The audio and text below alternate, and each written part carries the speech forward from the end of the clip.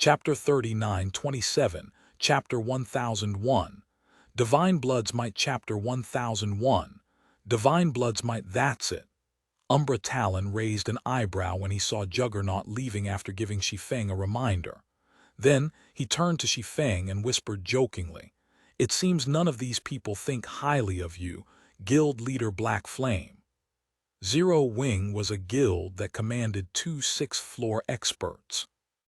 Under normal circumstances, even royal power executives like Umbra Talon wouldn't dare to disregard Zero Wing.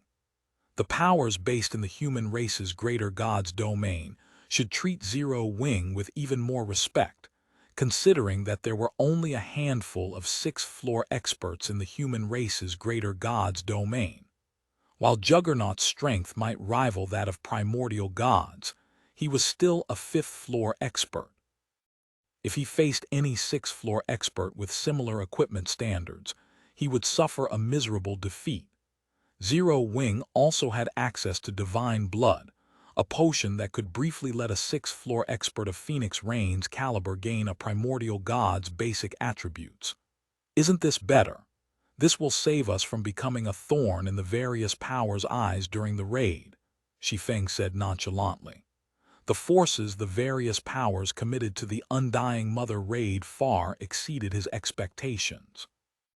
He never expected even divine set experts to show up. Evidently, the various powers were dead set on slaying the Undying Mother.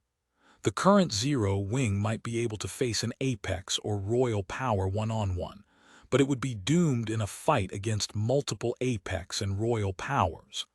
After all, divine set experts were no trivial matter. They were the strongest combatants of an entire race. Even during the war between the holy race and the human race in his previous life, divine set experts were regarded as strategic combatants.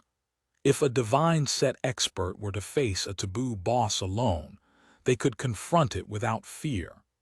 If multiple divine set experts joined hands, they might even be able to kill an existence like the Undying Mother. The various powers might be competitors in the crusade against the Undying Mother, but if an overly strong competitor were to appear, they would definitely unite to eliminate this threat first.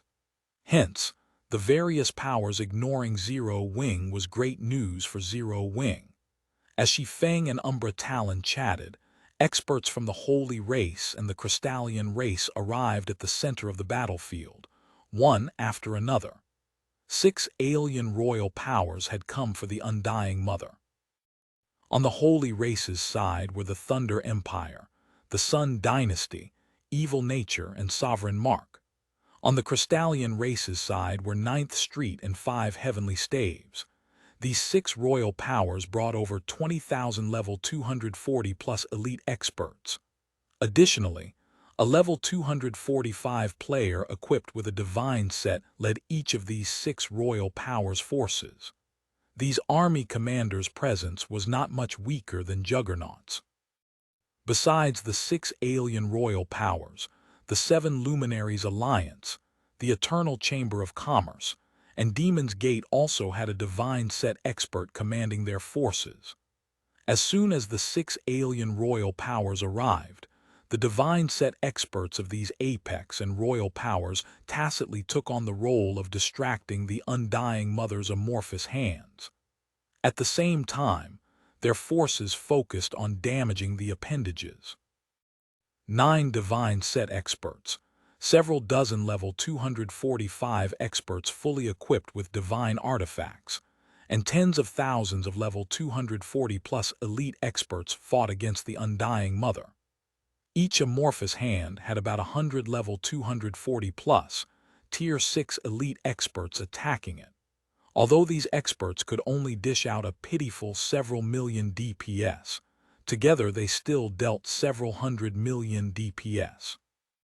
As a result, the HP of the amorphous hands continuously decreased over time. Of course, the Undying Mother was no pushover. Aside from operating independently, the Undying Mother's amorphous hands could coordinate their attacks. When a dozen amorphous hands struck together, They could nearly one-shot level 245 experts fully equipped with divine artifacts and obliterate any level 240-plus elite experts within their range. After just a minute into the battle, the three races had already lost several hundred elite experts. In return, the Undying Mother's amorphous hands lost over 1% of their HPS. Although the losses the three races suffered were tragic, it was only a matter of time before they eliminated the Undying Mother's amorphous hands. What a terrifying monster! Even against such an incredible lineup, the Undying Mother can still kill so many elite experts, Kowloon Demon exclaimed, marveling at the Undying Mother's strength as he fought an amorphous hand at the edge of the battlefield. Although it was understandable for a level 245 taboo boss to be strong, the Undying Mother was going up against 9 level 245-plus Divine Set users. Each Divine Set user could exhibit strength rivaling that of primordial gods and fight the Undying Mother head-on without losing any ground.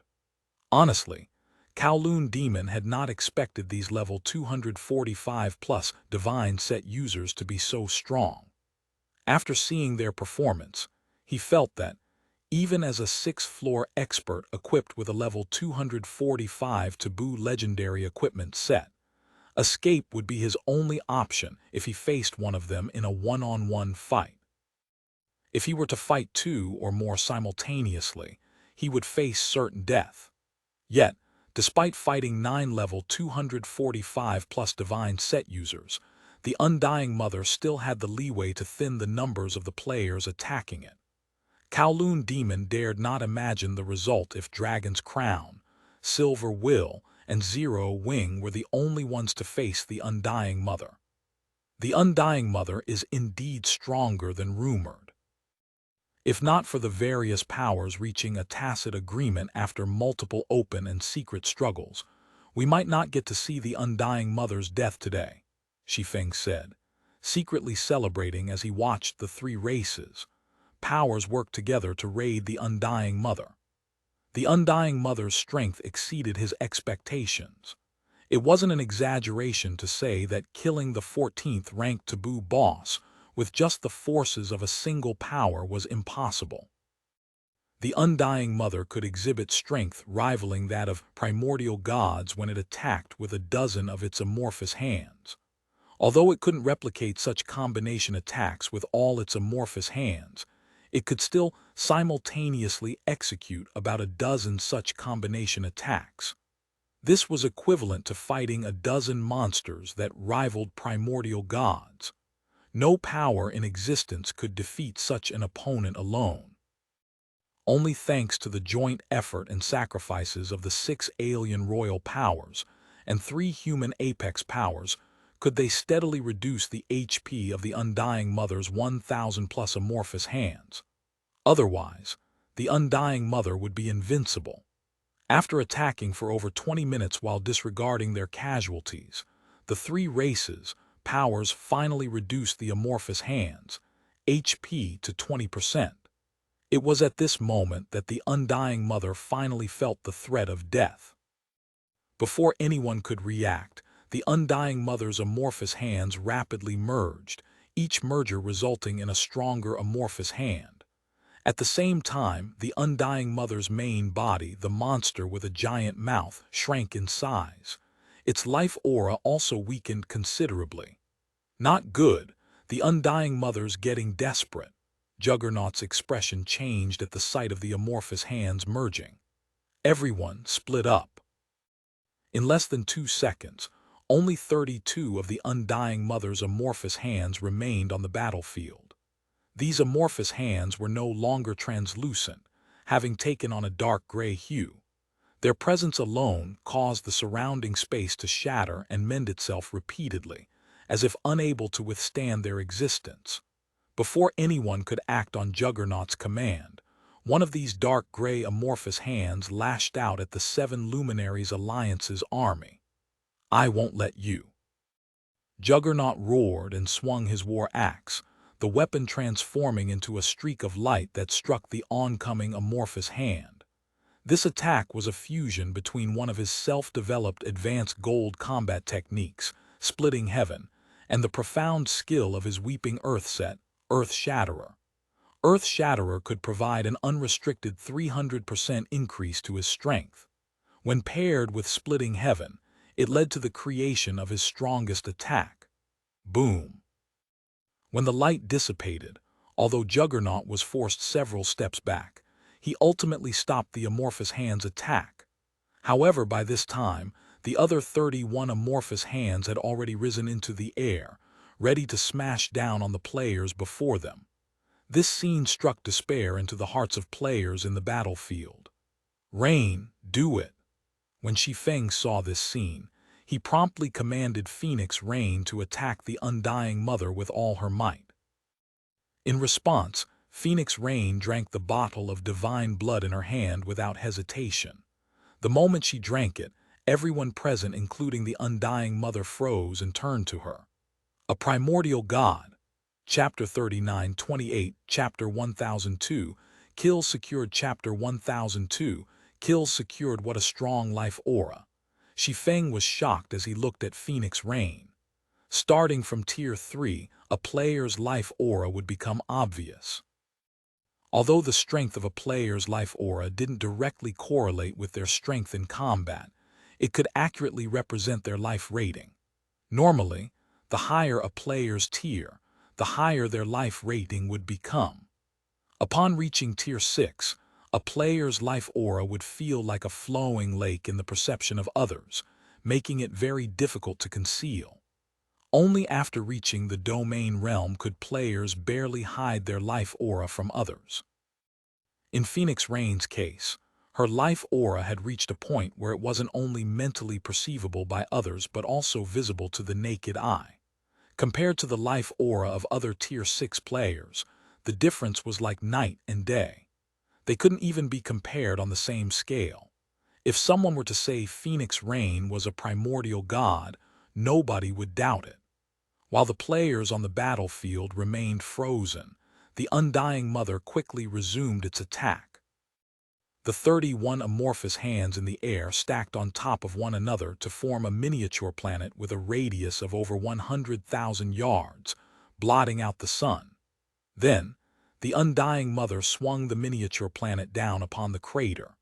The pressure the miniature planet exerted as it descended toward the ground made even Juggernaut's face change color.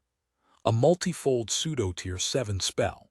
Shi Feng's expression also turned ugly as he looked at the miniature planet. He could tell that the attack had already exceeded the limits of Tier 6 skills and spells. Its power rivaled that of pseudo-Tier 7 skills and spells, and multifold versions at that.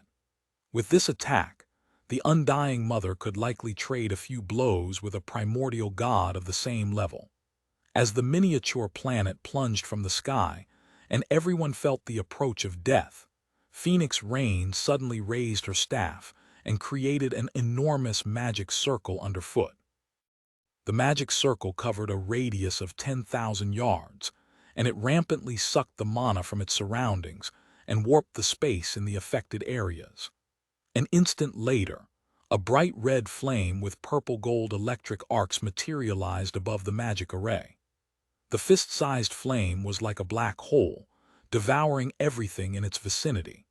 It also set half the sky above the demon god forest ablaze, incinerating it into an empty void while reducing the Undying Mother's miniature planet to ashes. As for the Undying Mother itself, over half its body was burnt to ash while the remainder fell to the ground. The Undying Mother's aura became incredibly weak, and its HP was down to 5%. It also only had a few amorphous hands left intact, with the others erased from existence. Crap, what kind of spell is that? Above Tier 6. This spell is definitely above Tier 6. I've seen ancient gods casting multifold Tier 6 super spells before, and those weren't even 1/10 as powerful as this spell. A spell that goes beyond Tier 6. Who is this person? Why haven't I heard of her before?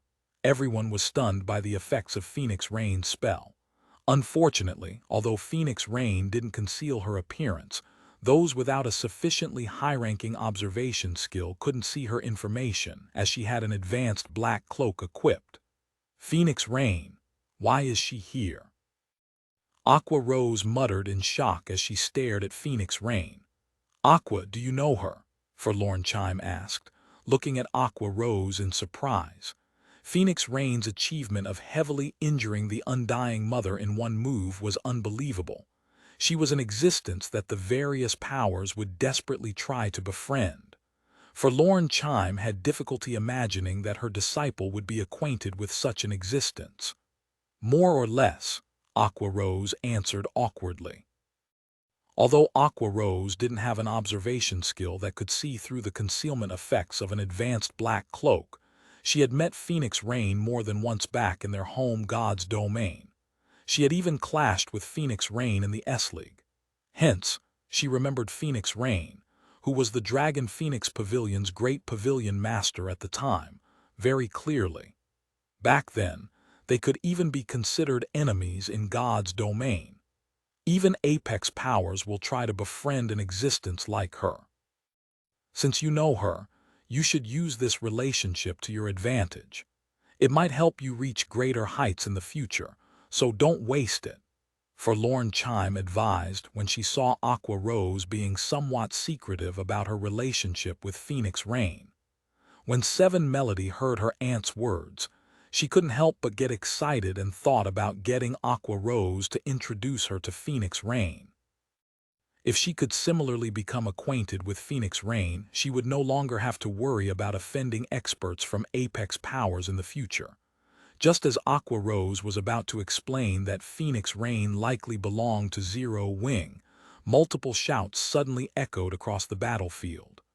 The boss is nearly dead. Everyone charge with me. This boss belongs to the Sun Dynasty. Charge. Do not let others snatch this boss. Kill. As everyone realized that the Undying Mother was heavily injured and only had 5% of its HP remaining, they started fighting each other without hesitation, all intentions to cooperate like before thrown to the wind. Demon's Gate, proceed as planned. Seal the area around the boss with the isolated world. Trap that woman as well. Do not let her kill the boss. This boss belongs to us. Imperial Wraith commanded amidst the chaos. At Imperial Wraith's command, the surviving Demon's Gate members swiftly converged on the Undying Mother. At the same time, 100 level 240+ elite experts from Demon's Gate took out incredibly old magic scrolls from their bags, unfurled them, and started chanting. A moment later, a miniature world enveloped the Undying Mother and the Demon's Gate members around it. Multiple world barriers also appeared around Phoenix Rain, trapping her and preventing her from reaching the Undying Mother with her attacks. Even though she broke these world barriers with her primordial god-ranked strength, new barriers would quickly appear as soon as she destroyed them in a never-ending cycle. They even brought out an advanced craftsman magic barrier. Shi Feng was astonished when he saw the world barriers covering the Undying Mother and Phoenix Rain. Advanced craftsman magic arrays were incredibly rare in the human race's greater god's domain. However, they were also incredibly powerful. According to rumors, an advanced craftsman magic barrier could trap even a primordial god for a considerable time. As no more than 10 players had ever achieved the craftsman magician rank throughout the history of the human race's greater god's domain, advanced craftsman magic arrays were treated as priceless treasures. Even apex powers wouldn't have more than a few sets. Hence, Shi Feng found it shocking that Demon's Gate would deploy an advanced craftsman magic barrier here. After Demon's Gate deployed its trump card, the other powers present also used their respective trump cards one after another. These trump cards were either items that could unleash the attack of a primordial god or grant players the strength to rival taboo bosses. In no time, many primordial god-ranked attacks bombarded the world barriers covering the Undying Mother, rapidly draining the energy reserves of Demon's Gate's isolated world. In less than a minute, the isolated world's world barriers, replenishment slowed down. The replenished world barriers also started to come with cracks. Speed up the attack. The boss is nearly dead. Imperial Wraith shouted when he saw the Undying Mother's HP hit 1%. At the same time, he started using his trademark moves against the Undying Mother, hoping to finish the Undying Mother before the isolated world failed. 10 billion HP, 1 billion HP, 100 million HP, as the 10,000 plus Demon's Gate members zealously traded their lives to damage the Undying Mother, the taboo boss's HP plummeted. When the Undying Mother's HP fell below 100 million, Imperial Wraith's face lit up with unprecedented joy. However, before he could claim his cherished prize, a space-time passage suddenly opened next to the Undying Mother. Then, before he could react, a person rushed out of the space-time passage and swung a sword at the taboo boss. Following the sword swing, a dragon-shaped lightning bolt sundered the land up to 10,000 yards away and plundered the remaining HP of the Undying Mother's amorphous hands. Black flame. Imperial Wraith was stunned as he stared at the figure that suddenly appeared beside the Undying Mother. Chapter 3929, Chapter 1003, Twofold Berserk. Chapter 1003, Twofold Berserk. Guild Leader Black Flame. When Shi Feng appeared in the center of the battlefield and finished off the Undying Mother with a spectacular lightning bolt, Imperial Wraith wasn't the only one stunned. Aqua Rose, who was retreating from the battlefield, was also rendered speechless. Is Guild Leader Black Flame insane? How dare he steal Imperial Wraith's kill? Seven Melody was equally shocked and confused as she looked at Shi Feng. The fact that Imperial Wraith was here for the Undying Mother raid could already be considered a nightmarish situation for Shi Feng. Yet, after getting rescued by Juggernaut, rather than leaving the demon god forest while Imperial Wraith was occupied, Shi Feng threw himself into Demon's Gate's isolated world. He even stole the Undying Mother kill from Imperial Wraith. Such behavior was nothing short of suicide. Imperial Wraith was a lunatic among lunatics. He was an existence that the various Apex Powers experts dreaded to meet. Now that Shi Feng had stolen the Undying Mother kill from Imperial Wraith, not even the Seven Luminaries Alliance's intervention could stop Imperial Wraith from killing Shi Feng. Inside the isolated world. Having secured the kill of the Undying Mother, Shi Feng received the bulk of the taboo boss's exp, hence his level skyrocketed. 1 level, 2 levels, 3 levels, brilliant lights repeatedly appeared around Shi Feng, his level going from 232 to 237 in 3 seconds. Immediately afterward, a series of system notifications rang in his ears. System, congratulations. You have slain the Undying Mother and unraveled its curse. Rewarding 2 levels and the Undying Slayer title. When this title is equipped, you will receive up to 3 undying effects daily. System warning. You have slain the Undying Mother and angered the other taboo existences. They are very likely to ambush you in the future. What an incredible title. Shi Feng didn't think much about the level reward. Although it increased his level from 237 to 239, the improvement in his strength was minimal. However, when he read the effects of the Undying Slayer title, his eyes shone with excitement. 3 undying effects daily. This was, without question, a heaven-defying ability. The Undying Slayer title was especially useful now that he had the Flame God set. Now, it would be much harder for others to kill him permanently. Although there was a possibility of dropping the Flame God set on his first death, making it easier to kill him in his subsequent revivals, only primordial gods and the like should be able to cause him to drop the divine set on his first death. While Shi Feng marveled at his new title, Imperial Wraith's expression turned unprecedentedly ferocious and cold. "You're dead, dead. I will kill you no matter what," Imperial Wraith bellowed, his voice sounding like a demon from hell. The bloodlust he radiated exploded in intensity, making even the Demon's Gate members present shudder. Is this kid out of his mind?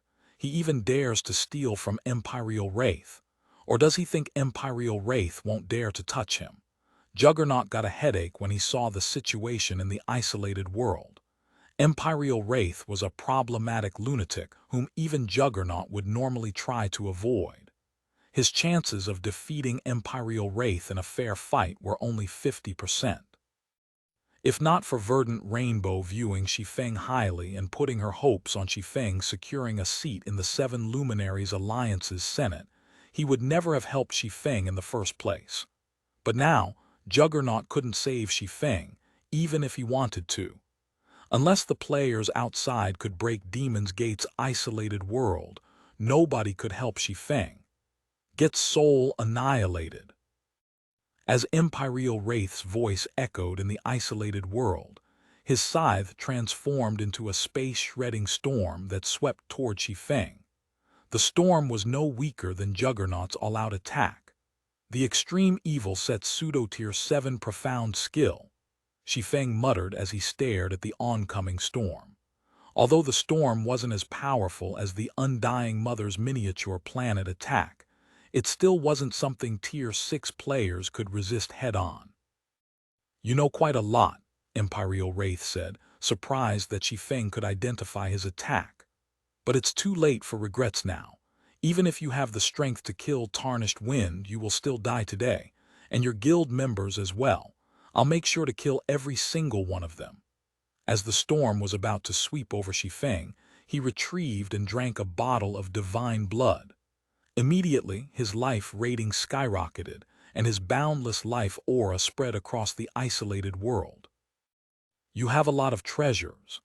When Imperial Wraith sensed Shi Feng's life aura evolving to match that of Phoenix Rain, he did not panic. On the contrary, he smirked and continued, "But so what if that potion can elevate your basic attributes to the primordial god standard? What makes primordial gods powerful aren't just their basic attributes but their skills and spells that exceed Tier 6. The attack you used against the Undying Mother just now should be a skill that goes beyond Tier 6, right? Such skills have long cooldowns. Unless you have another one in your arsenal, today will mark your end." In reality, Imperial Wraith was quite wary of individuals who could exhibit strength at the primordial god standard. Of course, his fear didn't stem from these individuals, having primordial god-ranked basic attributes, but from their ability to execute pseudo-tier 7 attacks. Take Juggernaut, for example. The Weeping Earth set he wore came with a pseudo-tier 7 profound skill.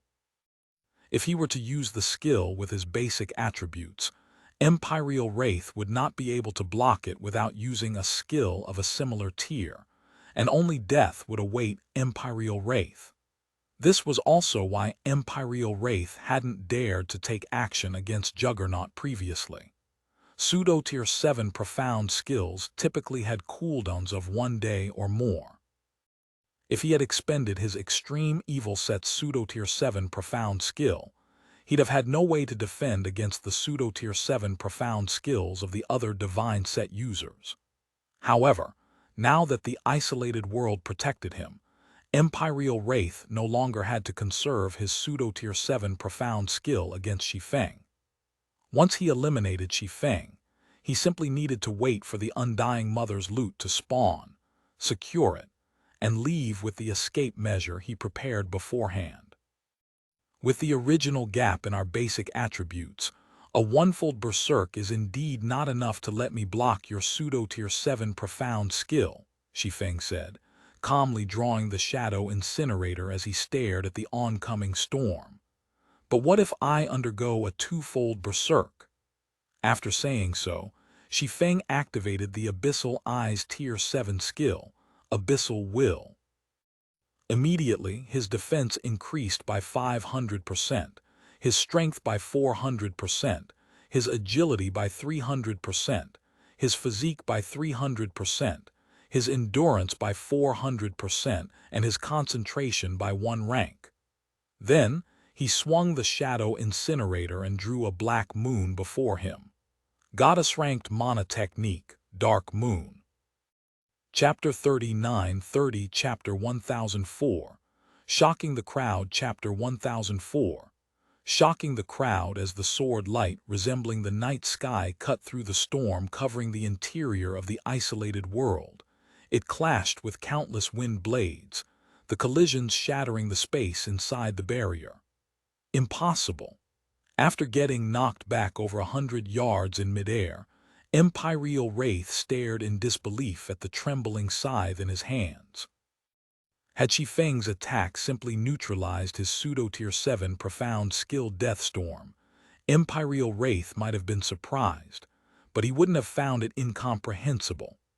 After all, it was still possible for Tier 6 players to achieve twofold Berserk so long as they had the necessary skills or tools. However, Shi Feng had not only overpowered Imperial Wraith's attack, but also sent him flying over 100 yards. Imperial Wraith's Deathstorm could rival Juggernaut's strongest attack in power. Yet, even though the Undying Mother had barely damaged Juggernaut after overpowering the giant's strongest attack, Imperial Wraith was not only overpowered by Shi Feng, but even lost nearly 30% of his HP. This meant that Shi Feng's attack was stronger than even the Undying Mother's. As expected of a divine set user, I barely damaged him, even when under the effects of a twofold Berserk. As Shi Feng stared at the confused Imperial Wraith, he couldn't help but marvel at the sturdiness of divine set users. Under the effects of divine blood and abyssal will, Shi Feng's strength attribute should theoretically match that of primordial gods of the same level. Yet, his strongest attack only caused Imperial Wraith to lose about 30% HP.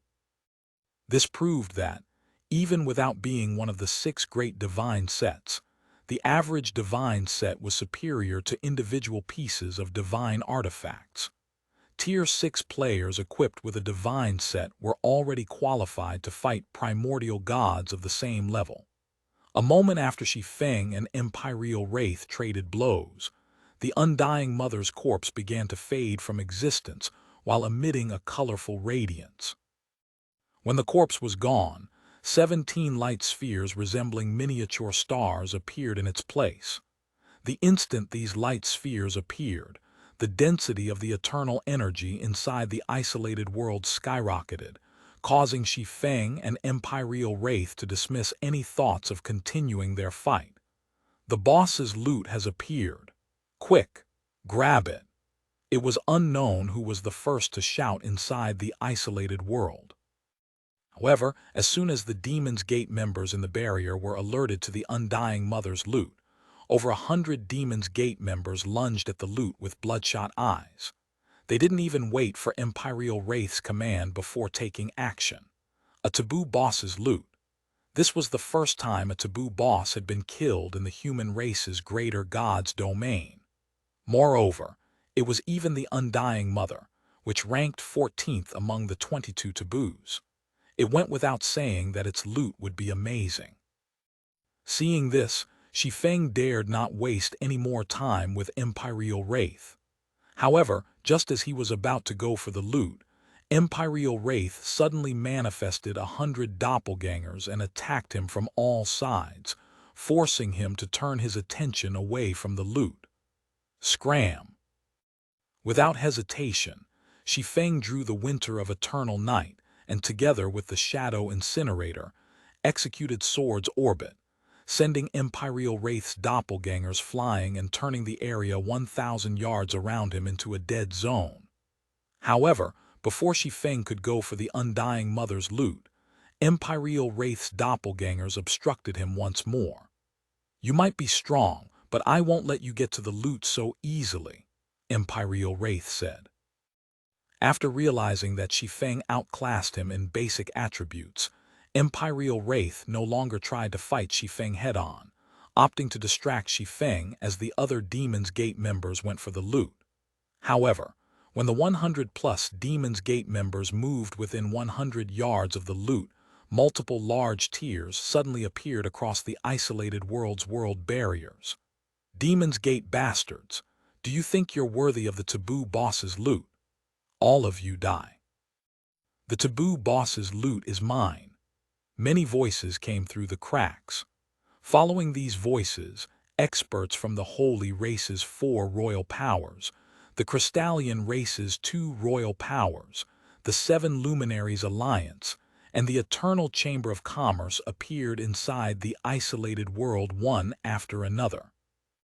A moment later, 8 divine set users and over 40 experts fully equipped with divine artifacts launched a fierce bombardment on the 100-plus Demon's Gate members closest to the Undying Mother's loot.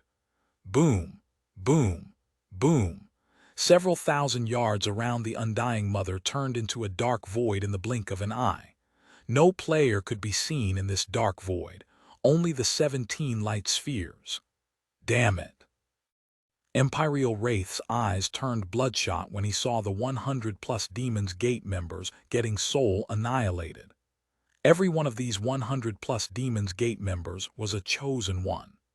Demon's Gate had expended a ton of resources to develop them to their current states, so their deaths were a massive loss to the guild. While Imperial Wraith was distracted by his anger, Shi Feng executed flowing space and appeared beside the light spheres within the void zone. Then, without hesitation, he grabbed the 5 light spheres that exuded the densest eternal energy and put them into his bag. It seems luck is on my side. When Shi Feng glanced at the items in his bag, he was delighted to find the undying tentacle among them. However, while Shi Feng was celebrating his haul, everyone else was dumbfounded by his actions. How dare he? Forlorn Chime was shocked when she saw Shi Feng taking 5 items for himself. The apex experts of the 6 alien royal powers, the 7 Luminaries Alliance, and the Eternal Chamber of Commerce were already inside the isolated world. To snatch the Undying Mother's loot before their eyes was to make an enemy out of them. Merely the thought of becoming enemies with over 50 apex experts sent shivers down Forlorn Chime's back. Never had such a situation occurred throughout the Greater God's domain's history. Guild leader Black Flame, aren't you acting a little too soon? Purgatory Jade, who had also charged into the isolated world, asked Shi Feng through the team chat. Even if you manage to get the loot, I doubt we can get you out of here safely with all these experts' attention on you. Umbra Talon nodded in agreement. He felt that Shi Feng was utterly insane.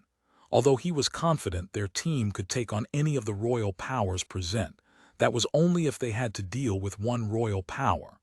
They would perish if they had to fight all 6 royal powers together. I got the item. You guys don't need to help me. Instead, find an opportunity to secure the remaining loot, Shi Feng answered with a chuckle. Then he turned his gaze toward the fast-approaching experts. At this time, the 6 divine set users of the 6 alien royal powers had already appeared before him. They had no intention of letting him leave without a fight. Black Flame, what a suicidal bastard you are. Imperial Wraith's mood lightened up significantly when he saw this scene. Although Imperial Wraith found it a pity he wouldn't get to kill Shi Feng himself, he could at least bring good news back to the Nebula Consortium. As for whether Shi Feng could get out of this situation alive, Imperial Wraith didn't even entertain the possibility. After all, even if he and Juggernaut were to join forces, they would face certain death in a fight against 6 divine set users. Shi Feng's twofold berserk might have boosted his basic attributes to a frightening level, but he was vastly outnumbered. If all 6 divine set users were to use their pseudo-tier 7 profound skills simultaneously, there was no way Shi Feng could block them all. With the damage of these pseudo-tier 7 skills, even one landing would spell the end for Shi Feng. After all, players were not monsters. No matter how heaven-defying Shi Feng's basic attributes were, His HP would not let him survive a direct hit from a pseudo-tier 7 skill. Under Imperial Wraith's expectant gaze, the divine set users of the Thunder Empire, the Sun Dynasty, Evil Nature, Sovereign Mark, 9th Street, and 5 Heavenly Staves used their respective pseudo-tier 7 profound skills against Shi Feng. Pseudo-tier 7 profound skill, Lightning Nation's Judgment. Pseudo-tier 7 profound skill, Holy Sun's Collapse. Pseudo-tier 7 profound skill, Song of Destruction. All 6 divine set users launched their pseudo-tier 7 skills simultaneously. After witnessing Shi Feng overpowering Imperial Wraith's Death Storm, they knew they couldn't give Shi Feng even the slightest opening. Do you think 6 divine set users are enough to kill me? Shi Feng unsheathed both his swords when he saw his opponents going all out against him. Swords orbit. Suddenly, countless sword lights assailed the oncoming pseudo-tier 7 profound skills, resulting in countless explosions that shook the entire isolated world. The powerful shockwaves also depleted the isolated world's remaining energy reserves and turned the area it had previously covered into a void zone. The experts outside the collapsed isolated world gasped when they saw this scene. They never thought a collaboration between 6 divine set users could be so frightening. Had this exchange occurred outside the isolated world, how much of the demon god forest could remain intact? Black Flame is dead. Everyone get ready to fight for the loot. Wait, someone's there. Black Flame, it's Black Flame, he's still alive. Just as the various powers' army commanders were about to command their forces to fight for the Undying Mother's loot, a player inside the Void Zone suddenly shouted in horror while pointing at a section of the Void Zone. When everyone turned to where this player pointed, they all gasped. Chapter 39-31, Chapter 1005, Famous Across the 3 Races, Chapter 1005, Famous Across the 3 Races, he's not dead. Why is he not dead? Shock and confusion colored Imperial Wraith's eyes as he stared at the familiar figure in the Void Zone. 6 divine set users had simultaneously attacked Shi Feng with their respective pseudo-tier 7 profound skills. Furthermore, from what Imperial Wraith could see, Shi Feng's sword's orbit was much weaker than his Dark Moon. Even if he blocked all 6 pseudo-tier 7 profound skills, the residual damage still should have killed him. Yet, not only did Shi Feng not get killed, but he barely lost 20% of his HP. This situation was simply incomprehensible. Besides Imperial Wraith, everyone else was similarly dumbfounded by this situation.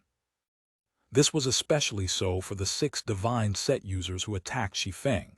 They knew better than anyone just how powerful their joint attack was. How did he survive that? Could it be that he's already reached tier 7? What kind of berserk measures did he use? How can he be fine after receiving our joint attack?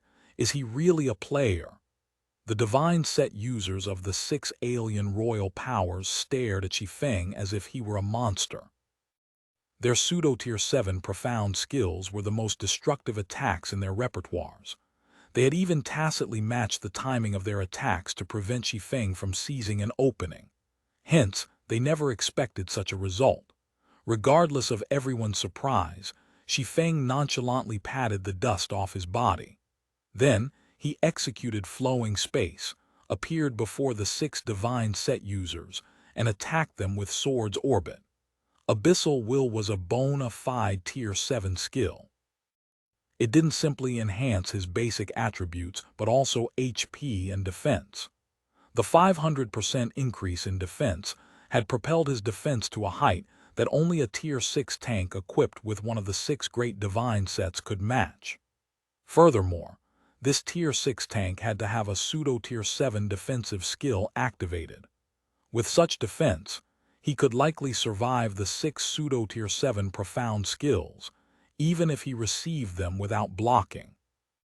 Subsequently, countless sword lights bloomed around Shi Feng, repulsing the 6 divine set users and reaping over 10% of their HPS.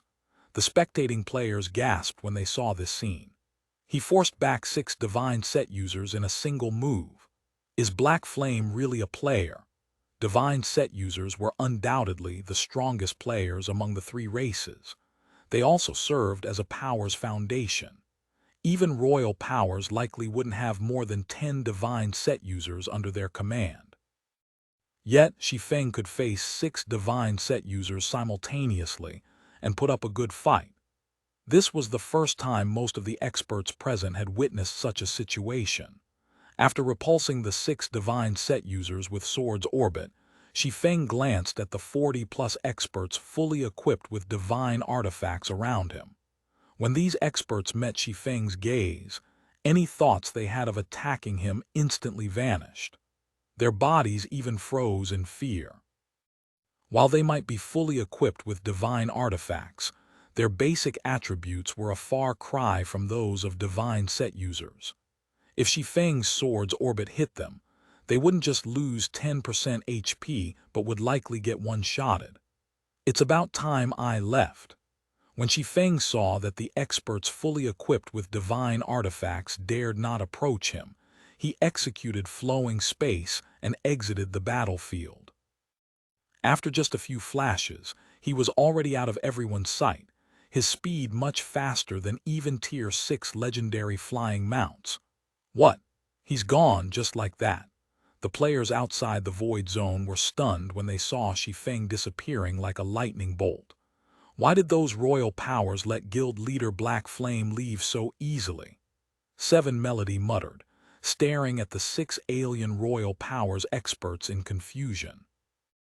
Although Shi Feng had the upper hand, anyone could tell his twofold berserk had a limited duration. Moreover, the 6 royal powers should have more trump cards. There was no way they had come unprepared. What more do you think the 6 royal powers experts can do? Forlorn Chime sighed, looking in the direction where Shi Feng had disappeared. Black Flame is much stronger than any of us expected. While it is true that the 6 royal powers can defeat Black Flame given enough time, if he is determined to escape, they would have to commit all their forces to pursue him. They would never get him if they left even a small portion of their forces to fight for the Undying Mother's loot. However, the 6 royal powers aren't united at heart. They are all competing for the Undying Mother's loot. If they were to chase Black Flame, the rest of the Undying Mother's loot would likely fall into the hands of the apex powers here. Between the 5 items in Black Flame's possession and the 12 items here, which do you think would they choose? Regardless, after this battle, I doubt any power among the 3 races would dare to underestimate Zero Wing anymore. The 3 races' powers won't dare underestimate Zero Wing. 7 Melody turned to Imperial Wraith at Forlorn Chime's comment, smirking. The Nebula Consortium will probably have a headache now. 7 Melody disliked the Nebula Consortium's tyranny very much. She hated it even more once she learned that the Nebula Consortium was why Demon's Gate could run rampant in the Greater God's domain. Now that Zero Wing had become a guild that all 3 races had to be wary of, the Nebula Consortium would undoubtedly suffer a huge blow to its prestige. After all, Zero Wing had a mage god who could heavily injure the Undying Mother, and a sword god who could fight 6 divine set users. With such experts under its command, not even the various apex powers would dare to provoke it casually.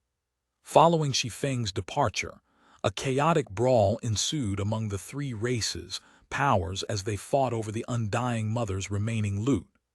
The fight involved 4 royal powers from the Holy Race, 2 royal powers from the Crystallian race, and 3 apex powers from the human race. The fight lasted over 2 hours and resulted in the deaths of over 100,000 experts, including 3 divine set users and over a dozen experts fully equipped with divine artifacts. In the end, the 7 Luminaries Alliance, relying on its home advantage, and the Thunder Empire each left with 2 items, while the other powers each left with 1 item. At the last minute, Dragon's Crown and Silver will swooped in and jointly secured 1 item. The losses of the three races' powers in the battle against the Undying Mother exceeded everyone's expectations. Moreover, following this battle, Zero Wing became the focus of the three races. A mage god who could heavily injure a taboo boss, a sword god who could fight 6 divine set users simultaneously, and a siege weapon suspected to be at the epic rank. Although Zero Wing was a small guild with barely over 1 million members, it was superior to many apex powers in top combat power. Despite not being an apex power, Zero Wing was better than apex powers. TL notes: here is a clearer list of the loot distribution.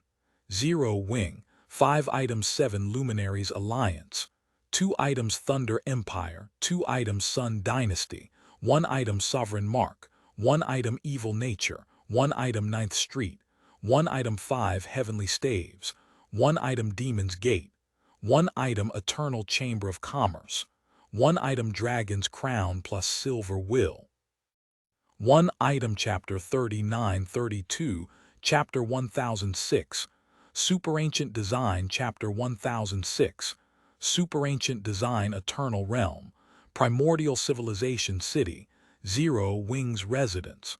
What's the current situation in the Demon God Forest? Shi Feng asked when he saw Blackie enter his office with the latest war report. Have Rain and the others evacuated safely?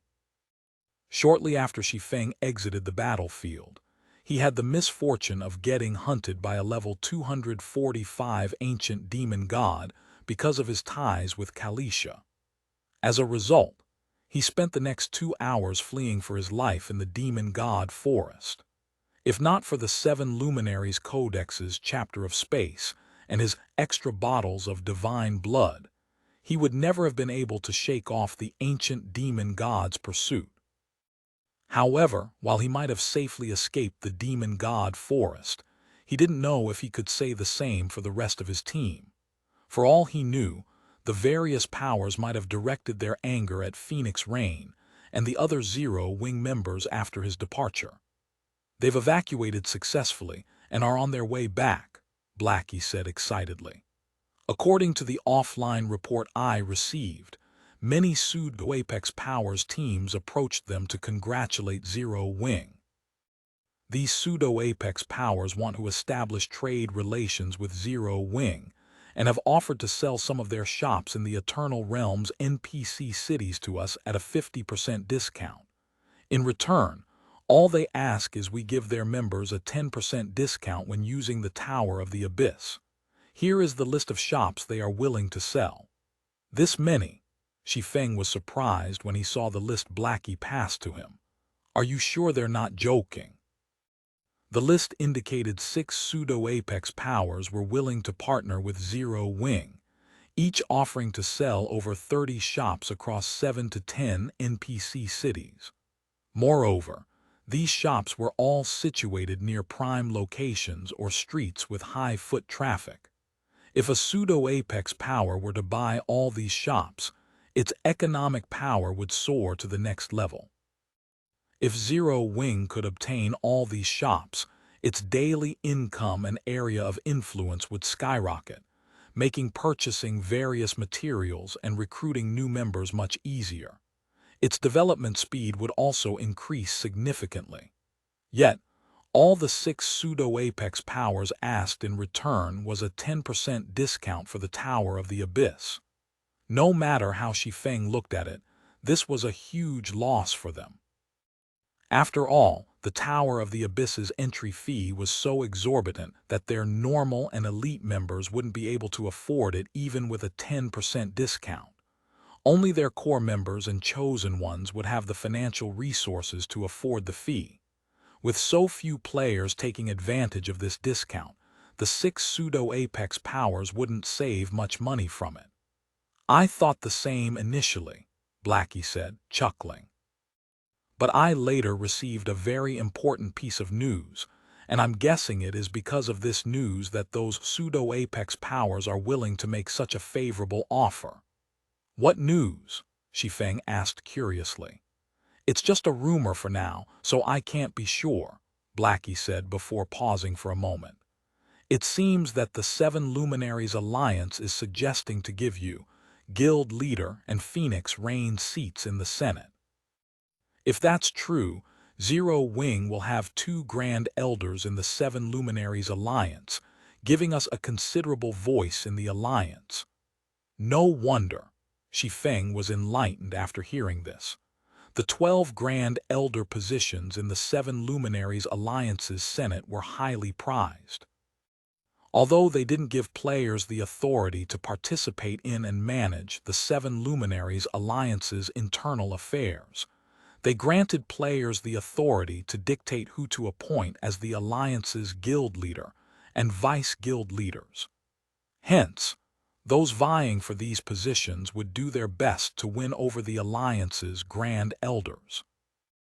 With the war among the 3 races intensifying, it was only a matter of time before the Holy Races and the Crystallian Race's armies besieged the human race's NPC cities in the Eternal Realm.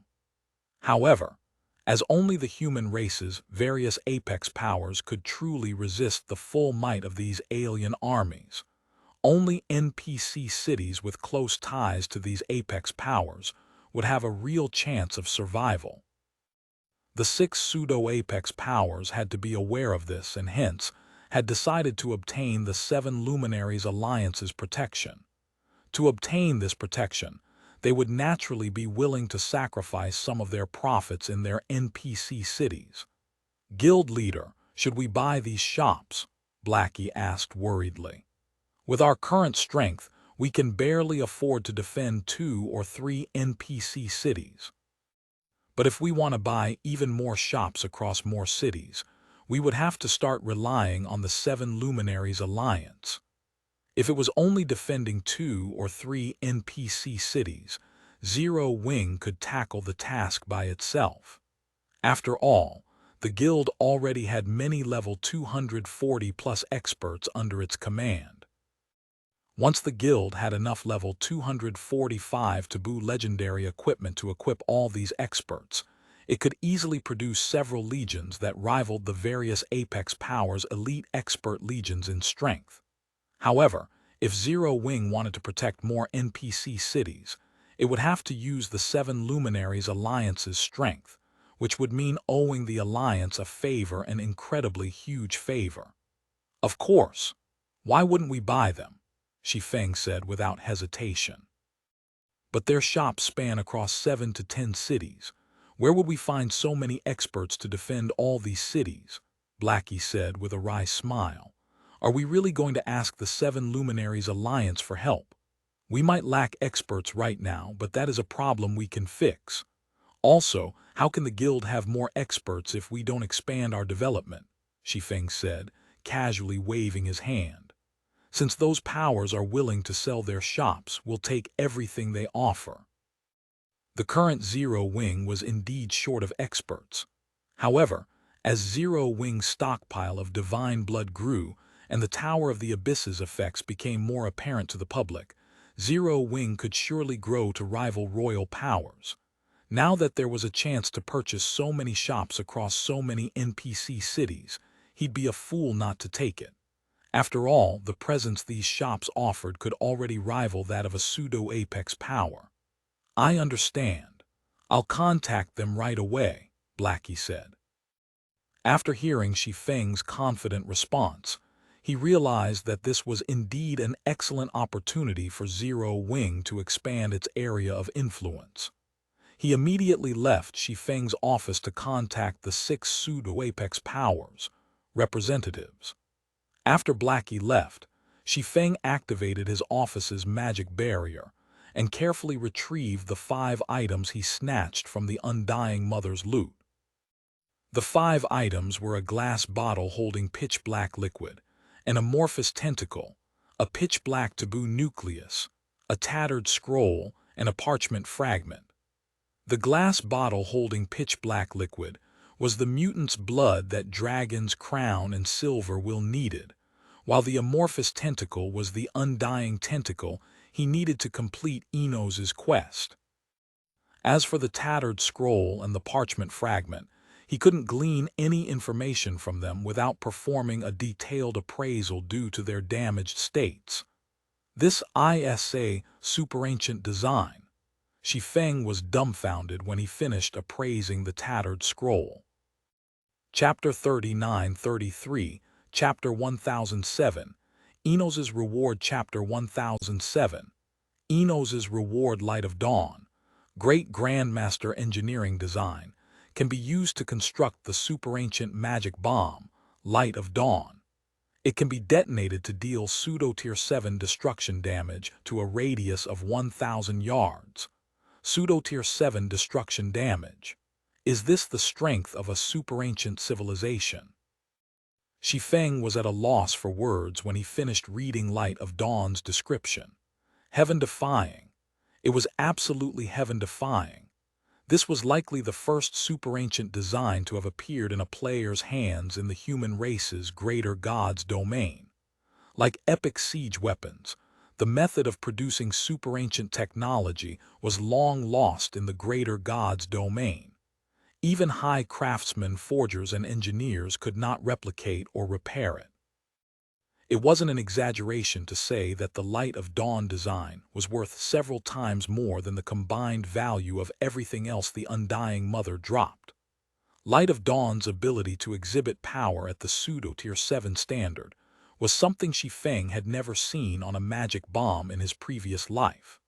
Moreover, the Light of Dawn design was only a Great Grandmaster design, which meant that even Great Grandmaster engineers could produce it with a high success rate. This was a stark contrast to Divine Blood, which would have an abysmally low production success rate unless craftsmen alchemists produced it. It only costs 10 god crystals to produce one. That's not too bad.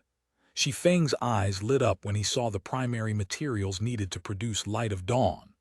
Although it was admittedly extravagant to trade 10 god crystals for one pseudo-tier 7 attack, it remained an incredibly worthwhile trade for a power. After all, only divine set users and experts fully equipped with divine artifacts could reliably survive a pseudo-tier 7 attack. Moreover, most could only defend against one pseudo-tier 7 attack within a set period. In other words, 2 Lights of Dawn would give players a high chance of killing a divine set user or an expert fully equipped with divine artifacts. If a power could arm a legion of players with multiple Lights of Dawn, it would be equivalent to having a legion of divine set users. Even royal powers wouldn't dare confront such a legion head-on. After Shi Feng inspected the Light of Dawn design, he turned his attention to the parchment fragment. Myriad doppelgangers. Action type. Pseudo-tier 7 taboo skill, create up to 10,000 true doppelgangers. The more true doppelgangers are created, the less strength each doppelganger will receive. If 3 or fewer doppelgangers are created, each will receive 100% of the user's strength. Duration. 5 minutes cooldown. 6 hours a pseudo-tier 7 taboo skill. Shi Feng couldn't believe his eyes when he saw Myriad Doppelganger's introduction. The fact that the Undying Mother had dropped a superancient design was already mind-blowing. He never expected it to drop a pseudo-tier 7 taboo skill as well. A pseudo-tier 7 taboo skill could rival bona fide tier 7 skills.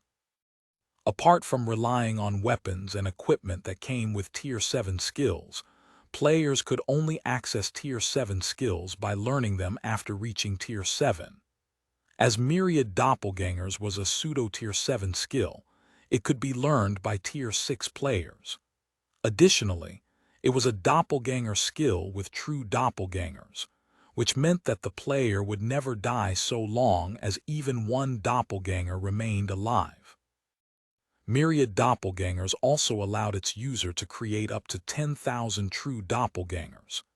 Even if creating so many doppelgangers would result in them coming out much weaker than the main body, it was still a heaven-defying ability. Myriad Doppelgangers could already be considered an immortality skill. After Shi Feng chose to learn Myriad Doppelgangers, he had Blackie come and collect the Light of Dawn design and Mutant's blood.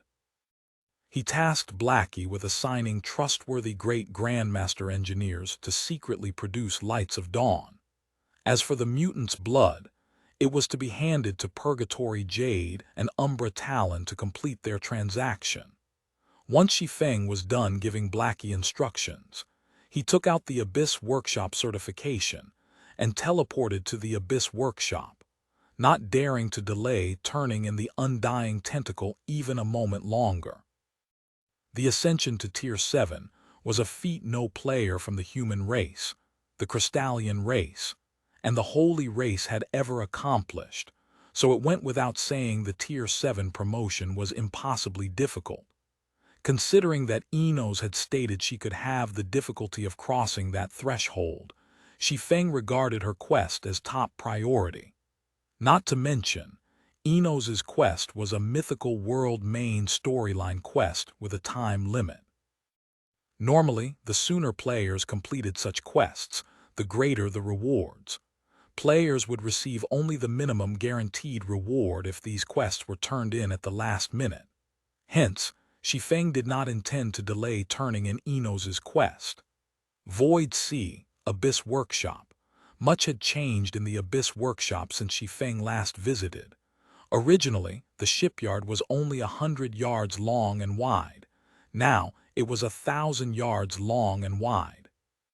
Furthermore, he saw other players at the shipyard. Although there were only 2 other players here, one of them exuded an aura no less frightening than that of Demon's Gate's Imperial Wraith. Although both players wore advanced black cloaks that hid all their information, Shi Feng's master observation skill allowed him to see that they were not human players.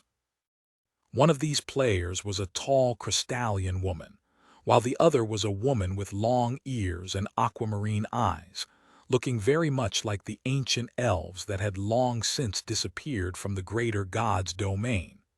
Of these 2 non-human female players, the Crystallian woman was none other than Ink Crystal, whom Shi Feng had met several times before.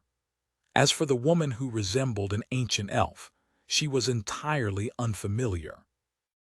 However, judging by how the elven woman interacted with Ink Crystal, the 2 should be close acquaintances. When these 2 women saw him appearing, they turned toward him and scrutinized him. Black Flame. Ink Crystal's face flashed with surprise when she saw Shi Feng, who hadn't bothered hiding his appearance. "Do you know this human kid?" the elven woman asked, looking at Ink Crystal curiously. "How is his strength? Is he qualified to become our helper?" "He's quite strong. He can match the average 6th floor expert in technical standards.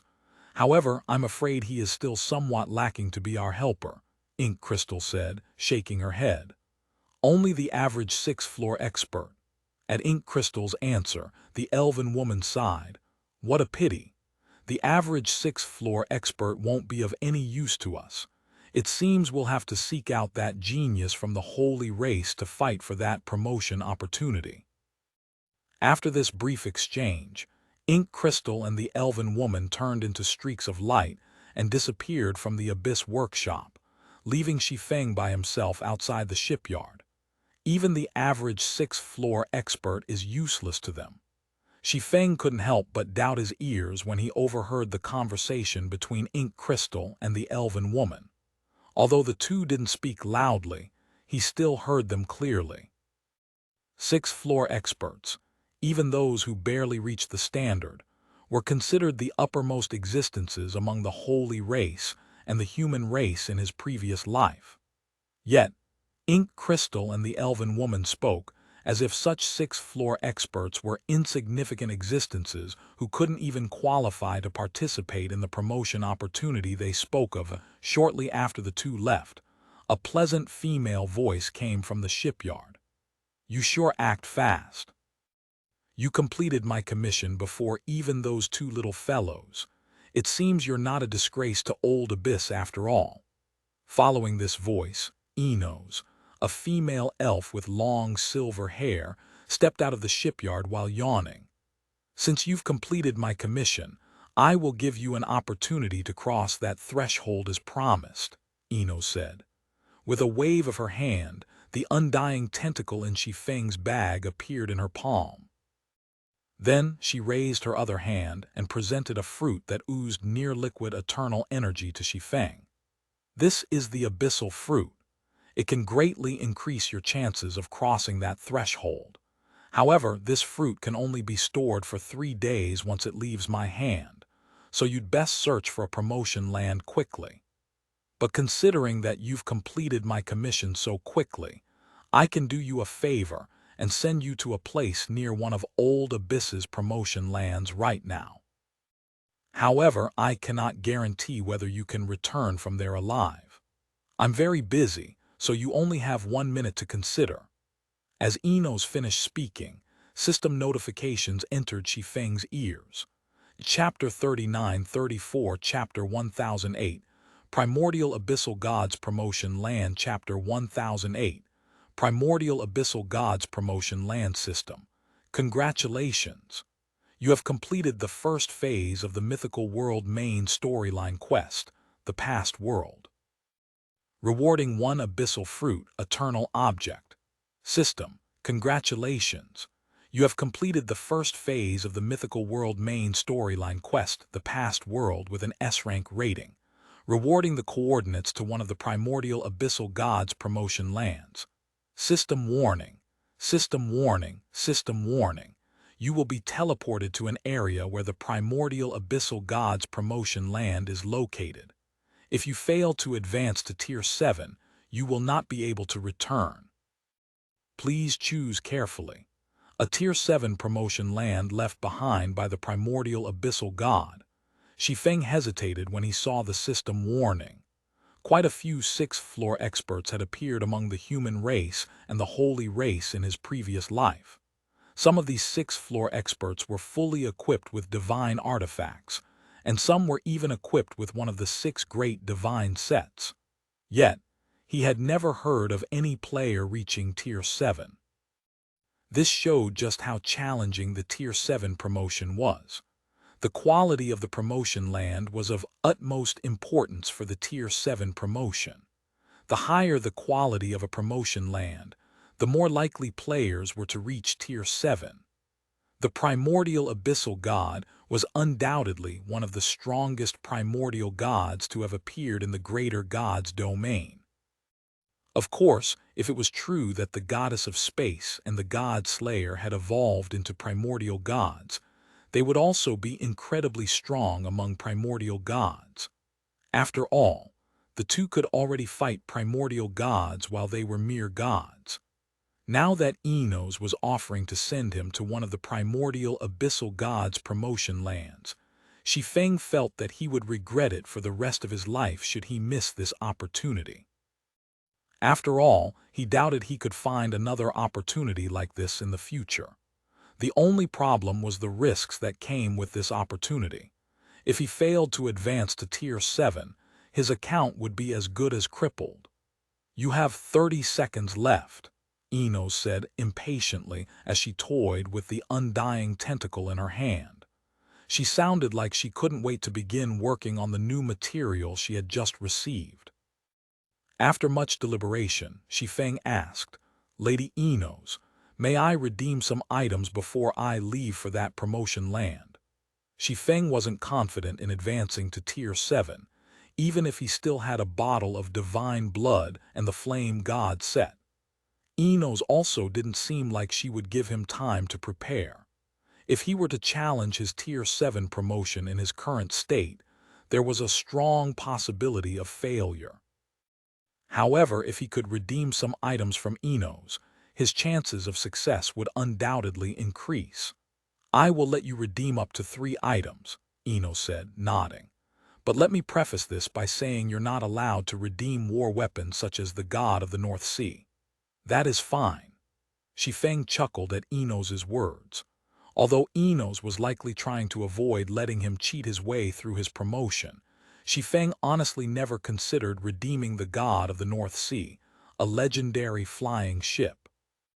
"All right, take your pick," Enos said, snapping her fingers and creating a series of holograms before Shi Feng.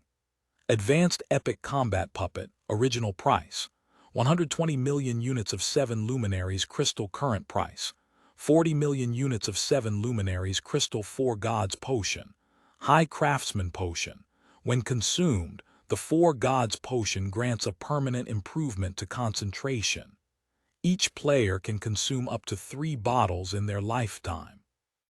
Original price: 60 million units of 7 luminaries crystal current price, 30 million units of 7 luminaries crystal world source, divine artifact, an item born from the destruction of a realm.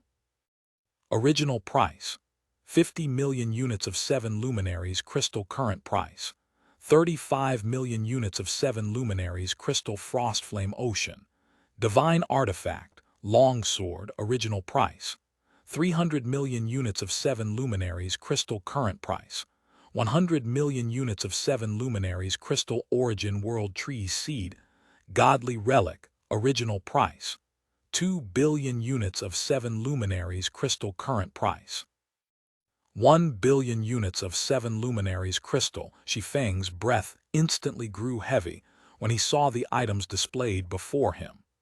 He had to admit that Enos had many incredible items.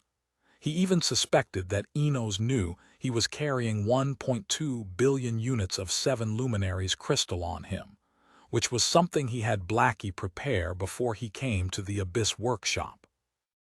The Frost Flame Ocean was known as one of the 10 great divine swords in his previous life, and it was something he urgently needed. The same could also be said for the Origin World Tree Seed. If he let the winter of eternal night devour such a godly relic, it might even evolve into a divine artifact. Whether it was the Frost Flame Ocean or the winter of eternal night, having a divine weapon that suited him would undoubtedly increase his strength by a significant margin. Unfortunately, he could redeem only 3 items from Enos. Moreover, he only had 1.2 billion units of 7 luminaries crystal. After factoring in the 100 million units of 7 luminaries crystal needed to activate his inferior divine tier 7 promotion land scroll, and another 100 million units in case he needed to use the scroll's second chance, he would be left with just 1 billion units. This wasn't enough to redeem both the Frost Flame Ocean and the Origin World Tree Seed, so it was one or the other. "I'll redeem 3 world sources," Shi Feng said after pondering his options. Although obtaining a compatible divine weapon could significantly increase his overall strength, he could benefit much more from having the complete Feather of Oath. After all, the goddess of space's 12 wings of heaven were said to be comparable to primordial gods. They would undoubtedly be of great help to him in the Tier 7 promotion land. "Okay, here you go." As if having guessed Shi Feng's decision long ago, Eno snapped her fingers and summoned 3 world sources before him. At the same time, 105 million units of 7 luminaries crystal disappeared from his bag. After Shi Feng put the 3 world sources into his bag, Enos drew several lines of divine runes in the air. A moment later, a crimson spacetime passage appeared before her. The instant the crimson spacetime passage appeared, an overbearing divine might gushed out of it. The divine might placed immense pressure on Shi Feng and made him dizzy. "Go on. I hope you will have already reached that step the next time I see you," Eno said, raising her hand when she saw that Shi Feng was immobilized. Suddenly, Shi Feng felt an indescribable force wrap around his body. Before he knew it, he was thrown into the spacetime passage and disappeared from the Abyss workshop. Chapter 39-35, Chapter 1009, Chaos Creatures. Chapter 1009, Chaos Creatures. When Shi Feng entered the crimson spacetime passage, he was deeply shocked by what he saw. The greater god's domain. He was moving away from the human race's greater god's domain at an incredible speed. His speed was so fast that the enormous greater god's domain shrank and disappeared in seconds. A few minutes later, he passed by another greater god's domain before it, too, vanished from his sight. After passing by over 100 greater gods' domains, Shi Feng vaguely saw the end of the crimson spacetime passage, a door of unimaginable proportions. Before he could get a better look at the pitch-black door, he was sucked into the portal. System, you have discovered the void boundary. You can no longer contact the outside world. You cannot go offline unless you experience a permanent death. The sound of a system notification rang in Shi Feng's ears. However, it failed to register in his mind as he gawked at the mind-boggling sight around him. The crimson spacetime passage had left him stranded in a corner of the void sea, and everywhere he looked, corpses were floating in the dark void. The sea of corpses stretched as far as he could see, and every one of these corpses radiated a terrifying divine might. Despite their apparent age, even the weakest among them still radiated divine might rivaling that of ancient gods. Some even radiated divine might rivaling that of primordial gods. Shi Feng's mind blanked out as he stared at these floating corpses. He dared not imagine what had transpired here to create such a scene. Primordial god-ranked existences stood at the very apex of God's domain. Even primordial god-ranked existences would have difficulty killing other primordial god-ranked existences. Yet, there were countless dead primordial god-ranked existences in this void boundary. Before Shi Feng could process this situation, the protective blessing Enos had cast on him wore off. Immediately afterward, the boundless divine might from these primordial god-ranked corpses made him feel as if someone had walloped his head with a bat. Not good. I can't stay here for much longer. I must leave. Shi Feng clenched his teeth, fighting to stay conscious as he pulled out the Tier 7 promotion land scroll. Then, he injected 100 million units of 7 luminaries crystal into it and teleported to the primordial abyssal gods Tier 7 promotion land. Shortly after, Shi Feng turned into a streak of light and traveled to the depths of this void region. He found himself rapidly approaching a gigantic planet. However, a colossal phantom appeared between him and the planet before he could reach the planet. At the same time, he felt as if countless chains had latched onto him and forcibly halted his advance, and all he could do in this situation was watch as the colossal phantom approached him. Enos sent you. The colossal figure sounded surprised as it looked at Shi Feng. Enos shouldn't have many slots left. She must have high hopes for you to send you here, little fellow. As the colossal phantom spoke, Shi Feng regained his ability to move. However, before he could speak up, the colossal phantom waved its hand, and in the blink of an eye, the taboo nucleus in Shi Feng's bag appeared within its grasp. Before you is one of the promotion lands with the most chaos creatures held captive. There are still 5,712 ordinary chaos creatures, 134 powerful chaos creatures, and 4 top-tier chaos creatures here, the colossal phantom said. Then it held up the taboo nucleus and continued. This taboo nucleus can be used to absorb the strength of a chaos creature to replicate its complete world. The stronger the chaos creature, the stronger its world. The worlds of these chaos creatures can greatly help you in constructing your own world, but you have only one chance. It is up to you whether you can find a suitable chaos creature to mimic and reach that step. After the colossal phantom finished speaking, it injected a line of divine runes into the taboo nucleus. A moment later, the taboo nucleus transformed into a streak of light and returned to Shi Feng's bag space. At the same time, Shi Feng was sent plunging into the planet behind the colossal phantom. As Shi Feng landed in an uncultivated region on the planet, he finally finished processing the colossal phantom's words and recovered from his shock. Chaos creatures. Construct my own world. Shi Feng was at a loss for words as he looked at the taboo nucleus in his bag space. Although the Grand Library had very little information on chaos creatures, he had still read about them in the past. They were terrifying creatures that lived in the deepest depths of the void sea, and every one of them was strong enough to give primordial gods a headache.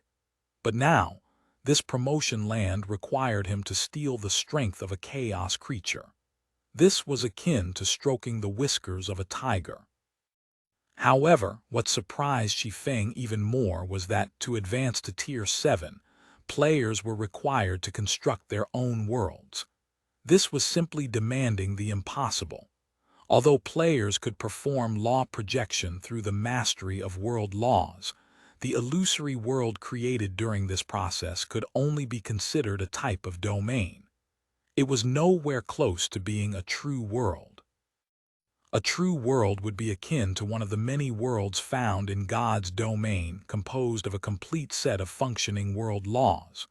If a player wished to create such a world, they'd have to grasp every world law in existence, which simply wasn't a feat mortals could accomplish. No wonder all those sixth-floor experts back then failed to reach Tier 7. The difficulty is ridiculous. After learning about the requirement for reaching Tier 7, Shi Feng suddenly understood why even the three absolutes had failed to advance to Tier 7 in his previous life.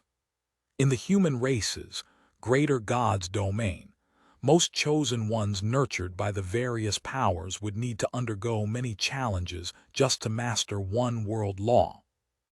As for the old monsters who were several centuries old, most would have only mastered a few basic laws and combined them into an advanced law. They were still far from constructing a world of their own. Fortunately, the main God system didn't deprive players of all possibilities to reach Tier 7. Players could still create their world by replicating the worlds of chaos creatures.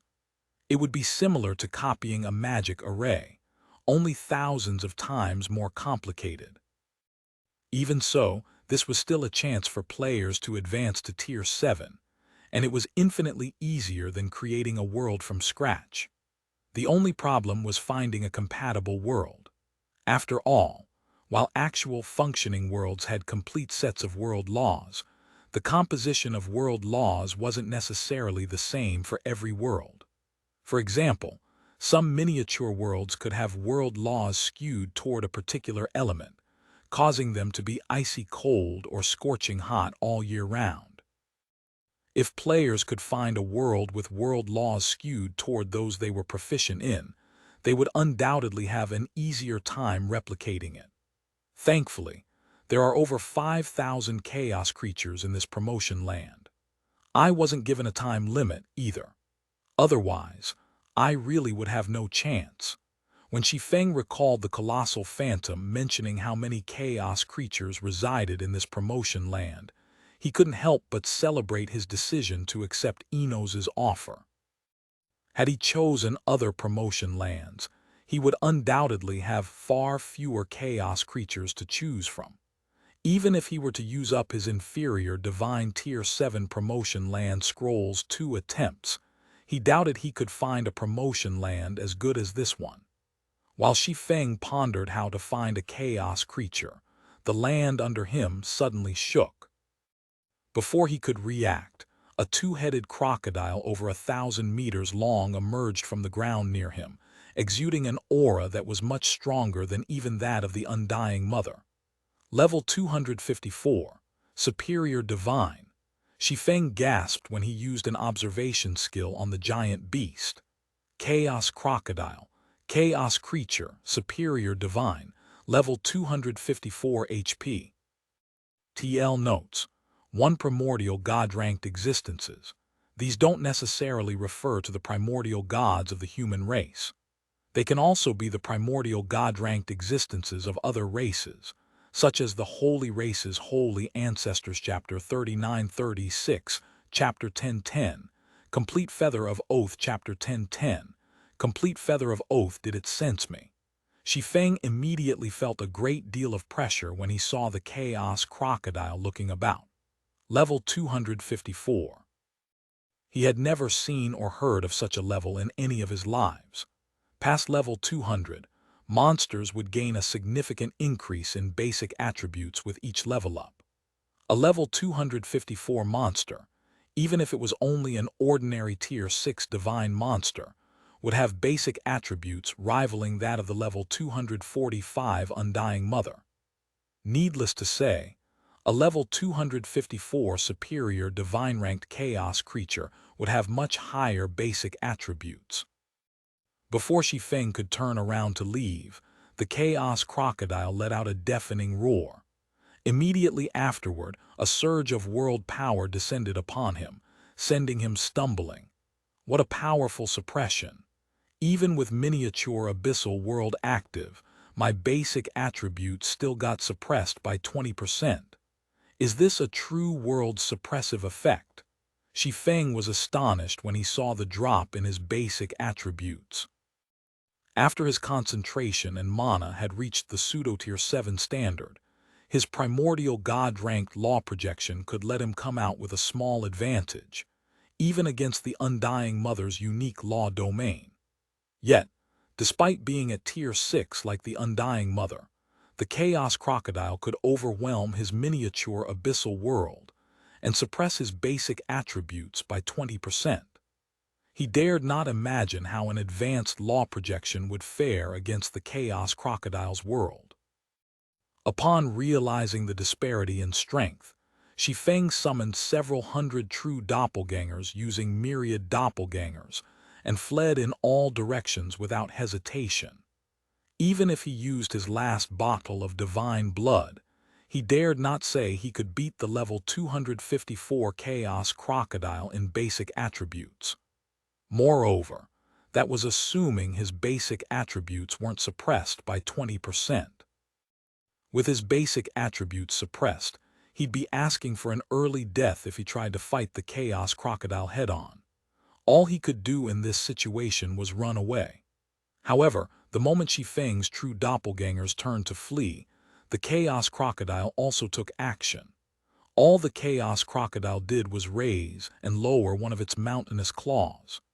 Immediately afterward, the ground around it began to sink, and over half of Shi Feng's true doppelgangers were reduced to dust in a few breaths. Did it use a pseudo-tier 7 skill? After Shi Feng ran 1,000 yards away, he finally sensed stable ground underfoot. When he turned back and saw the collapsed ground behind him, a shiver ran down his spine. The suppression the promotion land imposed on its inhabitants was much stronger than that of the Eternal Realm. Even as a Tier 6 player equipped with the Flame God set, Shi Feng could only exhibit speed and destructive power equivalent to those of a Tier 3 player in his home god's domain. Under such circumstances, a Tier 6 skill's effective range would be a radius of 200 yards, at most. For a skill to affect a 1,000-yard radius in this promotion land, it had to be at the pseudo-tier 7 standard. At this discovery, Shi Feng was glad he decided to flee. Even if he were to use divine blood and absolute thunder, he doubted he could last long against a level 254 chaos creature capable of using pseudo-tier 7 skills. Subsequently, Shi Feng continued fleeing with his remaining 100-plus doppelgangers. Due to the promotion land's powerful suppression, over half of his remaining doppelgangers were still eliminated before they successfully escaped the Chaos Crocodile's perception. In a forest shrouded by fog, Shi Feng carefully retrieved the Feather of Oath from his bag after ensuring no chaos creatures were within 1,000 yards of him. Moving alone in this promotion land with my current strength is next to impossible. Let's hope the actual Feather of Oath isn't too different from its legends. Shi Feng inwardly prayed as he looked at the Feather of Oath in his hand. Then, he took out the 3 world sources he had redeemed from Enos. The primordial abyssal god's promotion land might have more chaos creatures, giving players a better chance of finding a suitable world to replicate. But the chaos creatures here were simply too powerful. Even the divine set users he had met thus far would have a high chance of dying if they encountered one of these chaos creatures. If he wanted to explore the promotion land safely, he would need strength rivaling that of the promotion land's chaos creatures. Hence, he had no choice but to place his hopes on the Feather of Oath. The Feather of Oath was one of the goddess of space's most prized possessions. According to legends, the Feather of Oath could let its user fight primordial gods. Although many players doubted the validity of this legend, Shi Feng didn't need it to fight primordial gods. He only needed it to grant him strength to distract the promotion land's chaos creatures. After all, his goal was only to absorb a chaos creature's strength using the taboo nucleus, not to kill them. System: 3 world sources detected. Do you wish to repair the Feather of Oath with them? Repair it. Shi Feng clicked the option to repair the Feather of Oath. Immediately, the 3 world sources turned into 3 purple-gold divine runes that merged with the Feather of Oath, causing it to emit a colorful brilliance that illuminated a small section of the foggy forest. A few seconds later, the colorful lights faded, and the Feather of Oath landed back in Shi Feng's hand, exuding unbelievably dense eternal energy. When Shi Feng noticed this change, he promptly used an appraisal skill on the Feather of Oath. Feather of Oath, divine artifact, an item worn by the goddess of space. It is a treasure created using the souls of 12 heroes from before the Great Destruction. Although the Feather of Oath suffered serious damage during a fight against 3 holy ancestors, it is now repaired. Additional skill: 1 War Goddess Summoning. For every 1 million units of 7 luminaries crystal expended, summon 1 war goddess of the same tier but no more than 20 levels higher. The summoned war goddesses can reach up to tier 6 and come equipped with divine artifact-ranked equipment sets. Every war goddess summoned will last 6 hours. Up to 12 war goddesses can be summoned at the same time. No incantations required. No cooldown. Additional skill: 2 Heroic Pledge. Expend 10 god crystals to double a war goddess's basic attributes. No limit. Duration: 30 minutes cooldown. 6 hours. Additional skill: 3 Goddess Battle Array. Expend 100 god crystals to have 12 war goddesses form a large advanced gold battle array. Duration: 30 minutes cooldown. 6 hours. Amazing. Excitement shone in Shi Feng's eyes as he looked at the fully repaired Feather of Oath. Although the cost of using the complete Feather of Oath was much higher, its 3 skills had improved qualitatively. Now, the equipment of the war goddesses he summoned would no longer be random. Instead, all war goddesses would come equipped with a divine set. This improvement was much greater than if a player switched from a full set of divine artifacts to a divine set. In God's domain, the hidden level limit of divine artifacts for players was level 240. However, that was not the case for NPCs. This was also why holy cities guarded by level 240 plus NPCs were incredibly difficult to capture. After all, if a player and an NPC fully equipped with divine artifacts were to reach level 243, the player's equipment would stop at level 240, while the NPC's equipment would grow to level 243. This meant the level 243 NPC would receive more basic attributes from his equipment than the level 243 player. To make matters worse, NPCs inherently had more basic attributes than players. This disparity in equipment level only served to widen the gap in basic attributes between players and NPCs.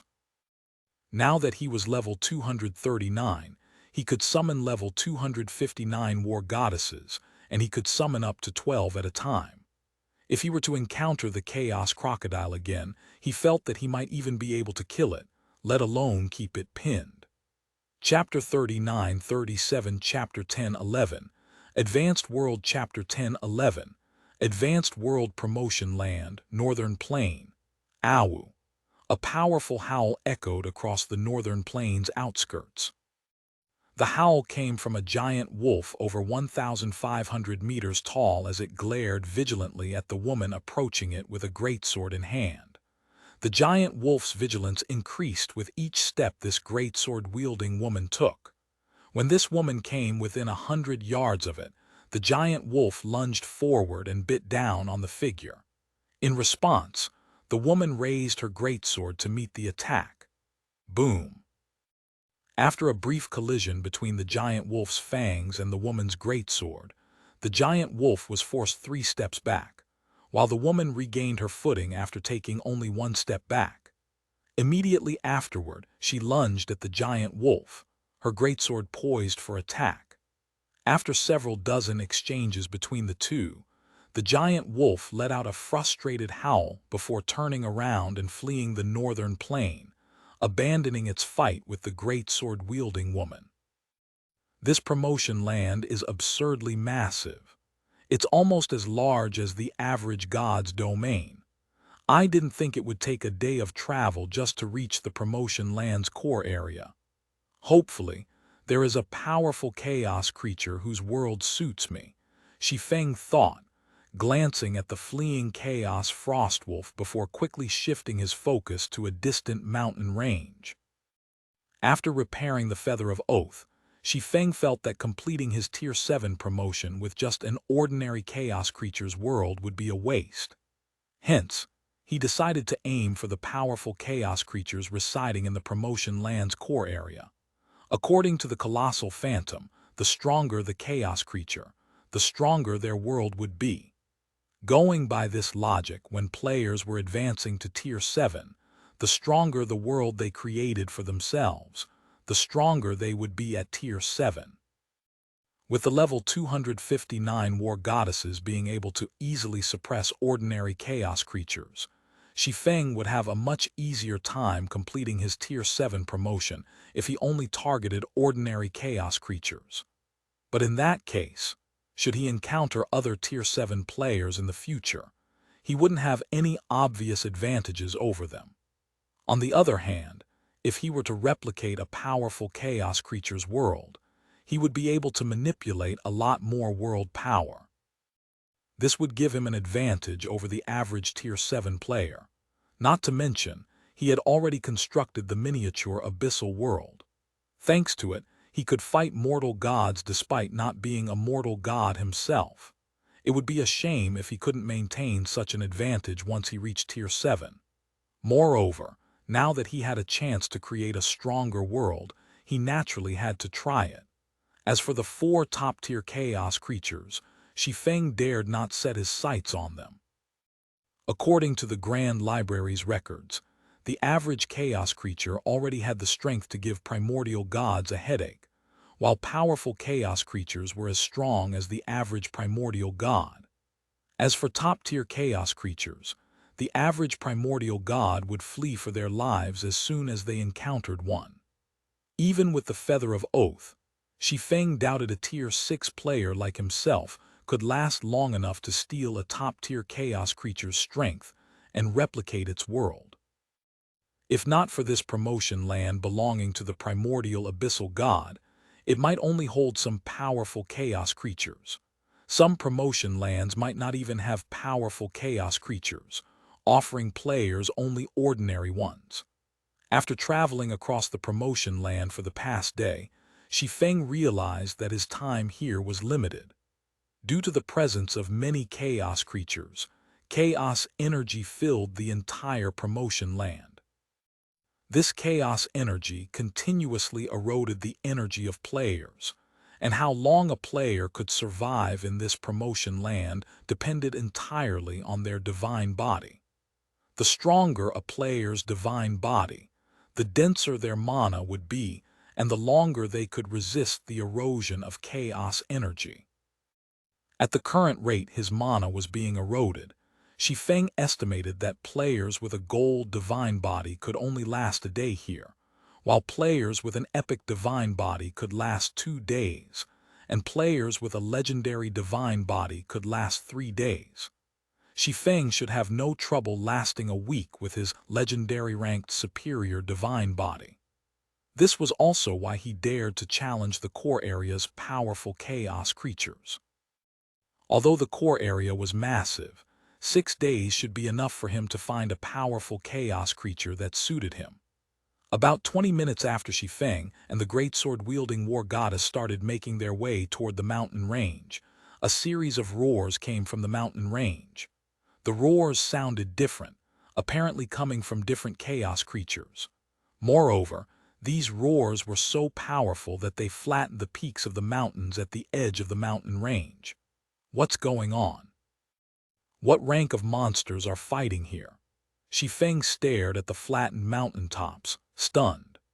If the roars of these chaos creatures alone could flatten the peaks of the nearby mountains, they were unlikely to be ordinary chaos creatures.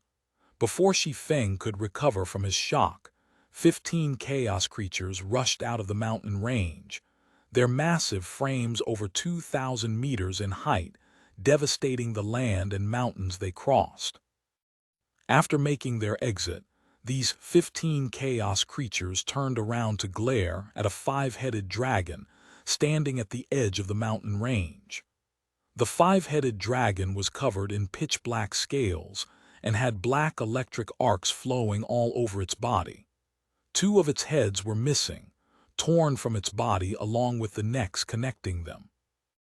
As for its 3 remaining heads, one had its fangs clamped down on the flaming lion stomped under its feet, while the other 2 glared at the 15 chaos creatures outside the mountain range.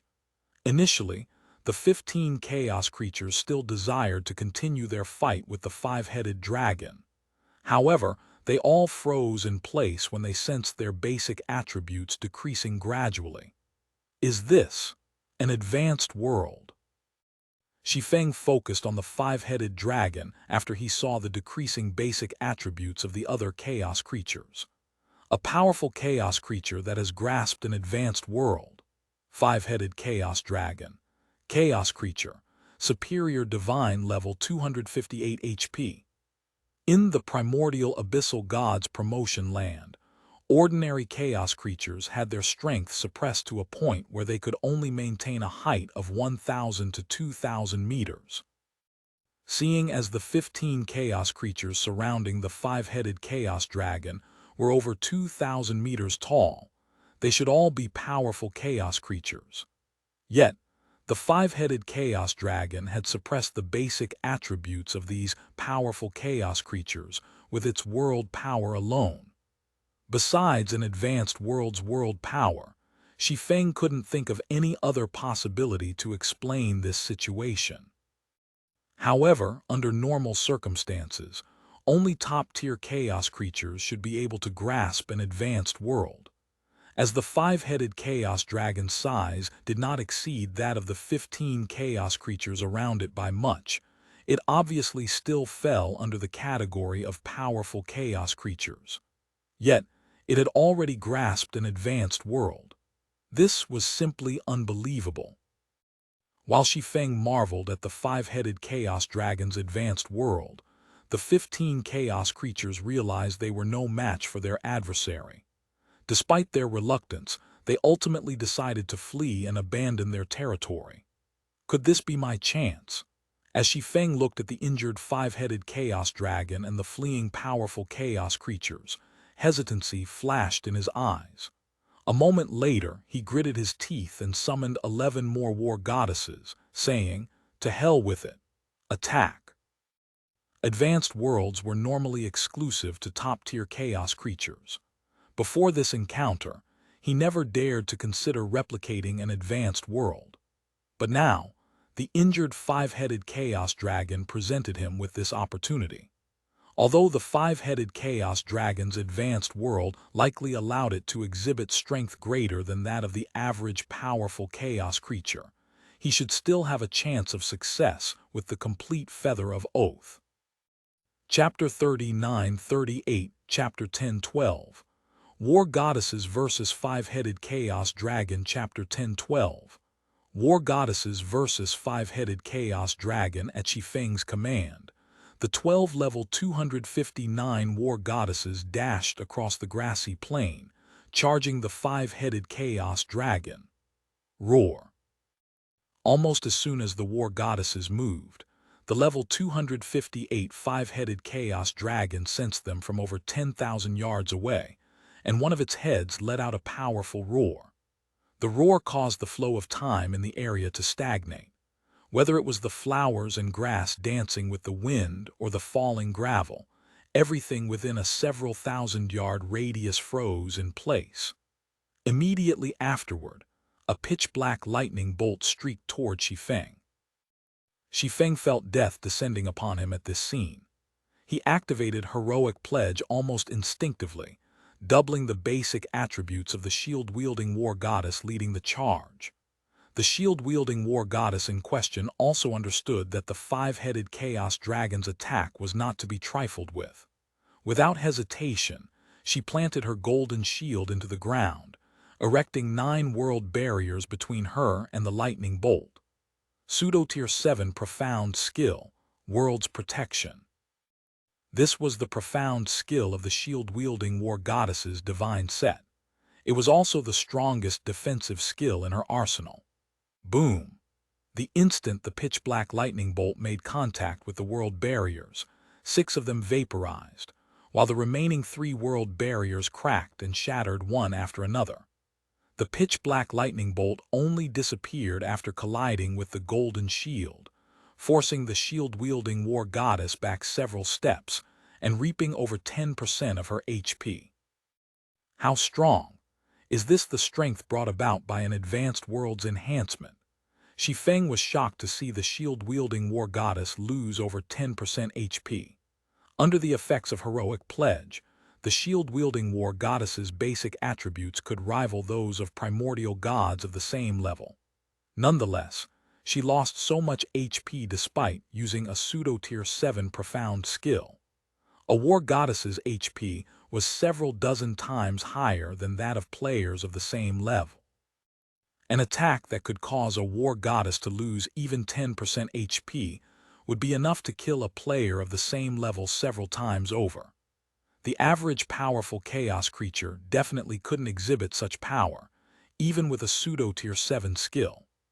The only explanation was that the five-headed chaos dragon's roar was enhanced by the world power of its advanced world, making the lightning bolt, which resulted from the roar, difficult for the shield-wielding war goddess to neutralize. As Shi Feng marveled at the might of an advanced world, the five-headed chaos dragon, dissatisfied with the outcome of its attack, reared all 3 of its remaining heads to launch a much stronger attack. Damn it! When Shi Feng saw the five-headed chaos dragon preparing to launch a similar attack, he promptly took out the taboo nucleus and injected 100 god crystals into the feather of oath.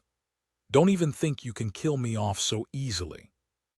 Shi Feng targeted the five-headed chaos dragon with the taboo nucleus, using it to absorb the five-headed chaos dragon's strength. Although doing so would anger the five-headed chaos dragon even more, he could weaken the chaos creature to a certain extent. Additionally, he expended the 100 god crystals he had just injected into the Feather of Oath to activate the goddess battle array. This caused golden divine runes to light up all over the 12 war goddesses, and their auras in turn surged in power. Now, even the other 11 war goddesses exuded auras rivaling that of the shield-wielding war goddess. Subsequently, with the shield-wielding war goddess as the center, the 12 war goddesses executed a combination technique, which was also the strongest combat technique the goddess of space had granted them: God-slaying spear. Although this combination technique could be executed with just 6 war goddesses, completing it required some time. However, when executed by 12 war goddesses, no preparation was required. It could be launched straight away. Immediately, a 5,000-meter-tall phantom of the goddess of space appeared on the battlefield and cast the golden spear in its hand at the roaring five-headed chaos dragon. Bang! The pitch-black lightning bolt created by the five-headed chaos dragon's threefold roar exploded on contact with the golden spear. Numerous spatial tiers appeared around the epicenter of the explosion. Good. I still have a chance. Shi Feng was overjoyed when he saw the war goddesses neutralizing the five-headed chaos dragon's attack. The taboo nucleus required time to absorb the five-headed chaos dragon's strength. Although he didn't know how long this process would take, it definitely wouldn't be short. Hence, if, even after activating both Heroic Pledge and the Goddess Battle Array, the War Goddesses couldn't neutralize the five-headed Chaos Dragon's attacks, he would have had no choice but to retreat. Following the War Goddesses' initial clash with the five-headed Chaos Dragon, a system notification rang in Shi Feng's ears. System: the taboo nucleus needs 90 seconds to absorb the five-headed Chaos Dragon's strength. 90 seconds. When Shi Feng saw the time needed to absorb the five-headed Chaos Dragon's strength, he was neither happy nor sad. With his current strength, killing the five-headed Chaos Dragon was out of the question. However, if he only had to survive 90 seconds against it, he should have a good chance of success. After all, both Heroic Pledge and the Goddess Battle Array lasted 30 minutes. So long as the War Goddesses could keep the five-headed Chaos Dragon pinned, all he needed to do was not get killed for 90 seconds. Curse you, Abyss! The five-headed Chaos Dragon bellowed at the skies when it saw numerous incorporeal chains embedding themselves into its body and sapping its strength. Then, it turned to the taboo nucleus responsible for draining its strength and glared at Shi Feng. Puny creature, I won't let you have my strength, even with the primordial abyssal god helping you. After saying so, the five-headed Chaos Dragon flew toward Shi Feng, the movement of its wings collapsing the space within a 3,000-yard radius. Without hesitation, the 12 War Goddesses took to the skies to intercept the five-headed Chaos Dragon. However, their basic attributes plummeted as soon as they were within 3,000 yards of the five-headed Chaos Dragon, and all the benefits they received from the Goddess Battle Array were negated in the blink of an eye. Only the shield-wielding War Goddess could barely rival primordial gods of the same level. Even if you have an advanced world, I won't fall so easily. As Shi Feng watched the five-headed Chaos Dragon getting closer, he took out the Phantom Crystal and summoned Kalisha's Phantom.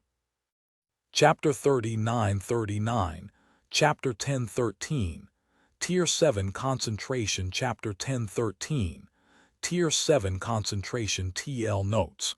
Made a correction in Chapter 1012. Primordial Dragon Legacy Crystal. Phantom Crystal, introduced in Chapter 919.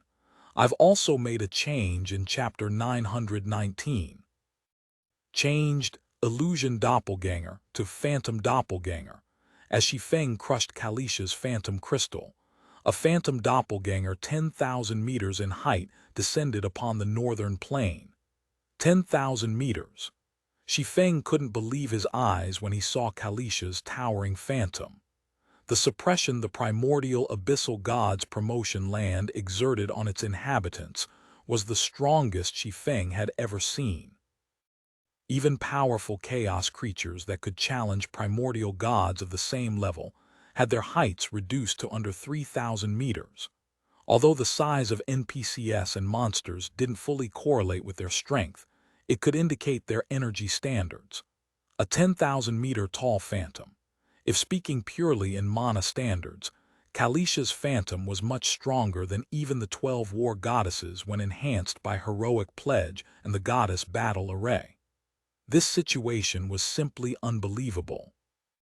Although Kalisha, the Dragon Princess, was regarded as one of the 10 strongest NPCs in the human race's greater god's domain in his previous life, she only rivaled primordial gods of the same level.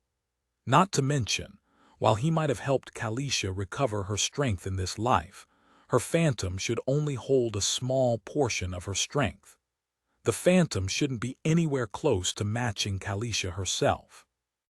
Despite that, Kalisha's phantom was already stronger than even the goddess phantom the War Goddesses conjured when they executed the god-slaying spear technique. Shi Feng dared not imagine how strong Kalisha was right now. Kalisha's gigantic phantom similarly frightened the five-headed Chaos Dragon. The five-headed Chaos Dragon, with its height of over 2,000 meters, could already be considered massive. Shi Feng would appear smaller than an ant if he were to stand before it. Nonetheless, the five-headed Chaos Dragon was nothing more than a slightly larger lizard before Kalish's phantom. You came to that old fellow's territory to conduct your promotion. It seems I've underestimated you before, Kalisha said, glancing at her surroundings before looking at Shi Feng in surprise. She completely ignored the five-headed Chaos Dragon before her. I got lucky. I happened to complete a commission and earned the opportunity to come here, Shi Feng explained in response to Kalisha's praise. Is that your target? Kalisha finally turned to look at the five-headed Chaos Dragon before her. Then she said with a nod, not bad. It has already grasped an advanced world despite having yet to reach adulthood.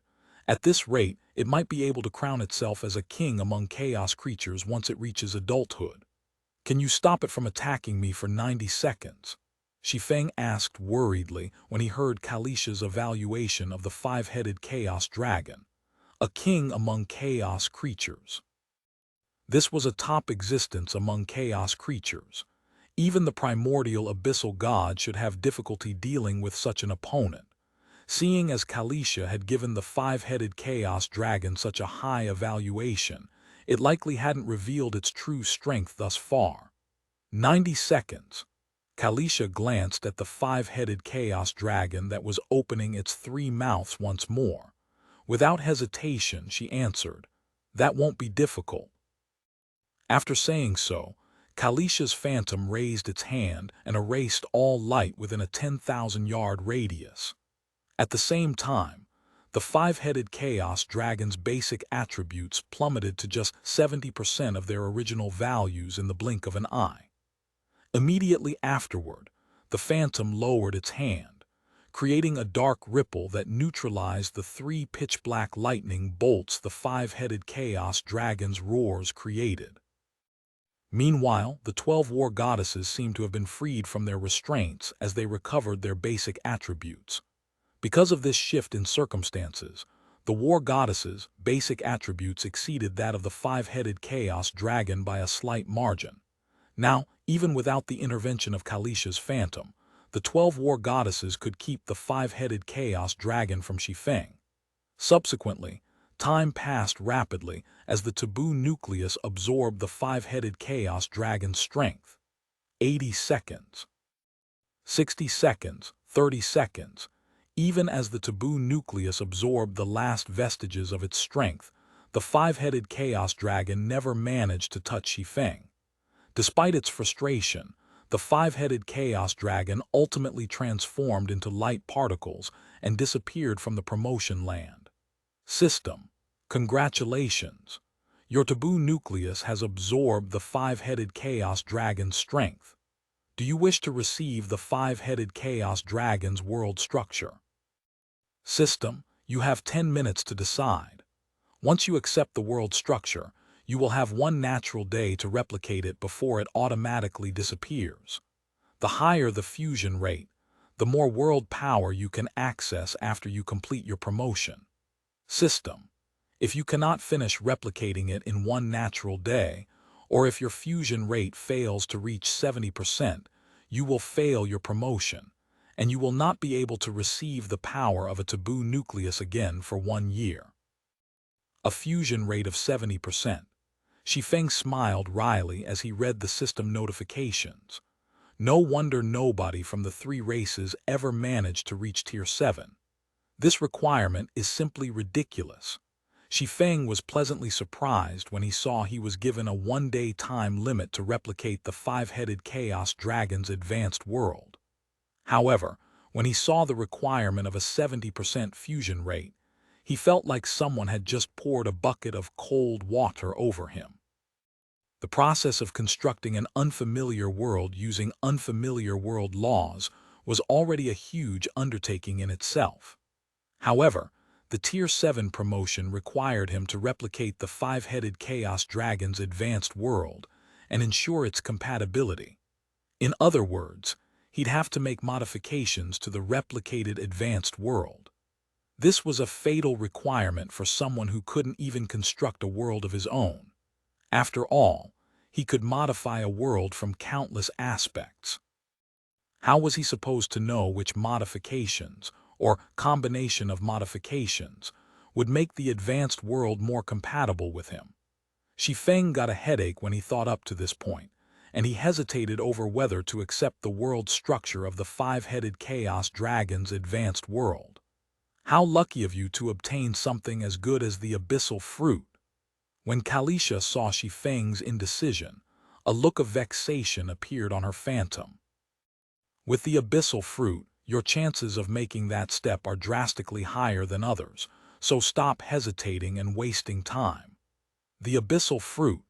At Kalisha's exasperated remark, Shi Feng grabbed the abyssal fruit from his bag and ate it whole, wondering what effects it would bring him.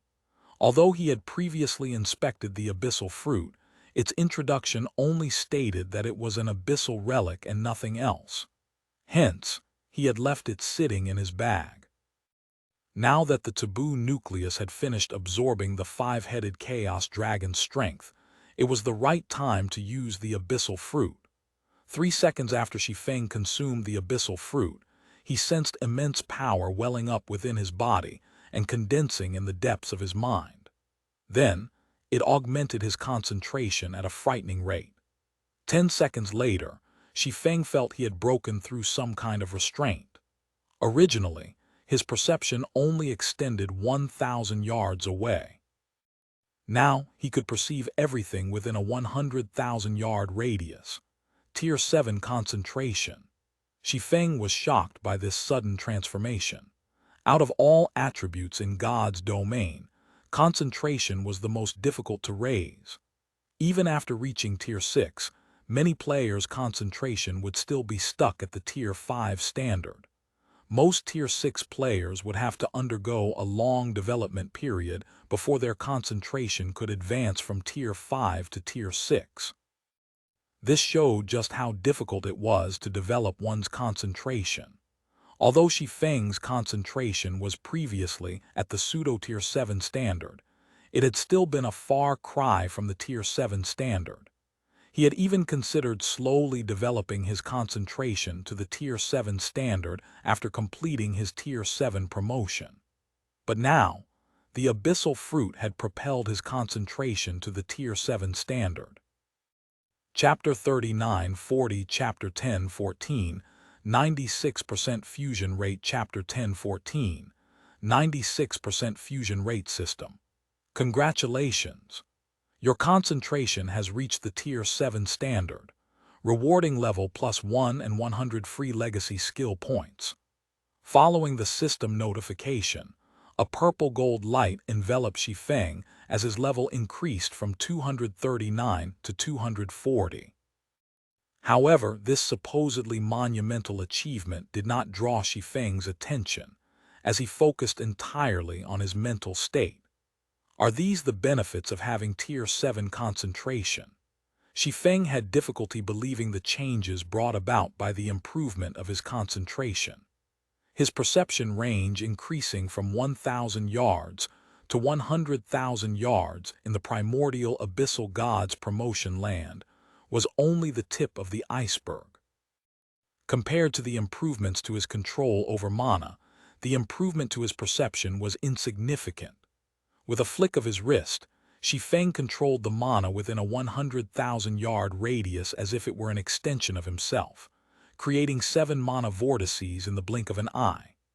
Each of these mana vortices gathered one of the 7 magic elements earth, water, wind, fire, time, illusion, and space as they orbited him, eventually forming 7 independent law projections. With another flick of his wrist, Shi Feng merged all 7 magic elements to create a miniature abyssal world that covered a 100,000-yard radius. Immediately, all the chaos creatures drawn by his fight with the 5-headed Chaos Dragon and caught within his miniature abyssal world were heavily suppressed, their basic attributes reduced by 50% or more. No wonder Enos can promise to double my chances of getting promoted. With such incredible mana control, I can probably create a world from scratch if given enough time, let alone replicate a chaos creature's world. When Shi Feng saw how effortlessly he had constructed the miniature abyssal world, he suddenly understood why Enos had placed so much faith in the abyssal fruit. Even the difference between Tier 7 concentration and Pseudo-Tier 7 concentration was utterly staggering, let alone between Tier 7 concentration and Tier 6 limit concentration. It wouldn't be an exaggeration to say they were entirely different things. If he still needed to use his hands before to manipulate magic elements, those magic elements were now his hands. He could move them with just a thought. With such incredible mana control, he could have these magic elements reproduce world laws as easily as having his body perform various actions. Compared to before, when it felt like he was manipulating a puppet with strings, the difficulty was drastically lower. After Shi Feng familiarized himself with his improved concentration, he promptly accepted the world structure of the five-headed Chaos Dragon's advanced world. This place is too close to the core area. I should find a safer place to study the world structure. When Shi Feng sensed over a dozen chaos creatures within 100,000 yards of him, he promptly traveled to the promotion land's outer area with the war goddesses and Kalisha's phantom. With Kalisha's phantom dealing with the chaos creatures in their way and the war goddesses protecting him, Shi Feng arrived at the outer area in less than 2 hours. Then, he found a safe location and studied the five-headed Chaos Dragon's advanced world. As expected of an advanced world, its complexity is truly astounding.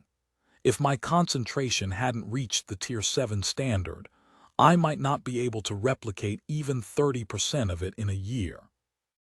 After spending half an hour accepting all the information recorded in the taboo nucleus, Shi Feng better understood how difficult it was to reach Tier 7.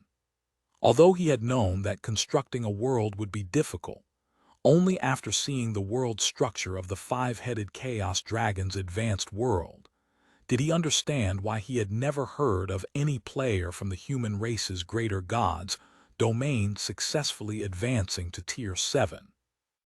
The five-headed Chaos Dragon's advanced world comprised 1,000 basic laws and 36 advanced laws centered around the law of destruction. These world laws intertwined and operated around one another, and only when all of them were positioned correctly could they form a complete world. In the human race's greater god's domain, most Tier 6 players would be fortunate if they could even replicate a basic law and get it to function properly. As for experts among Tier 6 players, they struggled to even get an advanced law to function properly. Yet, to construct a world, players needed to simultaneously operate over 1,000 world laws, some of which were advanced laws. Even mortal gods capable of manifold execution would likely find it impossible to accomplish such a feat. Although the difficulty is high, I should be able to replicate the advanced world with my Tier 7 concentration. The only problem now is modifying it. After taking a deep breath, Shi Feng began his first attempt at replicating the five-headed Chaos Dragon's advanced world. The real challenge in constructing a world was establishing a functioning framework of world laws, also known as a world structure. In a situation where he already had a functioning world structure, he could simply copy it as if copying a magic array and skip this challenging step entirely. As Shi Feng expected, his Tier 7 concentration allowed him to fully reconstruct the five-headed Chaos Dragon's advanced world in under 3 hours. It even operated normally, albeit with some minor problems here and there. System, congratulations. Your replicated advanced world has achieved a 45% fusion rate. System, congratulations. Your replicated advanced world has achieved a 46% fusion rate. System, congratulations. Your replicated advanced world has achieved a 61% fusion rate. As Shi Feng ironed out the problems in the advanced world's operations, the advanced world's fusion rate also increased. Finally, 28 hours after Shi Feng accepted the world structure of the five-headed Chaos Dragon's advanced world, he achieved a 69% fusion rate. He was just 1% short of meeting the requirement to advance to Tier 7. Sure enough, the system won't let me achieve a 70% fusion rate simply by making a perfect copy. Shi Feng frowned when he saw no more imperfections in the advanced world he had constructed within his divine body. With his Tier 7 concentration, perfectly replicating the five-headed Chaos Dragon's advanced world was simple. Even so, this simple task had taken him over 20 hours to complete. As there were only 48 hours in one natural day in God's domain, he had just 20 hours to modify the five-headed Chaos Dragon's advanced world and increase its compatibility with him. The five-headed Chaos Dragon's advanced world had 1,000 basic laws that could be altered in various ways. Even if he made only one modification to each of these basic laws, he would end up with 1,000 different combinations. If he were to try every possible combination, it could take him years to find the right one. With the time I have left, going down the less volatile route of modifying basic laws is out of the question. If I want to increase the compatibility of this advanced world quickly, modifying its advanced laws that serve as its core should be the way to go. After mentally glancing at the miniature world he had created within his divine body, Shi Feng gritted his teeth and decided to modify the advanced world's advanced laws. On his first attempt, Shi Feng modified the position of only one advanced law.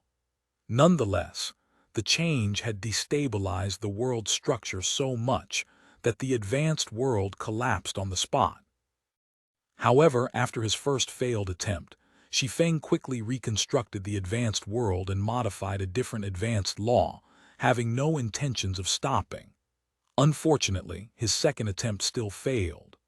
Third attempt, fourth attempt, nearly 20 hours and 4,345 attempts later, Shi Feng sat on the ground with a pale complexion and sweat pouring down his head.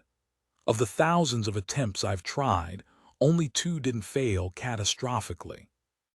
Moreover, neither of these successful attempts achieved anything close to a 70% fusion rate. Have I mistaken my approach this whole time? Shi Feng grew extremely irritated when he saw what little time he had left. Modifying the advanced world's world structure was much more challenging than he expected. He only succeeded in producing 2 stable world structures out of his 4,345 attempts. Furthermore, both successful attempts yielded fusion rates so pitiful he nearly cried when he saw them. One yielded a 26% fusion rate, while the other yielded a depressing 9%. They were such terrible results that he never even thought of improving them. Wait, there's still another way. As Shi Feng stared at the system notification informing him that he had 5 minutes remaining, an idea he had never considered occurred to him. The world structure of the five-headed Chaos Dragon's advanced world centered around the law of destruction. Because of this, Shi Feng never dared to touch it. After all, it was the most important foundation of the advanced world. However, he had already tried modifying the other advanced laws and achieved little to no success. Only the law of destruction remained untouched. It was also his last opportunity at success. It's all or nothing. When Shi Feng saw less than 4 minutes remaining, he stopped hesitating and tried replacing the law of destruction with the miniature abyssal world. The miniature abyssal world was a miniature world the primordial abyssal god created after much time and research. Serving as the core of this miniature world was the law of abyss, an ultimate world law that surpassed even the law of destruction. More specifically, the law of destruction was only one part of the law of abyss. Hence, the miniature abyssal world should be able to replace the law of destruction as the core of the five-headed chaos dragon's advanced world. As soon as Shi Feng replaced the law of destruction, a system notification rang in his ears. System, congratulations! Your replicated advanced world has achieved a 96% fusion rate. You have met the requirement for fusion. Do you wish to proceed with the fusion? Chapter 39-41, Chapter 10-15, Tier 7, at last. Chapter 10-15, Tier 7, at last. I did it. Shi Feng couldn't believe his eyes as he stared at the system notification. He had only been flogging a dead horse when he decided to replace the law of destruction with the miniature abyssal world. After all, with the time he had left, he hadn't had many attempts left. However, his last-ditch attempt had not only achieved a fusion rate exceeding 70%, but even reached 96%. Although he didn't know how great a 96% fusion rate was compared to other players who had successfully advanced to Tier 7, he was more than happy to accept it. Tier 7. This was a realm no player from the human race's greater god's domain had ever reached. Even if he had achieved only a 70% fusion rate, he would have accepted it without hesitation, let alone a 96% fusion rate. There was no doubt that any player who successfully reached Tier 7 stood among the strongest players in God's domain. They would become an existence revered by players of all races. They could trade blows with bona fide primordial gods. They were vastly superior to half-baked Tier 6 divine set users. After returning to his senses, Shi Feng promptly chose to fuse with the advanced world he had created. Immediately afterward, he felt the advanced world connecting with his divine body, causing his divine body to produce and supply the advanced world with dense mana. He no longer had to commit much of his mental capacity to control and maintain the advanced world. 1 minute, 2 minutes, 10 minutes. As the advanced world connected itself with all of the mana supply points in Shi Feng's divine body, it began to refine the mana in his body. As this happened, Shi Feng felt his body heating up like a furnace. This process continued for nearly a day when Shi Feng suddenly felt like he had become a different person, lighter and more comfortable, as if an invisible weight had been removed from his body. System. World fusion completed. Your world power has reached the gold rank. Any skills and spells used within your world will have their completion rates increased by 10%. You have received an additional Tier 7 legacy skill to learn. System. Congratulations. You have become a Tier 7 Sword Law Saint, Advanced Sword God. Basic attributes plus 60,000. All resistances plus 3,000. Mana recovery rate increased by 1,000%. Mana strength increased by 500%. Concentration increased by 500%. Stamina recovery speed increased by 500%. HP recovery speed increased by 300%. Concentration recovery speed increased by 500%. All physical, magical, and mental attacks received that are below the Tier 7 standard will be weakened by 80%. All basic attributes increased by 500%, and reaction speed improved by 500%, rewarding 3,000 legacy skill points. Amazing! The improvements Shi Feng received for reaching Tier 7 startled him. The basic attributes he received for becoming a Tier 7 Sword Law Saint was 5 times more than when he became a Tier 6 Sword Law Saint. He also received an additional 500% bonus for all basic attributes.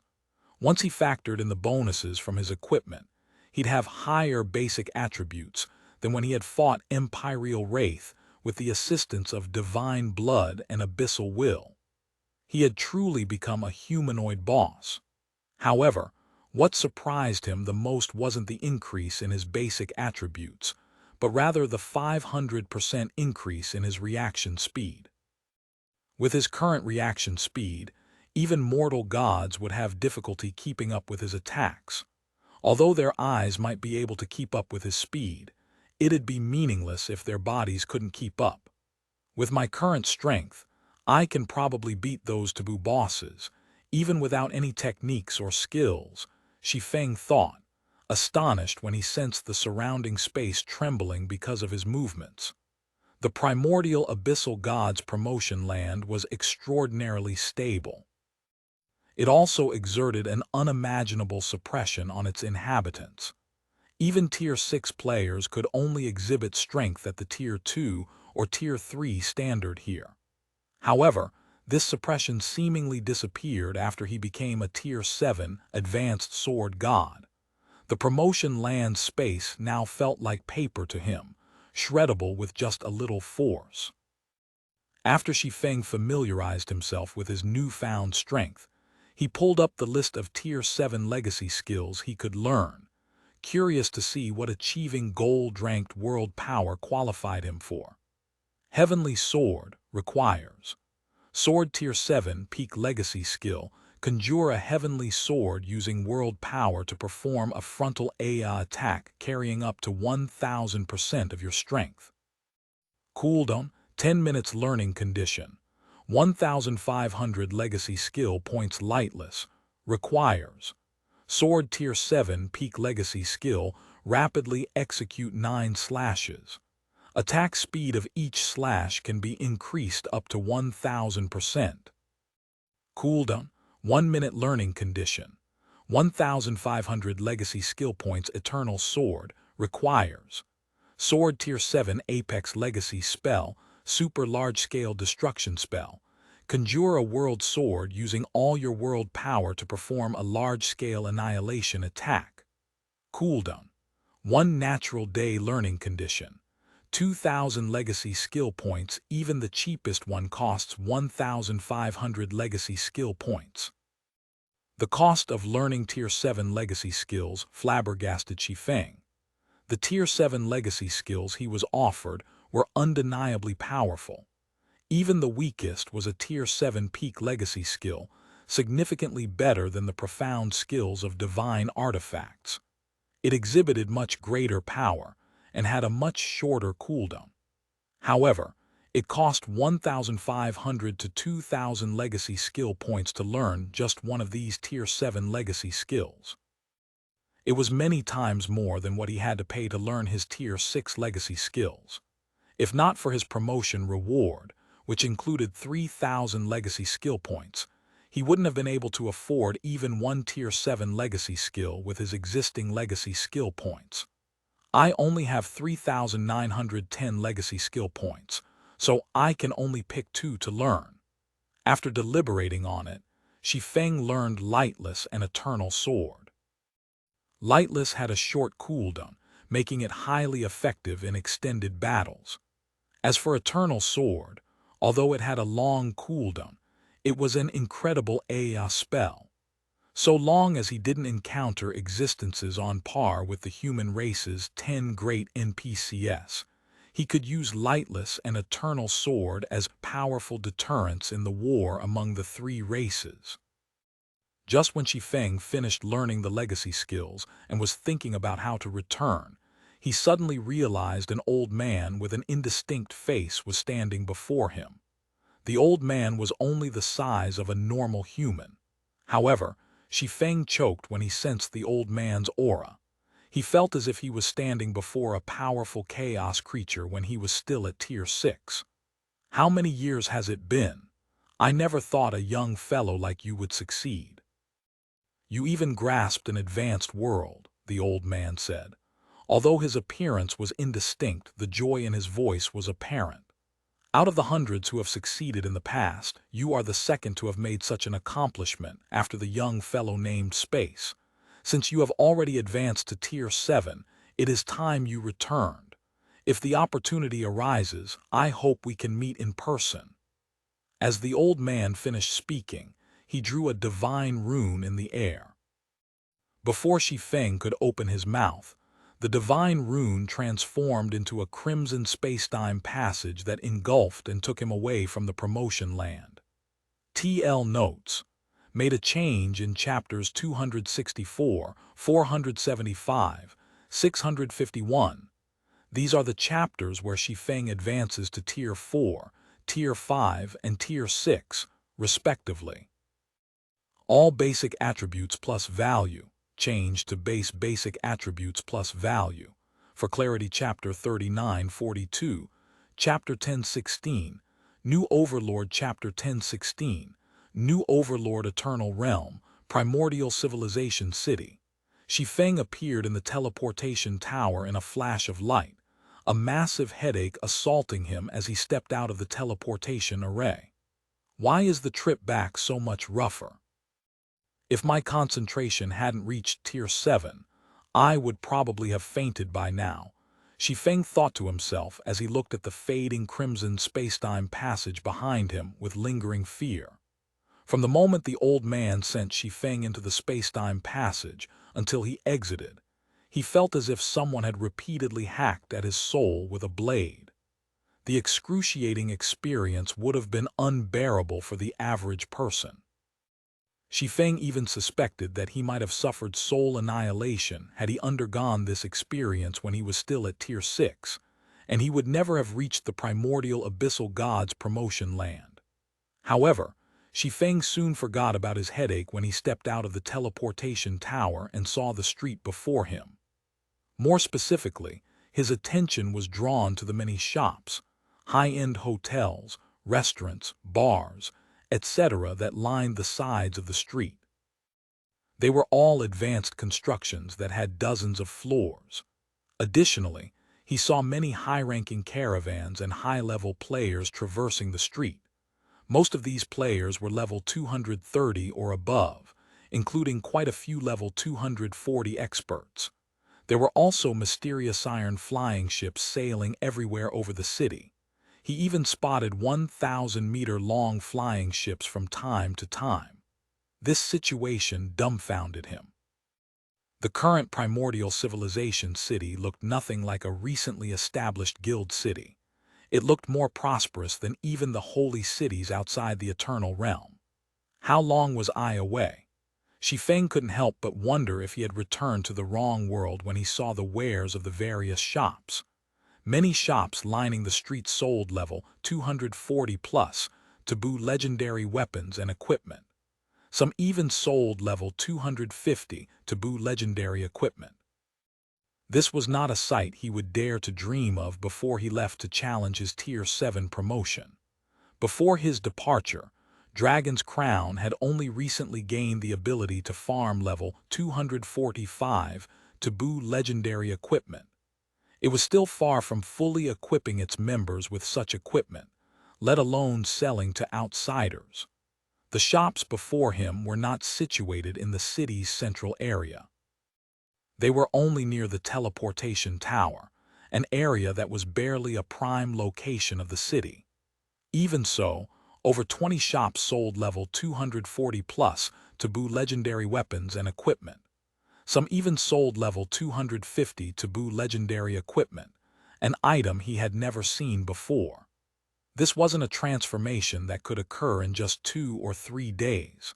With many questions plaguing him, Shi Feng hurried back to Zero Wing's residence for answers. Upon returning to the guild residence, Shi Feng found that far fewer experts were garrisoning it than before. Although the average level of Zero Wing's members had risen considerably, the number of fifth-floor experts in the residence was at least 90% lower. Furthermore, when he entered the guild hall, he failed to see a single guild executive he knew. Unable to hold back his curiosity, Shi Feng contacted Blackie and asked, "Blackie, what's the situation in the primordial civilization city?" Besides 6th-floor experts who could serve as pillars of the guild, Zero Wing also needed plenty of 5th-floor experts to function. If the guild relied solely on its few 6th-floor experts to raid taboo team dungeons in the remnant primordial world, it wouldn't be able to obtain many level 240-plus weapons and equipment. Zero Wing was undoubtedly in crisis now that the guild had seemingly lost 90% of its fifth-floor experts. "Guild leader, you're back," Blackie cried out joyfully when he saw Shi Feng through the video call. "It's been close to 20 days since I last saw you. Had you stayed missing any longer, I would have had Soul and the others forcibly log you out of the game." 20 days, Blackie's words startled Shi Feng. Although he had long since assumed the Crimson Spacetime Passage had warped the flow of time, he never expected so much time to have passed. He didn't dare to imagine what would have become of Zero Wing had he decided to extend his stay in the promotion land by a few more days. "Yes, you were gone for nearly 20 days, Blackie said, nodding. "A lot of things happened during this period. Firstly, the war among the three races is in full swing. As a result, our race's various powers have lost over 1/3 of their NPC cities and guild cities. Fortunately, many powerhouses emerged from our race. We even have over 26th-floor experts now. If not for Zero Wing having Firmament and Gentle Snow, Hidden Soul and Fervent Samsara reaching the 6th-floor standard, we might not have been able to keep our operations in Shattering Town, the Crystal City of Secrets, and the Primordial Civilization City. Snow and the others reached the 6th-floor standard. Shi Feng was elated by the news of Gentle Snow, Hidden Soul, and Fervent Samsara becoming mortal gods. Although he knew that they wouldn't have difficulty achieving the 6th-floor standard with their talent and the help of Tower of the Abyss, he hadn't expected them to achieve it this quickly. Regardless, this meant that Zero Wing now commanded 5 mortal gods. None of the other human apex powers aside from the 7 Luminaries Alliance had achieved this number in his previous life. But the war is no longer the main focus in the Eternal Realm during this period, Blackie continued. The thing that has everyone's attention now is the Spacetime Passage that opened up in Holy Ring City some time ago. It leads to a primordial ruin that drops forging designs for level 240+ taboo legendary equipment and fragmented divine artifacts. This discovery further escalated the bloodshed among the three races. Thus far, over 10 6th-floor experts and divine set users have already suffered a permanent death because of this primordial ruin. It produces level 240+ fragmented divine artifact forging designs. Shi Feng was shocked. He wouldn't have been as surprised or bothered if the primordial ruin only dropped level 240+ taboo legendary equipment forging designs. After all, it was possible to obtain level 240+ taboo legendary equipment from the remnant primordial world's taboo dungeons. However, it was a completely different story if the primordial ruin dropped level 240+ fragmented divine artifact forging designs. Obtaining one such design was tantamount to gaining the ability to mass-produce divine artifacts. If anybody were to get their hands on a level 240+ fragmented divine artifact forging design, Zero Wing's advanced divine strengthening scrolls would instantly become obsolete. After all, divine artifacts might be incredibly difficult for current players to produce, but many great Grandmaster forgers could produce fragmented divine artifacts. Moreover, if these great Grandmaster forgers got their hands on a level 240+ fragmented divine artifact forging design, they might even achieve a breakthrough and become a craftsman forger. It is because that place drops level 240+ fragmented divine artifact forging designs that competition over it has intensified over time, Blackie said, pinching the bridge of his nose. Many of the holy races and the Crystallian race's royal powers that were initially indifferent to the Eternal Realm have come for a piece of the action. Besides that, the Nebula Consortium has somehow helped Demon's Gate become the human race's first royal power. Now, even the 7 Luminaries Alliance fears Demon's Gate. Demon's Gate has been promoted into a royal power, Shi Feng was dumbfounded after hearing this. In God's domain, powers couldn't simply proclaim themselves an apex or royal power. They needed the God's Domain Association's recognition. Even the holy races and the crystalline races' various powers were no exception. In Shi Feng's previous life, Demon's Gate was nowhere close to matching the Seven Luminaries Alliance, let alone becoming a royal power. Furthermore, even after the Seven Luminaries Alliance obtained an epic siege weapon in his previous life, the God's Domain Association still hadn't recognized it as a royal power. Hence, he found it hard to believe Demon's Gate could become a royal power simply by relying on the Nebula Consortium's help. Chapter 39:43, Chapter 10:17. Second Great Divine Set. Chapter 10:17. Second Great Divine Set. Demon's Gate's promotion caught everyone by surprise. None of the various powers expected it to get promoted before the Seven Luminaries Alliance, Blackie said. Then, when he saw Shi Feng's skeptical look, he sighed helplessly. However, Demon's Gate quickly proved to everyone it deserved to be a royal power. Shortly after the God's Domain Association announced Demon's Gate's promotion, Demon's Gate dealt a heavy blow to the Thunder Empire in the primordial ruin. The Thunder Empire mobilized the Lightning Nation, 7 divine set users, and nearly 30 old monsters fully equipped with divine artifacts for that battle. Yet over half of these experts were permanently killed, and even the Lightning Nation got destroyed. This news took Shi Feng by surprise. The Thunder Empire's Lightning Nation was incredibly famous in his previous life. It was labeled the strongest offensive epic siege weapon. It could injure even primordial gods if used without regard for its durability. He highly doubted the Thunder Empire would use the Lightning Nation conservatively when there was a threat of permanent death to many of its top experts. The Thunder Empire would be even less likely to hold back when the Lightning Nation itself faced the threat of destruction. However, he also found it hard to imagine Demon's Gate having any means to defend against the Lightning Nation's full power. Even if Demon's Gate's 9 great experts were mobilized in full force, they would only be throwing themselves into the jaws of death by facing the Lightning Nation. Yet, Demon's Gate had somehow destroyed the Lightning Nation. This was simply unbelievable. After its sudden rise, Demon's Gate began mass recruiting members and expanding rapidly. It also assembled the various human powers to seize the fortress in the primordial ruin. Now, Demon's Gate is even proposing to let it fully manage the fortress, Blackie said, smiling wryly.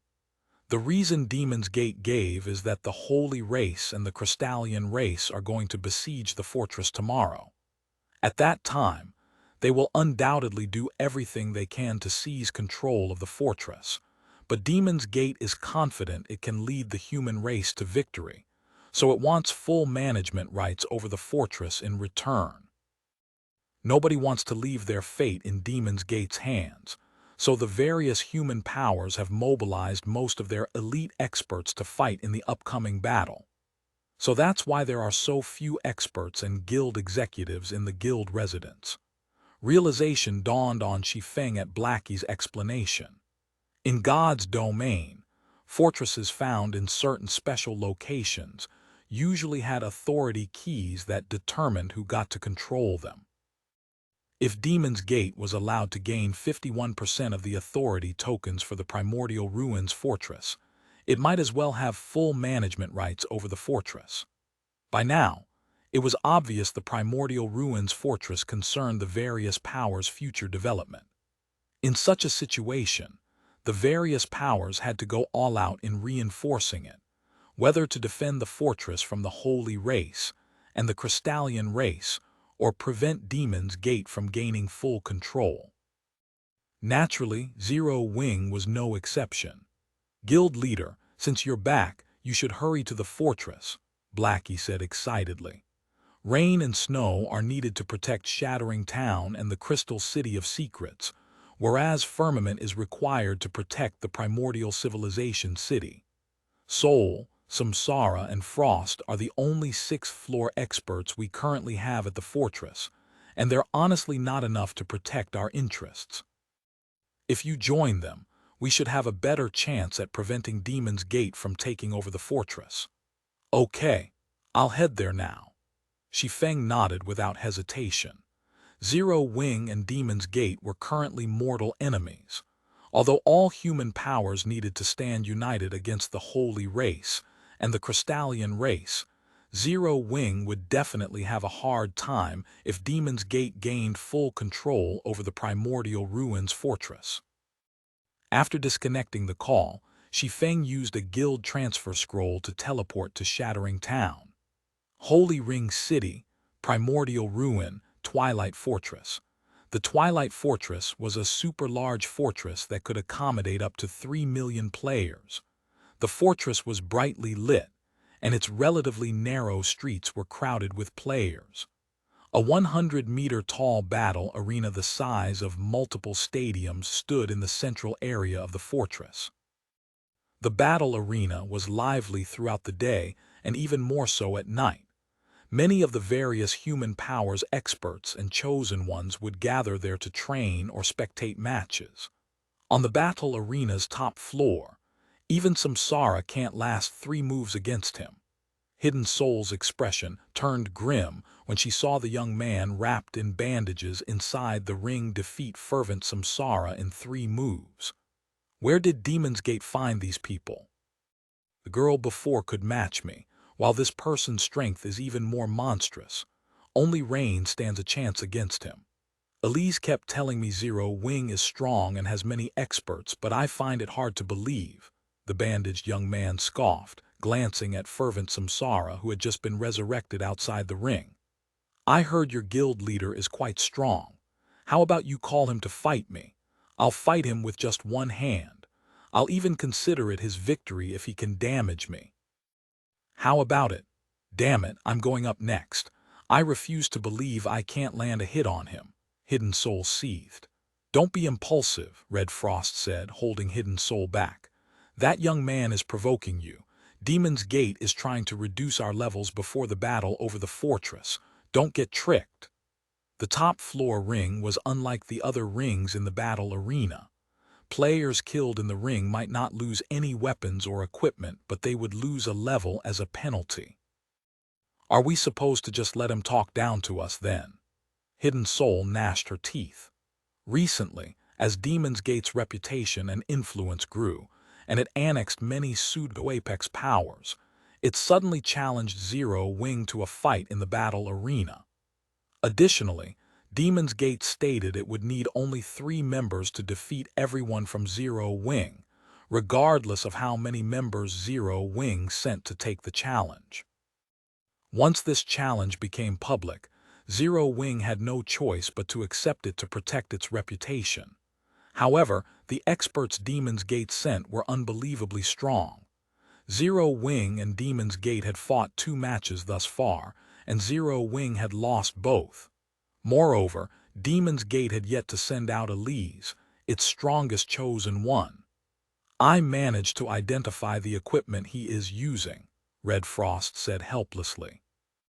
Although the tool he used to conceal his information can prevent even my peak observation skill from uncovering all his information, the equipment he is using should be the Blood Drinker set, the second great divine set that went missing long ago. The Blood Drinker set. Hidden Soul's eyes widened in shock at Red Frost's words, and she couldn't help but stare at the bandaged young man in disbelief. TL notes. Made a change in Chapter 989. 4th Divine Set 4th Great Divine Set Chapter 3944 Chapter 1018. Fleeting Strike Chapter 1018. Fleeting Strike Big Sis Frost, are you sure you aren't mistaken? Hidden Soul asked in disbelief. Everyone in the Greater God's domain knew about the 6 great divine sets. They were regarded as equipment that could let Tier 6 players fight primordial gods of the same level. Hidden Soul had seen the effects of the Flame God set, the fourth great divine set. Even though Shi Feng could only unleash half of the Flame God set's potential, it was enough to let him match the average divine set user. She dared not imagine how powerful one of the 6 great divine sets would be if its user could unleash 100% of its potential. Yet, according to Red Frost, the bandaged young man from Demon's Gate was equipped with the Blood Drinker set, the second great divine set. If the young man could fully utilize the Blood Drinker set's potential, even all 5 of Zero Wing's mortal gods attacking him together wouldn't necessarily guarantee their victory. I'm certain. The crimson shade hidden under those bandages resembles the Grand Library's records perfectly, Red Frost sighed, shaking her head. No wonder Demon's Gate dares to make such a bold challenge, Fervent Samsara said, as he regrouped with Hidden Soul and Red Frost outside the ring. Then he continued in confusion. But didn't the Blood Drinker set go missing centuries ago? How did it end up in Demon's Gate's hands? The Nebula Consortium was largely the reason Demon's Gate could run rampant in the Greater God's domain all this time.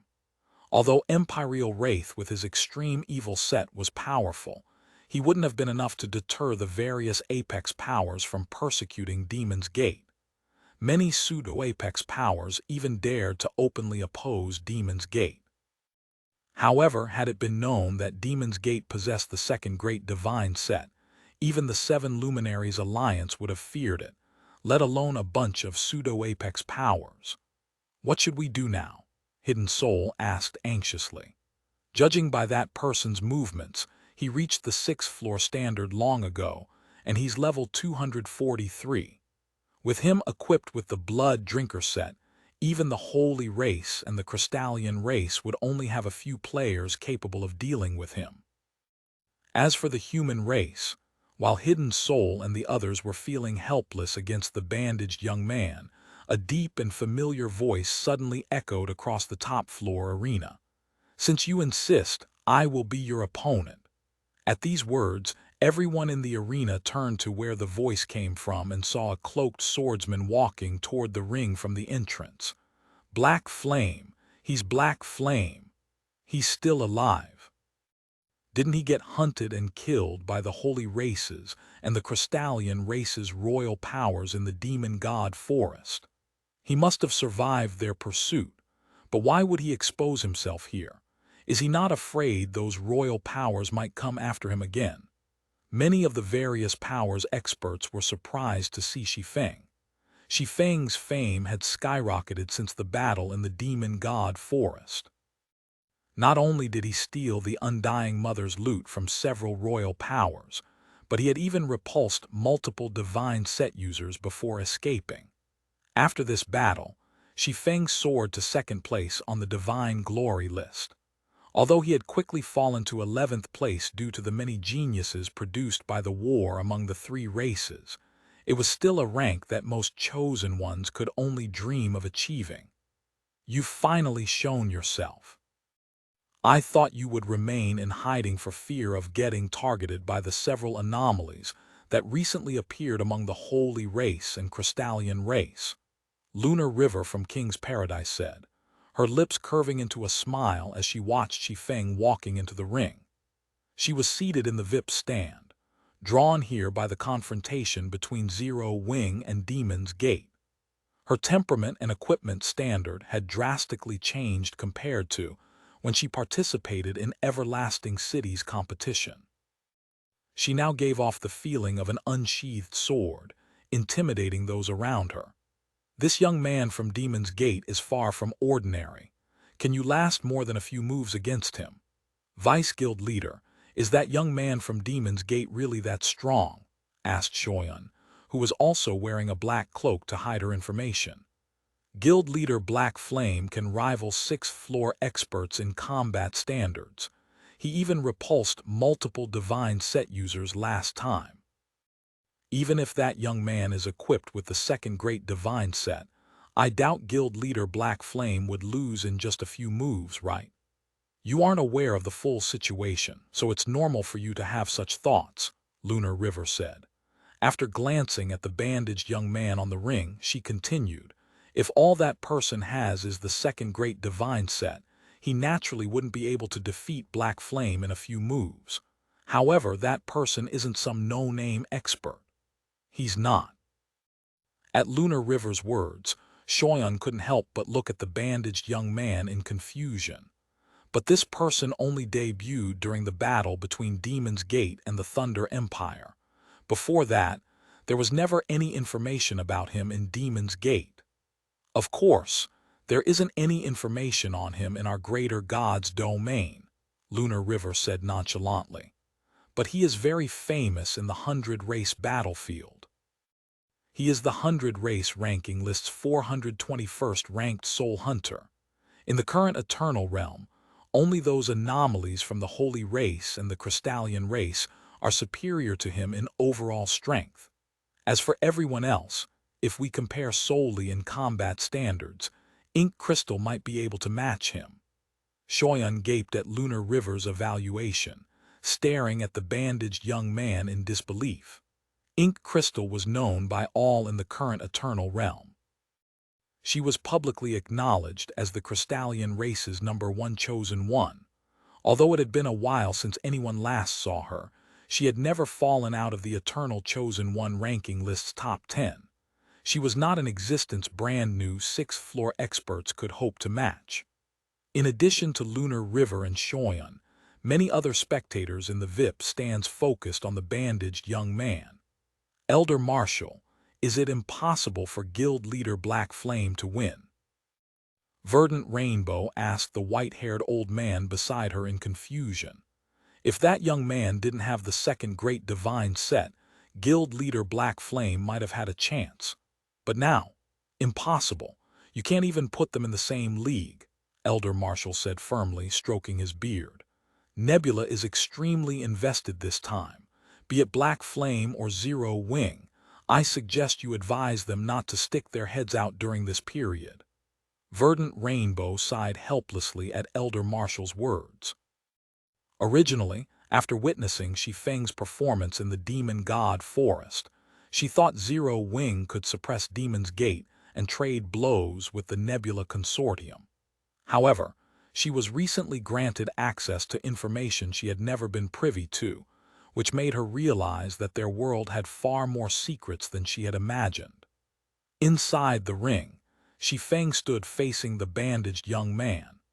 Elise told me some time ago she thinks you may eventually grow to match her. Although I disagree with that sentiment, I can give you a chance, the bandaged young man said, his crimson eyes sizing up Shi Feng contemptuously. I will let you make the first 3 moves, and I will receive them with only one hand. If you can damage me, you win. However, before the bandaged young man could say anything else, Shi Feng casually unsheathed the Shadow Incinerator and swung it at him. Goddess-ranked mana technique, Dark Moon. Subsequently, what happened next took place in the blink of an eye. For a mere instant, a black flash lit up the entire arena. When the flash of light disappeared, the bandaged young man had just finished raising his dagger and entering a defensive stance. Immediately afterward, his vision turned gray and he collapsed lifelessly to the ground. Before anyone could react, the winner of the duel was displayed above the ring. Winner, Black Flame. Chapter 3945, Chapter 1019, Tier 7 Combat Power. Chapter 1019, Tier 7 Combat Power. Twilight Battle Arena, Top Floor Arena, Black Flame 1. Am I hallucinating? Why does the ring look bisected? A one-hit kill? Is this the strength of someone in the Divine Glory list's top 10? The players watching the duel gaped at the bandaged young man's corpse, shocked by Shi Feng's display of strength. Everyone here had witnessed the strength of the bandaged young man from Demon's Gate. Even before clashing with Zero Wing's fervent Samsara, he had several duels with 6th floor experts and hadn't lost a single HP. Yet, the bandaged young man had failed to block even one move from Shi Feng. They couldn't even begin to imagine how strong Shi Feng was. While the rest of the arena was in an uproar, over at the Seven Luminaries Alliance's VIP seating area. That person couldn't even withstand a single blow, Verdant Rainbow muttered, staring at Soul Hunter's corpse in disbelief. Wasn't he supposed to be equipped with the second Great Divine Set? Could it be a fake? No other player or power in the human race's greater god's domain better understood the 6 Great Divine Sets than the Seven Luminaries Alliance. Hence, Verdant Rainbow knew that once a Tier 6 player equipped one of the 6 Great Divine Sets, so long as they could fully access its potential, they could exhibit strength rivaling that of primordial gods of the same level. Not to mention, Soul Hunter was a 6th floor expert. The second Great Divine Set should shine even more in his hands than in the hands of other Tier 6 players. Although Verdant Rainbow could tell that Shi Feng's attack had undoubtedly reached the Tier 7 standard, it shouldn't have been enough to one-shot Soul Hunter. Under normal circumstances, she'd consider it a miracle if Shi Feng could even hold his ground against Soul Hunter using such an attack. After all, if Soul Hunter was equipped with the second Great Divine Set and could access its full potential, his strength attribute should rival that of primordial gods of the same level. After including his advantage in combat standards, he shouldn't have gotten one-shotted by Shi Feng. Thus, this bizarre situation led Verdant Rainbow to question the authenticity of Soul Hunter's Blood Drinker set. If that were the case, Fervent Samsara wouldn't have been defeated so quickly, Elder Marshall said, shaking his head. Then, as he watched Shi Feng sheath the Shadow Incinerator, he continued sternly, Soul Hunter's Blood Drinker set is the real deal, but it seems that he has yet to fully unlock its potential.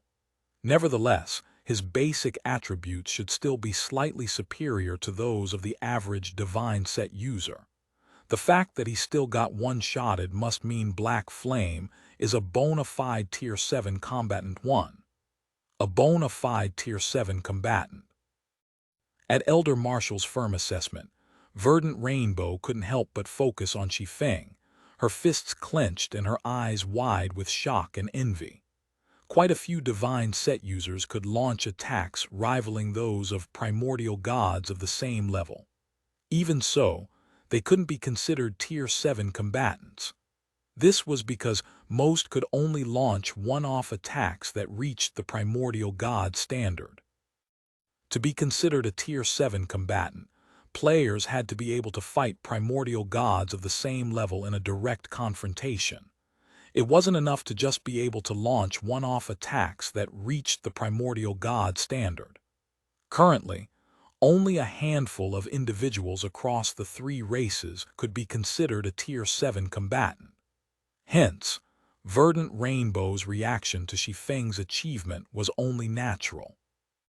Over at Zero Wing's VIP seating area, Zero Wing's members rejoiced when they saw Soul Hunter getting one-shotted. The guild leader is simply incredible. This outcome must be dumbfounded those Demon's Gate bastards. Fervent Samsara laughed as he looked at Demon's Gate's silent seating area. I'd expect no less. After all, this is a Tier 7 combatant we're talking about. Hidden Soul said, her eyes sparkling as she stared at the space within the ring that remained shattered even now. Out of the 3 races, only royal powers have such experts thus far. After the 3 races established safe routes into the Eternal Realm, the number of experts capable of launching attacks that rivaled those of primordial gods had increased significantly. As a result, only powers with bona fide Tier 7 combatants would have any true sway in the current Eternal Realm. Although the gap between Tier 7 combatants and experts capable of launching 1 or 2 Tier 7 attacks wasn't exactly insurmountable, the latter would still need to work in groups of 10 or more to have a fighting chance against a Tier 7 combatant. Even the royal powers of the 3 races did not have many players capable of launching Tier 7 attacks, as such players typically had to be equipped with a Divine Set and have 6th floor combat standards. Thus, having even one Tier 7 combatant would be enough to suppress a royal power in the Eternal Realm. While Zero Wings members were celebrating, the bandaged young man who had resurrected outside the ring glared at Shi Feng with fear and anger in his eyes. He never imagined Shi Feng would be strong to such an extent. "Black Flame, you win this time. But don't think this is over. It won't be long before I crush you under my feet."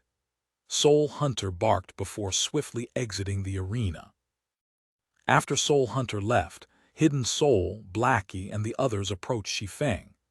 "These people from Demon's Gate are arrogant as always. If not for Rain and Snow being occupied, we wouldn't necessarily have lost the first 2 matches," Blackie said, disgruntled by Soul Hunter's attitude. "Indeed. Rain and Snow should be able to win against him," Hidden Soul said, nodding. After Shi Feng, the strongest players in Zero Wing were Phoenix Rain and Gentle Snow. Although their equipment was vastly inferior to Soul Hunter's, they wielded extraordinarily powerful skills and spells. Hence, even if Soul Hunter was equipped with the Blood Drinker set, Phoenix Rain and Gentle Snow would still have a solid chance of beating him. Winning against him might be easy, but it's a different story for the other expert from Demon's Gate. As soon as Hidden Soul finished speaking, a clear and powerful voice entered the ears of Shi Feng and the other Zero Wing members. When they turned to look at the speaker, they saw that it was none other than King's Paradise's Lunar River. The suit of pitch-black armor Lunar River previously wore had been replaced with a suit of crimson armor. The pitch-black greatsword she carried had also multiplied, coming as a pair now. Although Lunar River had concealed much of her personal information by wearing a black cloak, her current aura was much stronger than when she participated in Everlasting City's competition. She gave off the feeling of a primordial demon god that had just awoken from its slumber, brimming with power. "He's not the strongest expert Demon's Gate sent this time." Shi Feng looked at Lunar River strangely. Although his clash with Soul Hunter was brief, he could tell the other party was strong. In addition to being equipped with the Blood Drinker set, Soul Hunter rivaled Ink Crystal in combat standards. If not for Soul Hunter's inability to fully exercise the Blood Drinker set's potential, even Shi Feng, a bona fide Tier 7 player, couldn't have killed him so easily. Hence, Shi Feng found it hard to imagine that Demon's Gate still had stronger experts. "Of course, he's not the strongest," Lunar River said, chuckling at Shi Feng's confusion. "He might be incredibly strong, but the person in charge of Demon's Gate's forces here is someone else. This person also happens to be someone you all are familiar with." "Someone we're familiar with?" Hidden Soul looked at Lunar River curiously. Soul Hunter rivaled Ink Crystal in combat standards. He was also equipped with the second Great Divine set. Even Imperial Wraith, after reaching the 6th floor standard, was no match for him. Hence, she found it hard to believe Demon's Gate could have an expert stronger than Soul Hunter. "Yes," Lunar River nodded. Then she smiled and said, "That person is Elise, the Star Maiden." TL notes, 1 Tier 7 combatant. This term refers to Tier 6 players who can reliably dish out attacks that reach the Tier 7 standard. In other words, everyone is under the assumption that Shi Feng is still a Tier 6 player. Nobody assumes he has reached Tier 7. Chapter 3946, Chapter 1020, Imperial Power. Chapter 1020, Imperial Power. Elise. Shi Feng reacted skeptically to Lunar River's answer. Shi Feng knew Elise well. She was Demon's Gate's strongest chosen one, and among the earliest experts to make a name for herself in the Continental Championship. Afterward, her reputation even grew to match that of Daystar, the Arbiter of Death.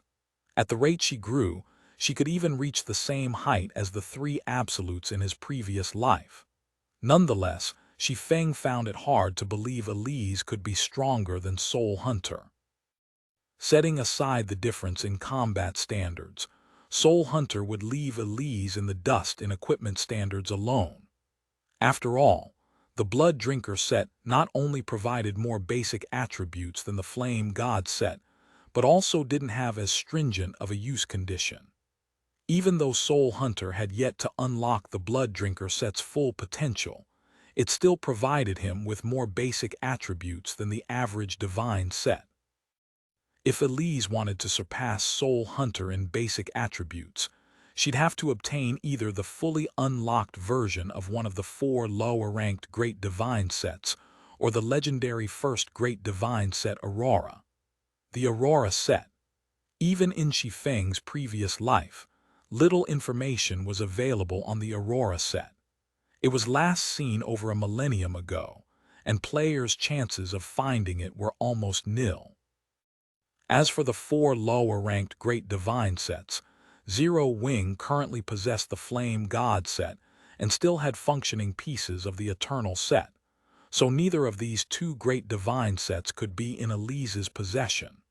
As for the 2 other Great Divine sets, even Shi Feng didn't have any clues about them, as they had gone missing over a century ago. Hence, it should also be nigh impossible for Elise or Demon's Gate to have obtained them. At Shi Feng's skepticism, Lunar River chuckled and said, "Guild leader Black Flame, although I don't know exactly how strong Elise was previously, I can tell you that she is currently the apple of Demon's Gate's and the Nebula Consortium's eye.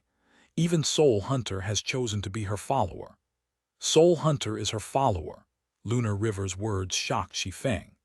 Is she very special? In God's domain, players would never become followers unless they were willing to submit themselves to another player. If Elise could get Soul Hunter to become her follower, she had to have something that convinced him to submit to her. Otherwise, he'd only be wasting his time by becoming her follower. "Of course," Lunar River said, smiling. "Have you heard of the 100-race battlefield before?" "I've heard of it," Shi Feng nodded.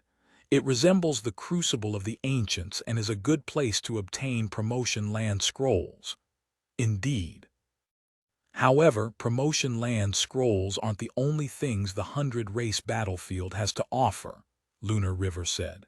After a slight pause, she continued, "It is also a place for players to join greater powers. More specifically, the 100-race battlefield is a testing ground for greater powers to assess potential recruits.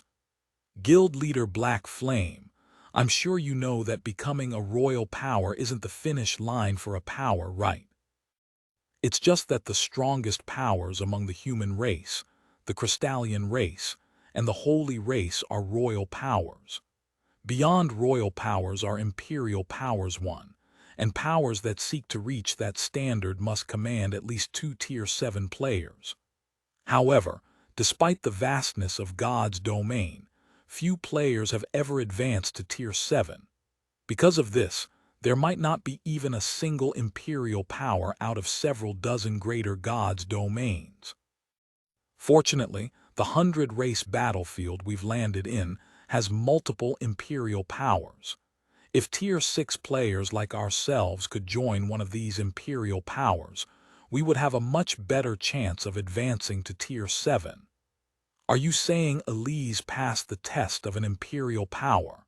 Shi Feng came to a sudden realization at Lunar River's words. There was no lack of examples of geniuses from weaker powers joining stronger powers in the human race's greater God's domain, so he wasn't too surprised to hear of stronger alien powers recruiting geniuses from the human race. After all, the main God system didn't dictate that players of different races should be hostile to one another. It was just that there was no penalty system implemented for killing alien players.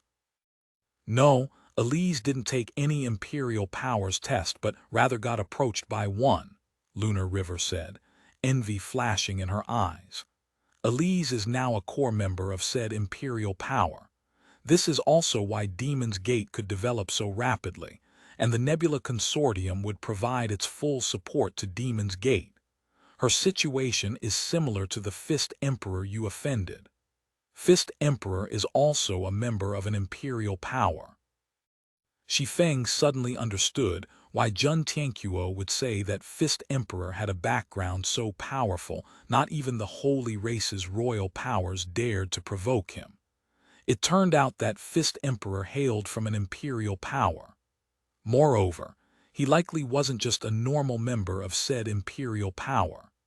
In that case, it was only natural the holy race's royal powers dared not provoke him.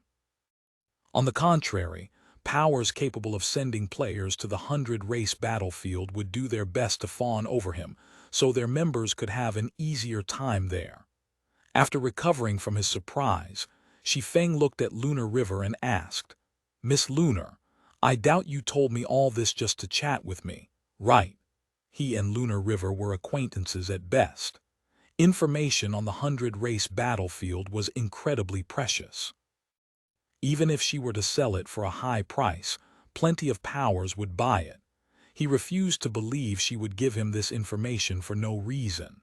"You are a sensible person, Guild Leader Black Flame," Lunar River said, her lips curving up slightly. "The next 100-race battlefield will happen soon, and I hope to secure a good placement there. However, my current divine artifacts are insufficient for that purpose. As this primordial ruin drops level 250 plus, fragmented divine artifact forging designs, I hope to get a share of the Twilight Fortress. Now that you are a Tier 7 combatant, few powers can outcompete Zero Wing in securing the Twilight Fortress's Twilight tokens. If Zero Wing and King's Paradise join forces, even with Demon's Gate, the Seven Luminaries Alliance, and the Eternal Chamber of Commerce as our opponents, we can secure at least 40% of the Twilight Fortress's shares. Rest assured, I don't want much. I only need a 5% share." "A 5% share?"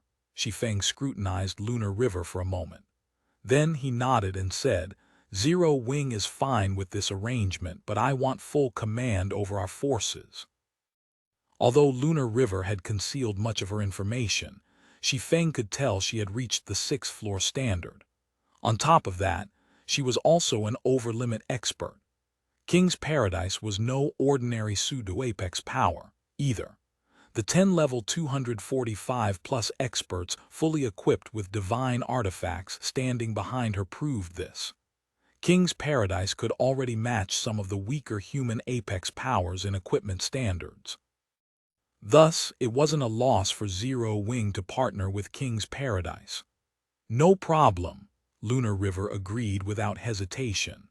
After establishing their partnership, Shi Feng and Lunar River discussed how they would compete for Twilight tokens.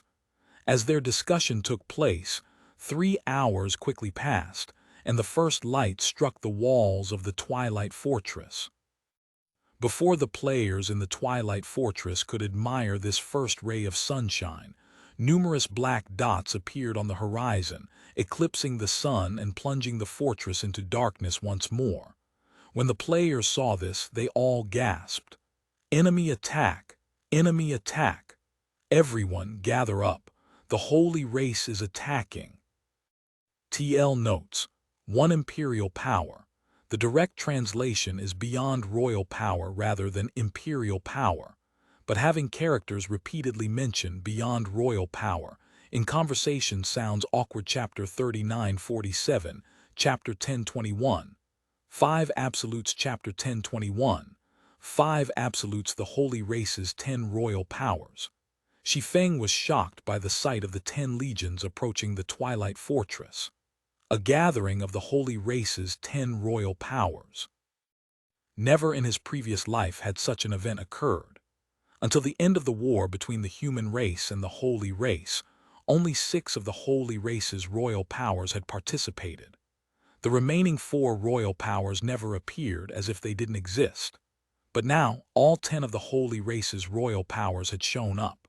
The Thunder Empire, Evil Nature, Sovereign Mark, the Sun Dynasty, the Undying Court, Skygazer, Netherlord, the Crimson Dynasty, Celestial Melody, and Holy Shield. Each of these 10 royal powers had mobilized a legion of over 1 million players for a total of over 10 million Holy Race players. These players were not ordinary experts, but level 240-plus elite experts.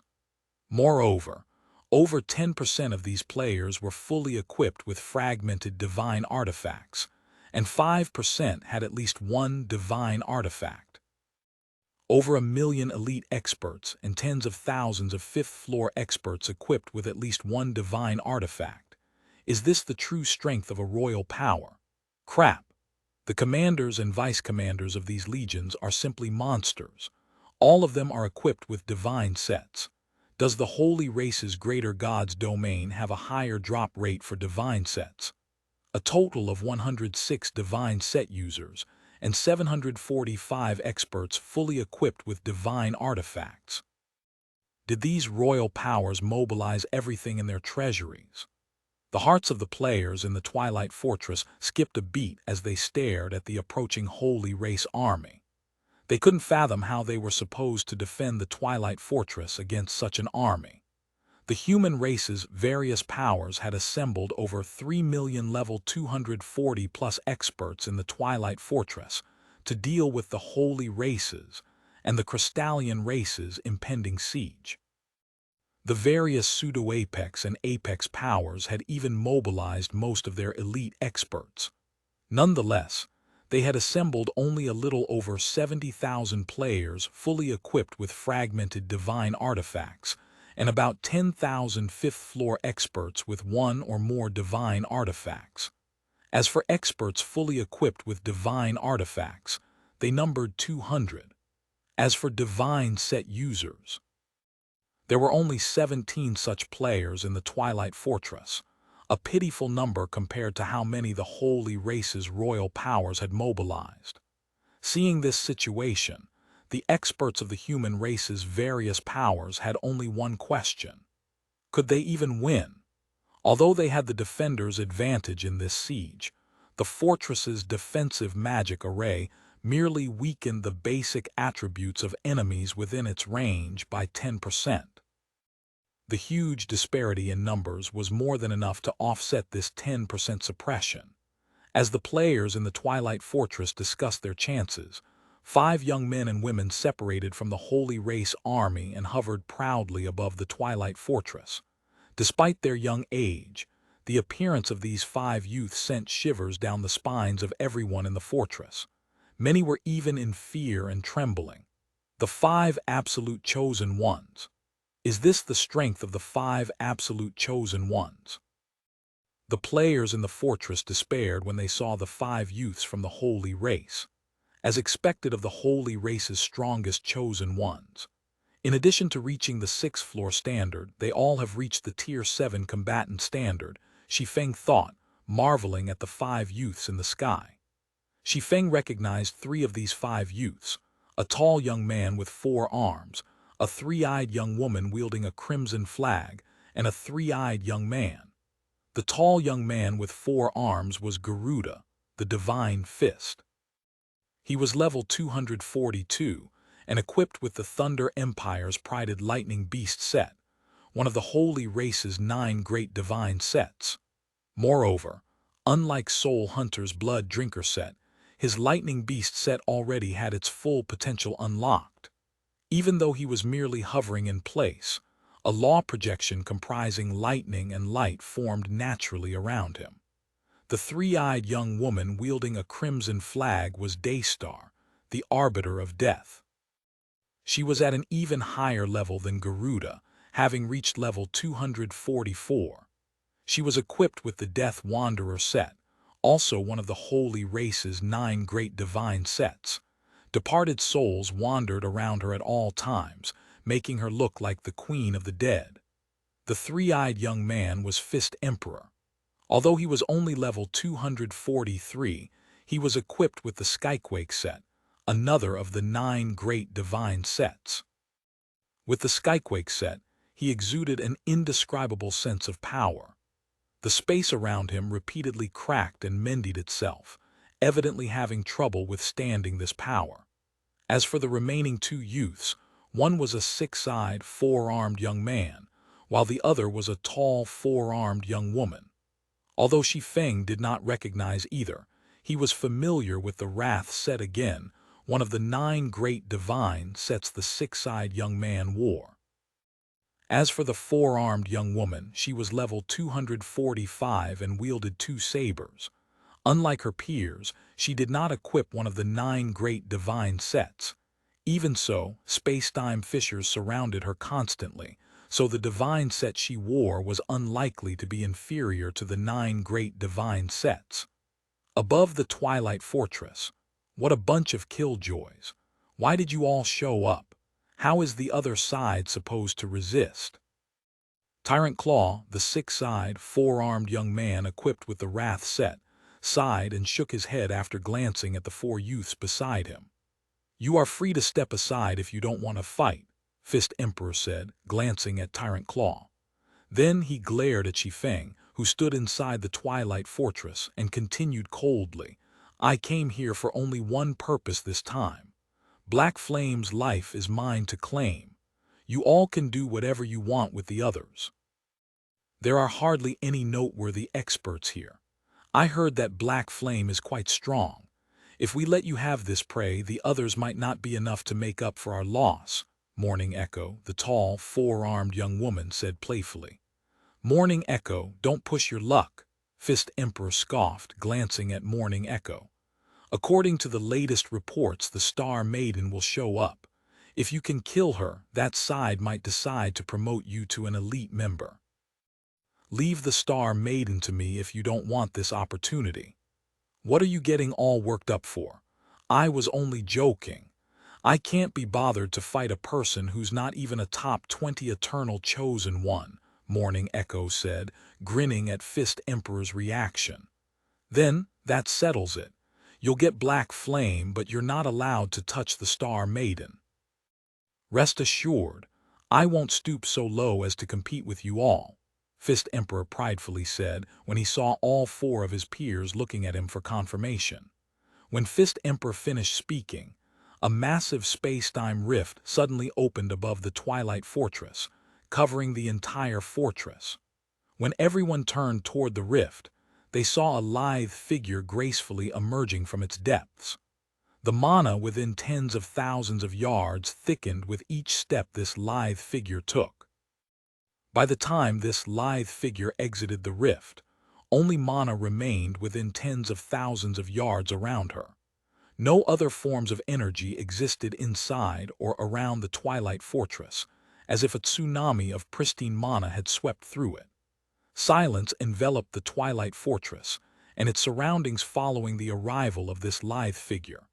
Even the Holy Race's 5 absolute chosen ones stared at her with eyes full of vigilance and fighting spirit. She's Elise. The lithe figure had emerged from the space-time rift with a black book in her arms. When Shi Feng saw this lithe figure, his mind froze momentarily. Chapter 39:48, Chapter 10:22, Anomalies. Chapter 10:22, Anomalies. Is she really that Elise? Fervent Samsara muttered, gawking at Elise. Fervent Samsara had participated in the Continental Championship with Elise, so he knew her quite well. Although she ranked high among the 3 races, chosen ones in the championship, the difference between her past self and her current self was like night and day. It wouldn't even be an exaggeration to say they were completely different people. Setting aside the fact that Elise's level had reached a staggering 251, just the aura she exuded when hovering in the air made Fervent Samsara feel like he was gazing up at a mighty mountain. Besides those familiar with Elise, the other 6th-floor experts in the Twilight Fortress were also amazed and shocked by Elise's overwhelming aura. No wonder she could get selected by that side. She's simply a monster, Verdant Rainbow said, smiling wryly at the intense pressure she felt from her former rival. Although Demon's Gate and the 7 Luminaries Alliance were not mortal enemies, they often butted heads with each other. As a chosen one nurtured by the 7 Luminaries Alliance, Verdant Rainbow naturally couldn't avoid clashing with Demon's Gate's chosen ones of the same generation. During the Continental Championship, Verdant Rainbow was still confident she could put up a good fight against Elise. But now, her gut instinct told her she couldn't resist Elise, despite her having reached the 6th floor standard. This made her wonder how much stronger Elise had gotten in the time they hadn't met. What an incredible combat standard. She's giving me a sense of danger, Shi Feng exclaimed softly as he looked at Elise. Lunar River rolled her eyes at Shi Feng's exclamation, her expression seemingly saying, "Thank you for stating the obvious." Regarding Lunar River's exasperated response, Shi Feng had no idea how to retort. Although Elise was equipped with an unknown divine set that matched the human race's 6 great divine sets, she was still a Tier 6 life form. A big gap remained between her and a bona fide Tier 7 life form. Setting aside the difference in basic attributes, merely the different tiers of skills and spells they could access made it incredibly difficult for Tier 6 players like Elise to pose any threat to Shi Feng. She'd need to be able to use techniques to make up for the gap between Tier 6 and Tier 7 skills and spells, which wasn't something just any peak gold combat technique could accomplish. Nobody is allowed to attack Elise. We will deal with her. Everyone else start besieging the fortress. While the players inside and outside the Twilight Fortress were stunned by Elise's appearance, Daystar eyed her old rival warily as she issued an order to the Holy Race army behind her. The other 4 of the 5 absolute chosen ones nodded in tacit agreement, nobody objecting to Daystar's arrangement. In reality, capturing the Twilight Fortress could only be considered a secondary objective of the Holy Race's 10 royal powers. The main reason the 10 royal powers joined forces to besiege the Twilight Fortress was to create an opportunity for the 5 absolute chosen ones to fight Elise. Elise was the only player to have been recruited by an imperial power as a core member in the last 100 race battlefield. This situation made the 100 race battlefield's various powers green with envy. Despite being called the 100 race battlefield, over 100 races participated in it. Moreover, every race qualified for the 100 race battlefield was strong. Even the weakest participating race had several apex powers, while the stronger ones had over 20 royal powers. In the eyes of these stronger races, even the mighty holy race was no more than a slightly larger prey compared to the weaker races. Out of all the races participating in the 100 race battlefield, only 3 had a power that went beyond the royal standard, reaching the imperial standard. 2 of these imperial powers commanded 2 Tier 7 experts, while 1 commanded 3 Tier 7 experts. In the past, the imperial power with 3 Tier 7 experts rarely recruited players from the 100 race battlefield. Yet, it had taken the initiative to invite Elise and promoted her to a core member. This situation confused the 100 race battlefield's various powers. Even the 2 other imperial powers were surprised by this situation. To uncover the reason behind Elise's recruitment, the other 2 imperial powers issued a commission to probe her standards. Anyone who could produce satisfying results would be handsomely rewarded. Those who had already passed the basic recruitment test would get immediately accepted as a normal member, while those who were already normal members would have their statuses elevated. There was no way the Holy Race's 10 royal powers could resist the temptation of such a reward. The 3 imperial powers' recruitment standards were exceedingly high. Even if one managed to come in first place in the 100 race battlefield, they wouldn't necessarily accept one's membership application. Not to mention, the highest the Holy Race had ever placed was in the top 50, which barely met the recruitment conditions of the 3 imperial powers. Furthermore, even after becoming a member of an imperial power, the treatment one received would differ drastically depending on whether one was a normal member or an elite member. In the case of normal members, even if they were to pay an astronomical price and make many contributions to the guild, they would, at best, get to redeem the coordinates of a Tier 7 promotion land with several dozen ordinary chaos creatures. Better privileges, such as having the guild capture an ordinary chaos creature from the depths of the Void Sea for one's research, were not for normal members to enjoy. Chaos creatures were monsters so dangerous even wholly ancestor-ranked existences would have to risk death to defeat, let alone Tier 7 players. Under normal circumstances, multiple Tier 7 players had to work together and risk permanent death to capture an ordinary chaos creature. The entire process could also take months to complete. As Imperial powers had hundreds of millions of normal members, there was no way they could afford to offer such a privilege to normal members. However, elite members were granted such a privilege. The only caveat was that they might need to wait decades or centuries for their turn to arrive. They'd also have to pay an unimaginable price and make significant contributions to the guild. Nonetheless, all of these sacrifices would be worthwhile, as they would get to increase their chances of advancing to Tier 7. For the sake of the Holy Race's future, the Holy Race's 10 royal powers were willing to help the 5 absolute chosen ones, who had already become normal members of the 2 imperial powers, fight for this opportunity. Even the royal powers that the 5 absolutes had no affiliation with were willing to do their best to help. Which one of us will go first?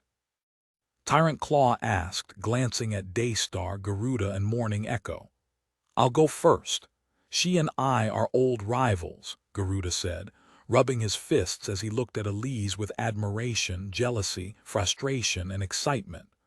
Originally, Elise wasn't even an opponent he took seriously, but now she had become someone he had to challenge.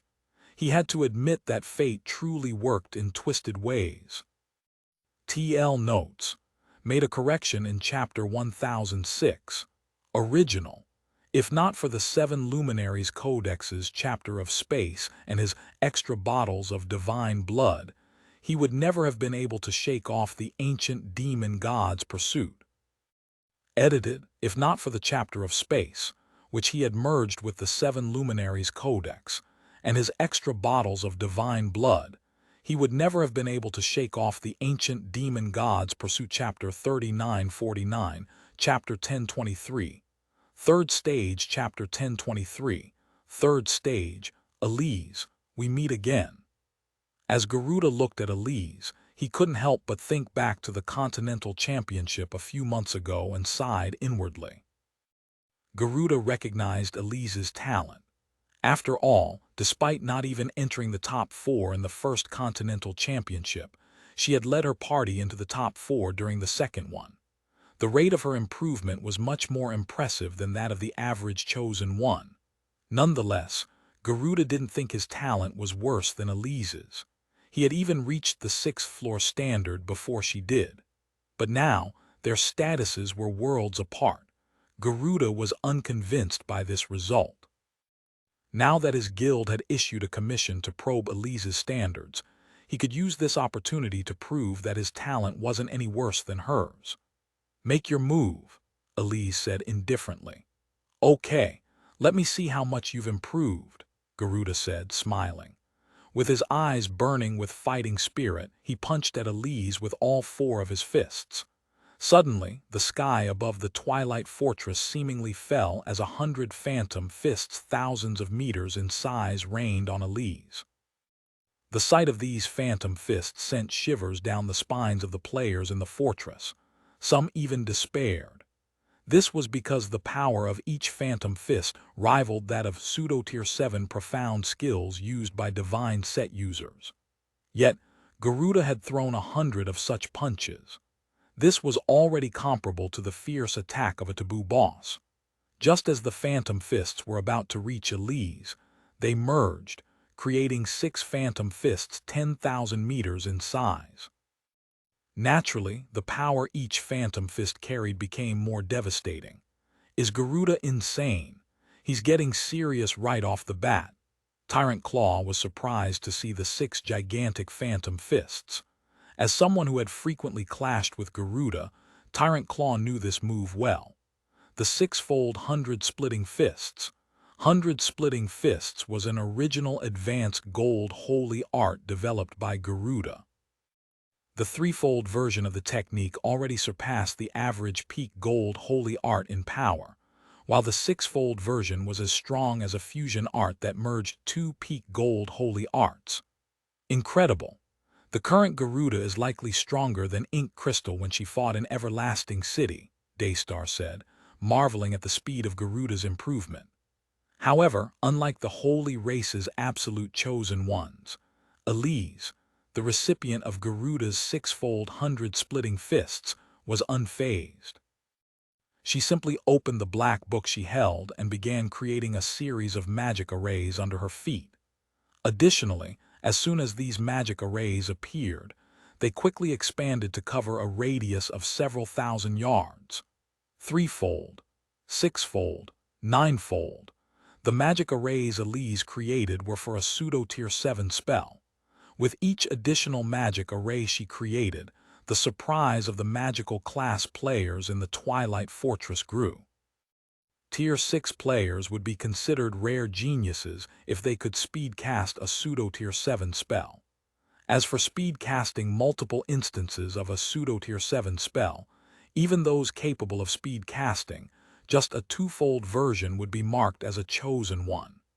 After all, multicasting a spell was much more difficult than performing the strength combination of melee players. Yet, Elise was speed casting a ninefold pseudo-tier 7 spell. This was a feat much more complex than combining over a dozen attacks. However, Elise still wasn't done. Even after the appearance of the 9th magic array, more followed. It wasn't until the 12th magic array appeared that she was finally done. Meanwhile, the space within tens of thousands of yards started to crumble under the presence of the 12-fold magic array. At the same time, everyone, be they the various human powers experts or the holy race's powerhouses, stared at the 12-fold magic array as if they had just seen a miracle.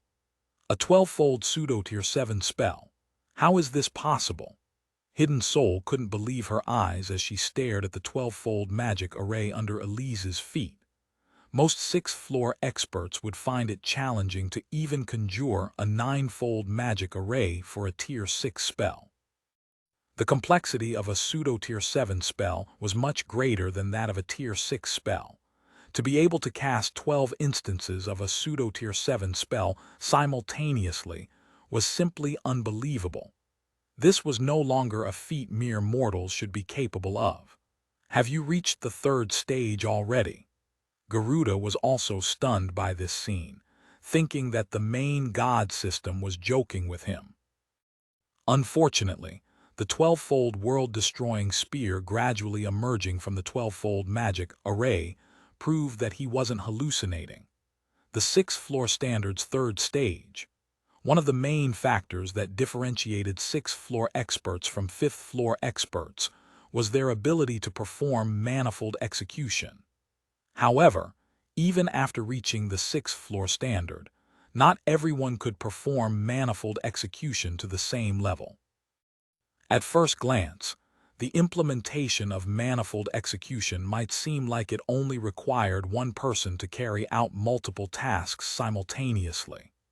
In reality, to perform manifold execution was akin to manipulating multiple individuals to move simultaneously.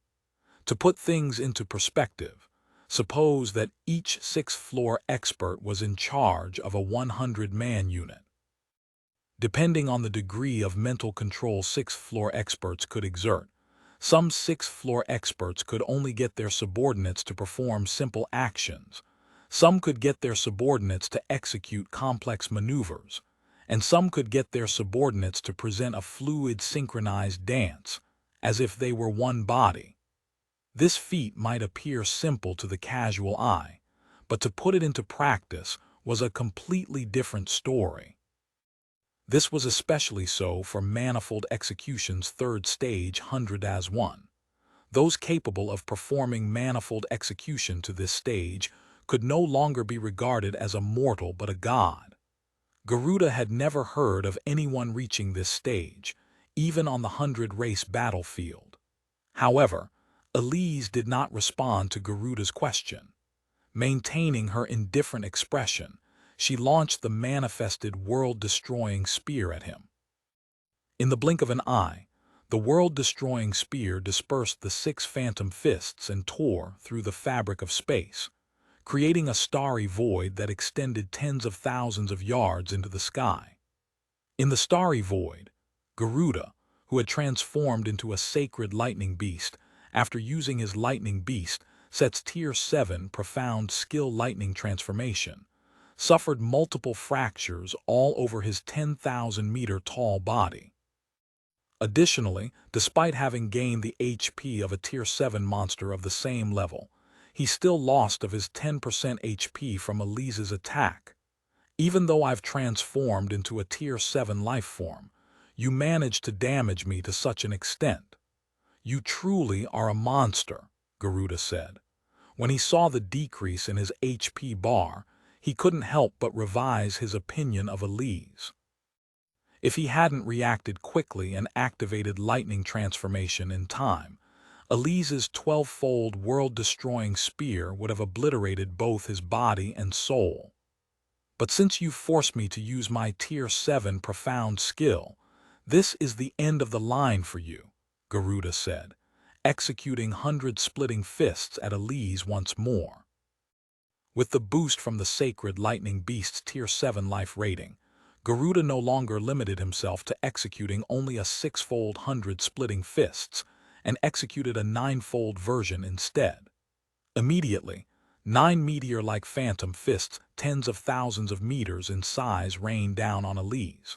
The power each phantom fist carried was magnitudes greater than before. They were stronger than even Elise's 12-fold world-destroying spear. Is he trying to kill us as well? Morning Echo suspected Garuda had lost his mind when she saw the colossal phantom fists. Hurriedly, she readied herself to activate her divine set's Tier 7 profound skill should Garuda's attack threaten her safety. As Morning Echo prepared for the worst, Elise suddenly turned a page of her black book and split into 2 perfect copies of herself. Immediately afterward, 2 12-fold magic arrays bloomed under the 2 Elise's feet. However, the 2 12-fold magic arrays created weren't for the pseudo-Tier 7 spell World-Destroying Spear, but rather the pseudo-Tier 7 spell Supernova Destruction. Subsequently, 2 radiant beams shot out of the 12-fold magic arrays and converged on Garuda's phantom fists. The radiant beams erased all of Garuda's phantom fists. It even pierced through Garuda's body and obliterated one of his arms, causing him to lose over 10% HP. Chapter 3950, Chapter 1024, Taking Action Chapter 1024, Taking Action Primordial Ruin Twilight Fortress. When the radiant beams faded, revealing the outcome of the clash, everyone from the human race and the holy race was dumbfounded. They never imagined the clash would end like this. Elise is too strong. Garuda is no match for her whatsoever. Out of everyone from the 3 races, probably only the mysterious ink crystal can compete with her now. No wonder Demon's Gate is determined to gain full control over the Twilight Fortress.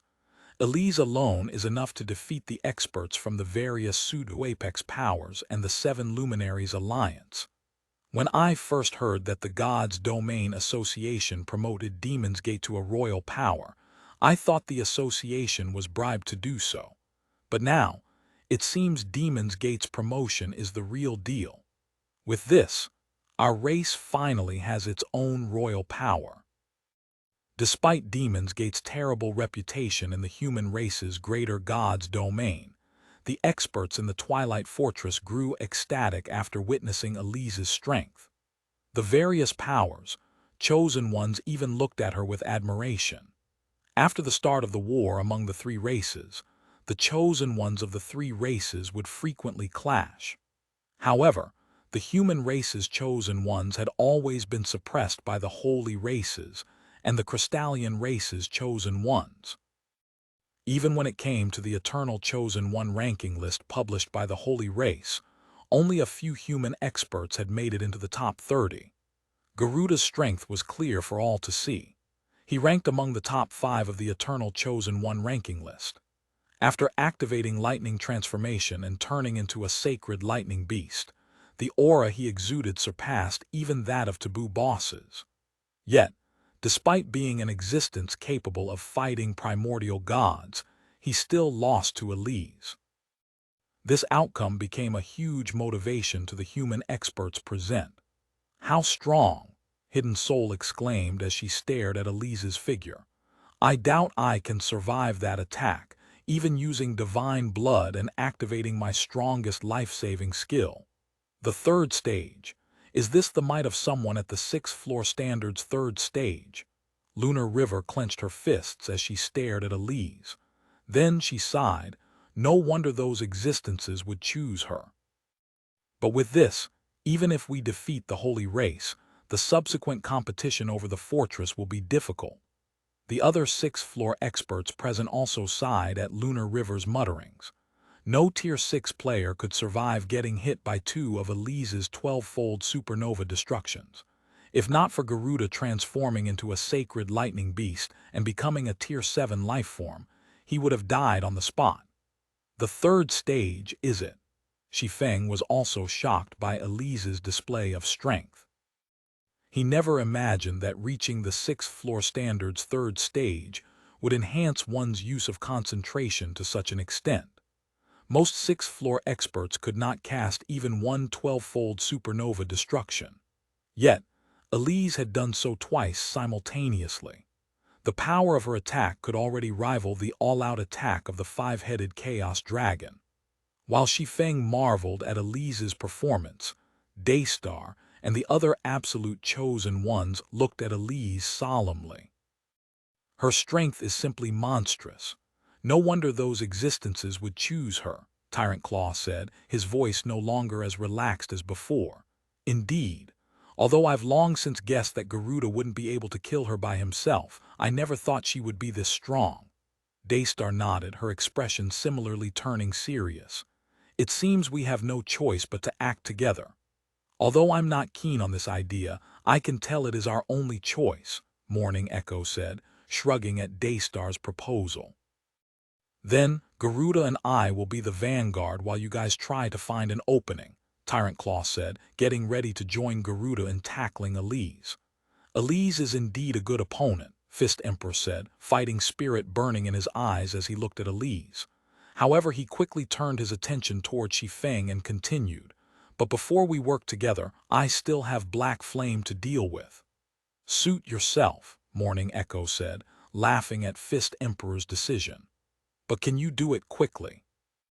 If you're still not done when we finish dealing with Elise, don't blame us for not cutting you a share of the rewards." "Don't worry. Black Flame doesn't have his siege weapon with him.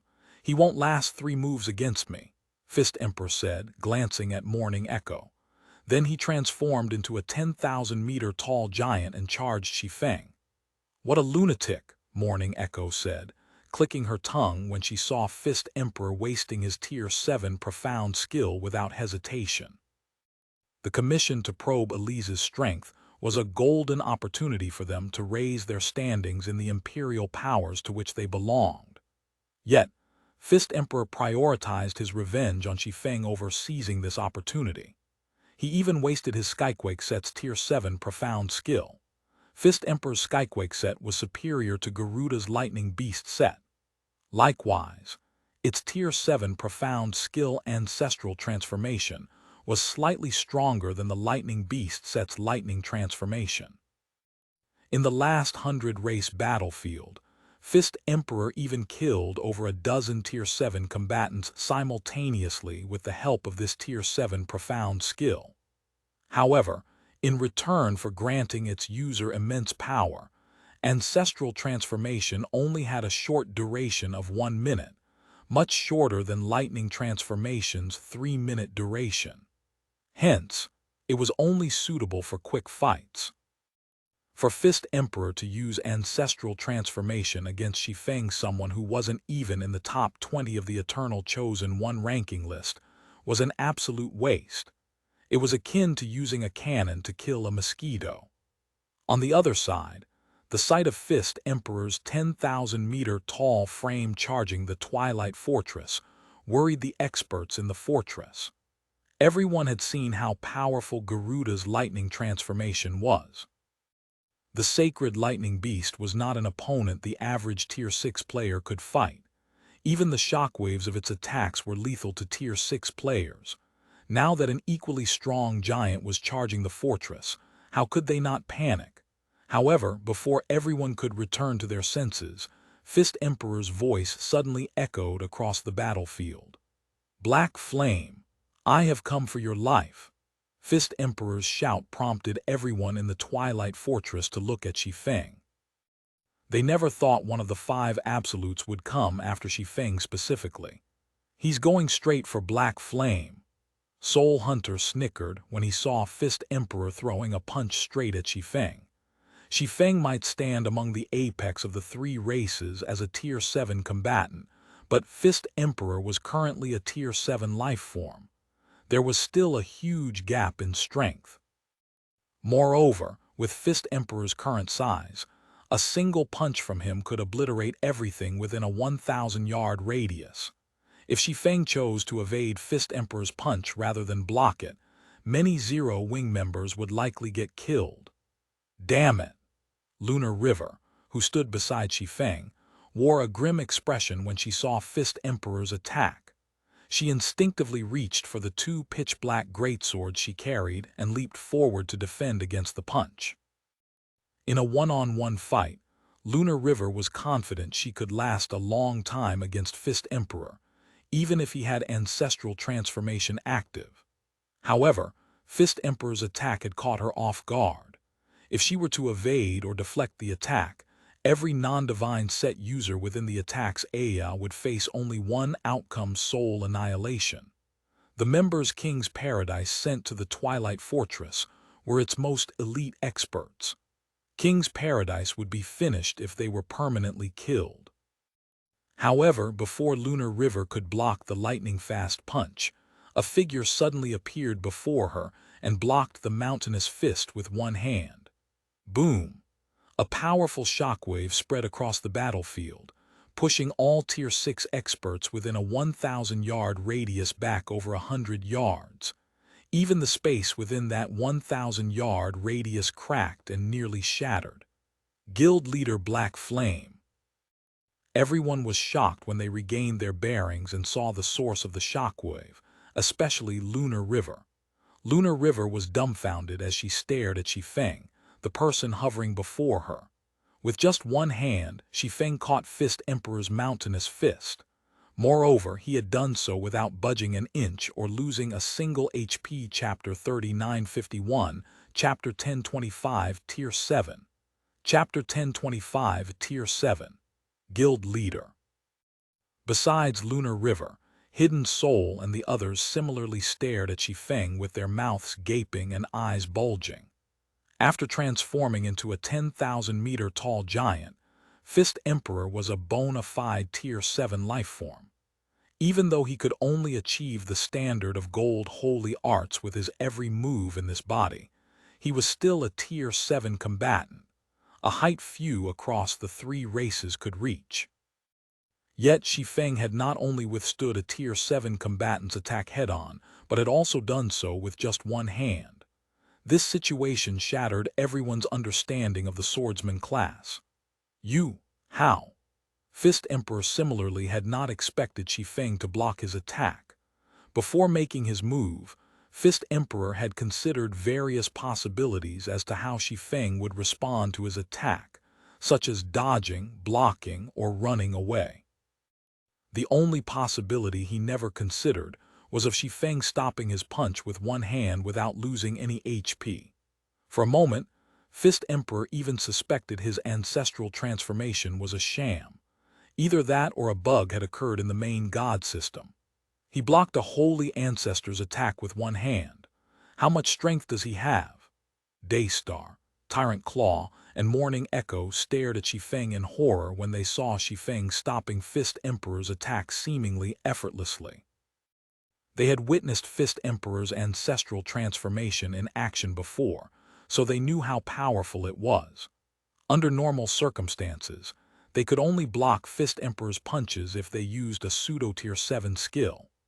Besides Daystar and the others, Elise and Garuda also paused their fight to stare at Shi Feng, their eyes wide with disbelief. Has he used his legacy berserk skill and divine blood already?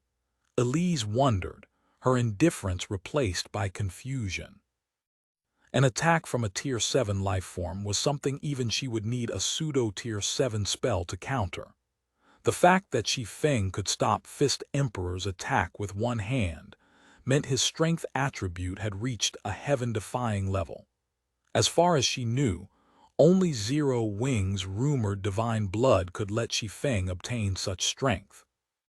During Shi Feng's absence from the Eternal Realm, Zero Wing had relied on divine blood and Light of Dawn magic bombs to keep its several dozen NPC cities safe throughout the war.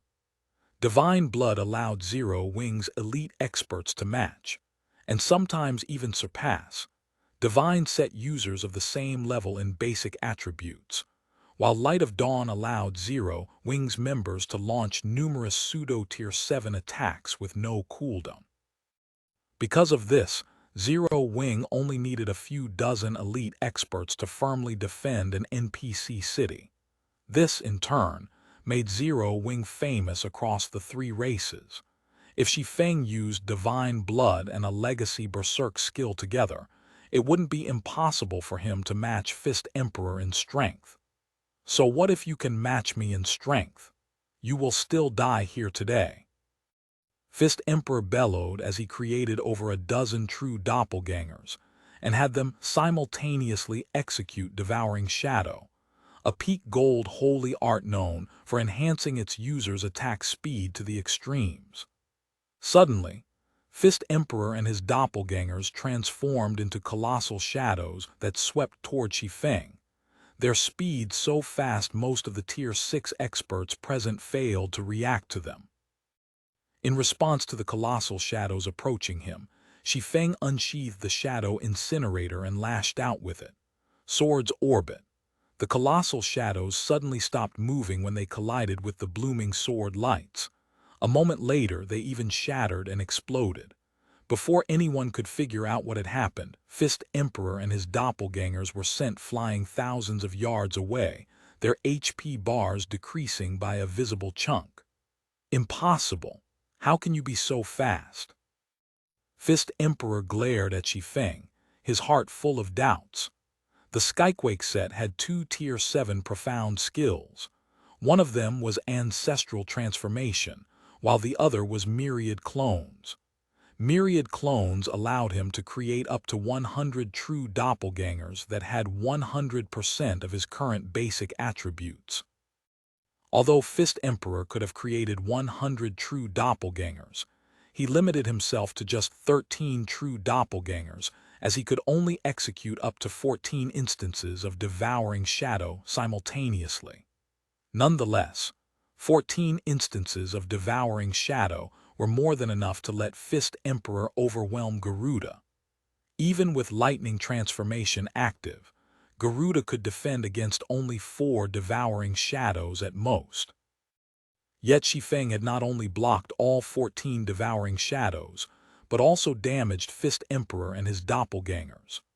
What a monster! Is Black Flame really not in the top 20? Morning Echo exclaimed, her eyes widening in surprise when she saw Fist Emperor getting suppressed despite using his trump cards. Fist Emperor's Ancestral Transformation was no less powerful than Garuda's Lightning Transformation. It even trumped Garuda's Lightning Transformation in terms of offensive capabilities. Yet Shi Feng still handily suppressed Fist Emperor. This made Shi Feng even more terrifying than Elise. Daystar, should we help Fist Emperor first, or prioritize dealing with Elise? Tyrant Claw asked when he saw things weren't looking good for Fist Emperor. Without help, it would only be a matter of time before Garuda and Fist Emperor were defeated. Hence, intervention was necessary. However, if they wanted to kill Elise or Shi Feng quickly, at least 4 had to work together. Let's help Garuda first. Fist Emperor has his doppelgangers. Even after his ancestral transformation ends, Black Flame will have trouble killing him quickly, Daystar said after analyzing the situation. Moreover, our main target this time is Elise. The Twilight Fortress comes second. Tyrant Claw and Morning Echo nodded. Although they'd undoubtedly have to face Shi Feng if they wanted to capture the Twilight Fortress, Elise concerned their future. They naturally had to prioritize dealing with her. However, before the trio could take action against Elise, Shi Feng suddenly flicked the Shadow Incinerator at Fist Emperor. Goddess-ranked mana technique, Dark Moon. 1, 2, 3. 14 Dark Moons appeared in the blink of an eye, slashing at Fist Emperor and his doppelgangers. Although Fist Emperor and his doppelgangers tried their best to block these attacks, their movements simply couldn't keep up with the speed of these Dark Moons. All they could do was watch as the Dark Moons bisected them and ended their lives. He's dead. Daystar's eyes widened in disbelief as she watched Fist Emperor and his doppelgangers collapse one after another. How is this possible? How can a Tier 7 lifeform fail to react in time? Besides Daystar, Garuda and Elise again paused their fight to stare at Shi Feng, their eyes practically falling out of their sockets. What kind of attack speed was that? How did I fail to catch that? Elise focused on Shi Feng's cloaked silhouette. When she saw that Shi Feng had concealed his information, she used the peak identification skill she learned by chance on him, only to be dumbfounded. Tier 7, Black Flame. Tier 7, Advanced Sword God, Level 240, Chapter 3952, Chapter 1026, Fighting the 10 Royal Powers, Chapter 1026. Fighting the 10 Royal Powers. Elise's words stunned all those who heard her, especially Garuda. Tier 7 players. This would be a very unfamiliar term for players who had never ventured beyond their respective greater gods' domains. However, those who had entered the wider 100-race battlefield would know a little about Tier 7 players.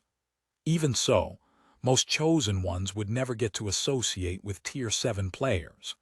This was because Tier 7 players were unreachable existences. Even joining a guild with a Tier 7 player was extremely difficult, let alone coming into contact with one. Shi Feng was nothing more than an up-and-coming genius from the human race. He wasn't even qualified to participate in the 100-race battlefield. Yet Garuda was now being told that Shi Feng was a Tier 7 player. Impossible. How can he be Tier 7? Garuda's eyes turned bloodshot when he saw Shi Feng killing Fist Emperor effortlessly, his mind filled with madness, shock, and doubt. However, despite his refusal to believe Elise's words, deep down in his heart, he understood it. With ancestral transformation active, Fist Emperor was not an existence Tier 6 players could kill, much less with ease. Shi Feng did not rely on any convoluted techniques or overwhelming force. All he did was perform an attack so fast that not even Fist Emperor after becoming a Tier 7 lifeform could react.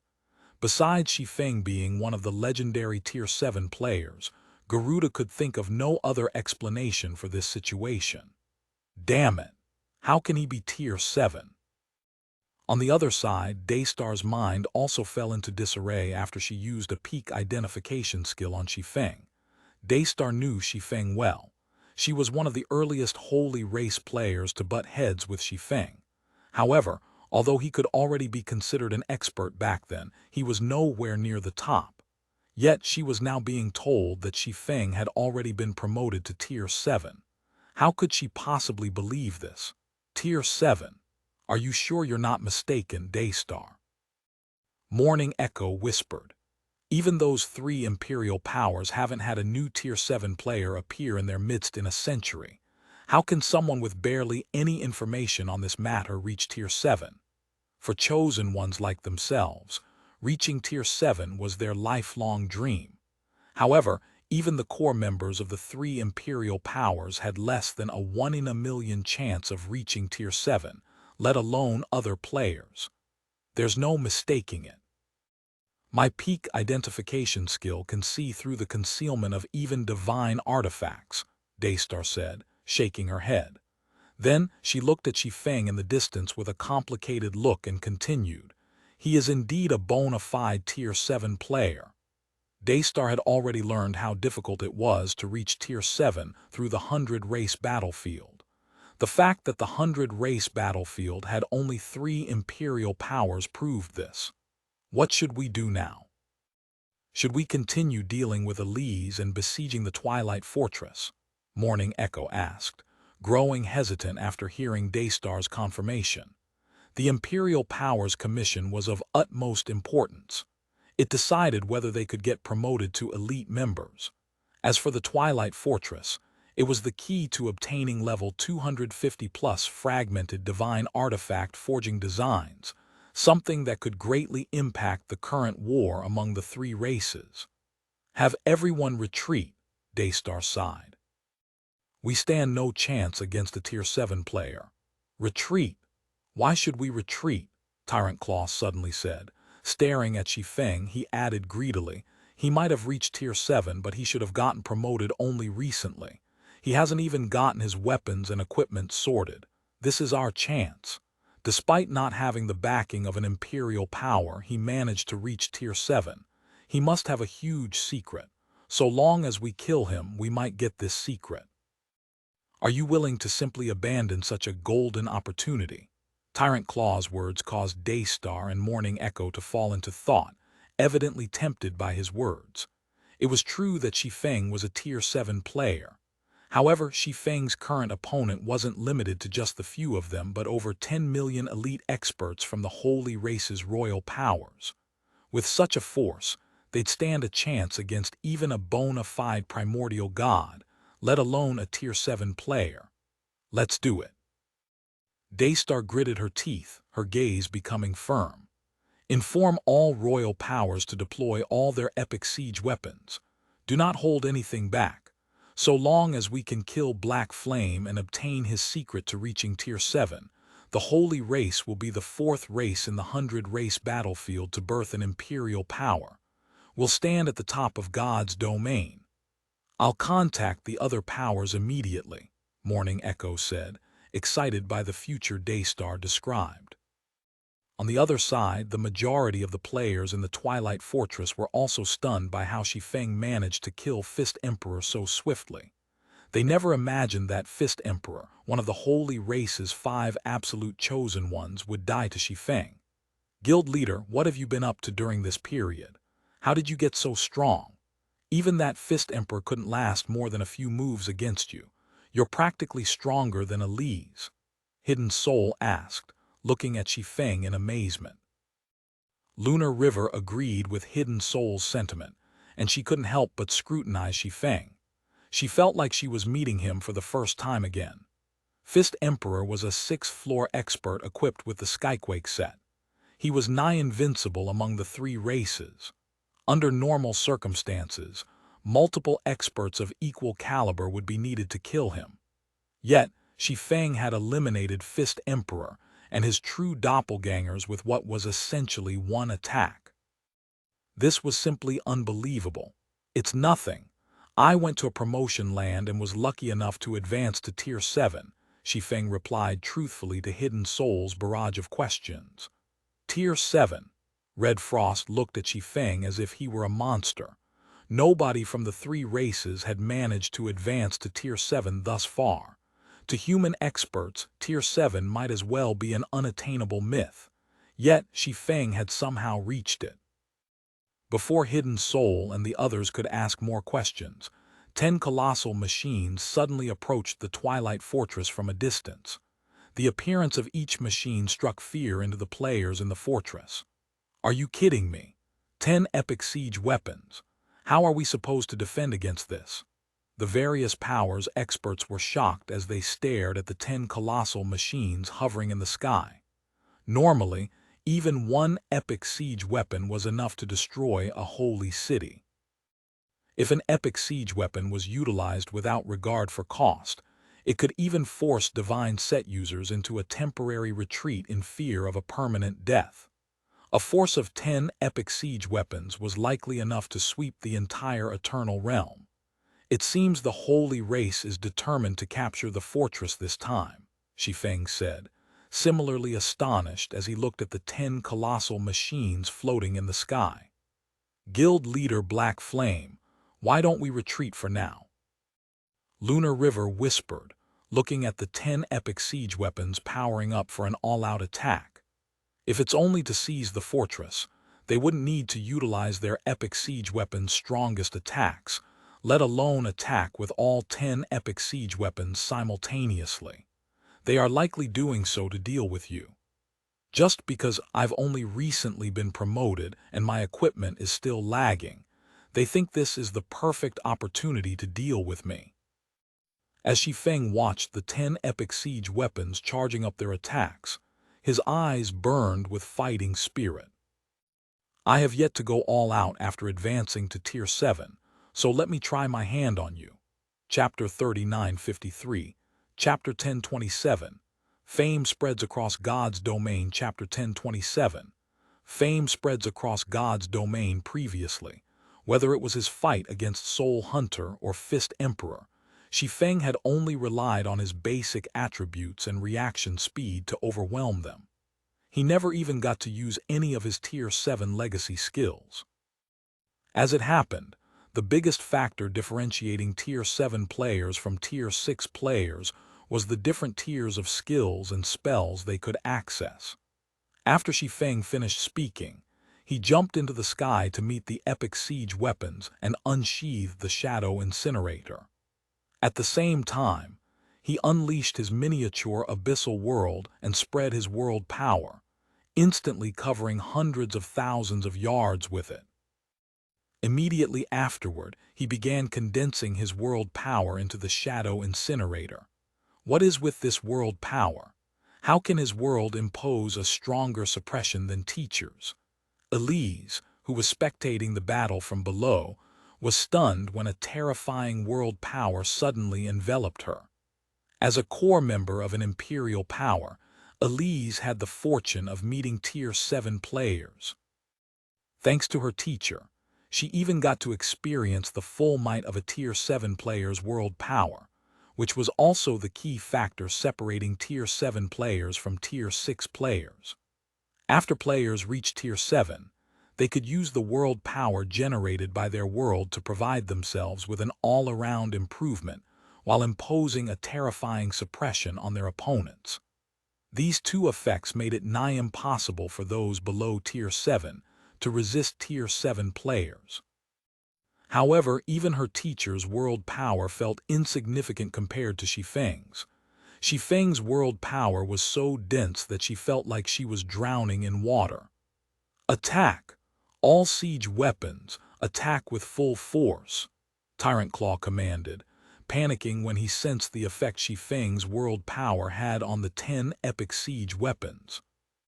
Epic siege weapons could fight primordial god-ranked existences largely because their world domains could resist the worlds of primordial god-ranked existences, making them immune to the suppression effects. However, the 10 epic siege weapons world domain failed to counteract the suppression of Shi Feng's world. Furthermore, their energy reserves even started to deplete rapidly. This was not a situation Tyrant Claw had expected. At Tyrant Claw's command, all 10 epic siege weapons fired their strongest attacks at Shi Feng. The attacks of these epic siege weapons were stronger than even Fist Emperor's all-out attack. When all 10 attacked together, even a Tier 7 player like Shi Feng shouldn't be able to evade them all. However, Shi Feng never intended to avoid the 10 epic siege weapons' attacks. When he saw the epic siege weapons launching their attacks, he merely raised the Shadow Incinerator and swung at them.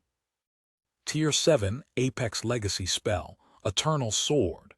Suddenly, every player in the primordial ruin was shown a scene they would never forget. A giant sword composed of world power instantly incinerated the 10 epic siege weapons' attacks. Then, the entirety of the primordial ruin began turning into an empty void at a rate visible to the naked eye.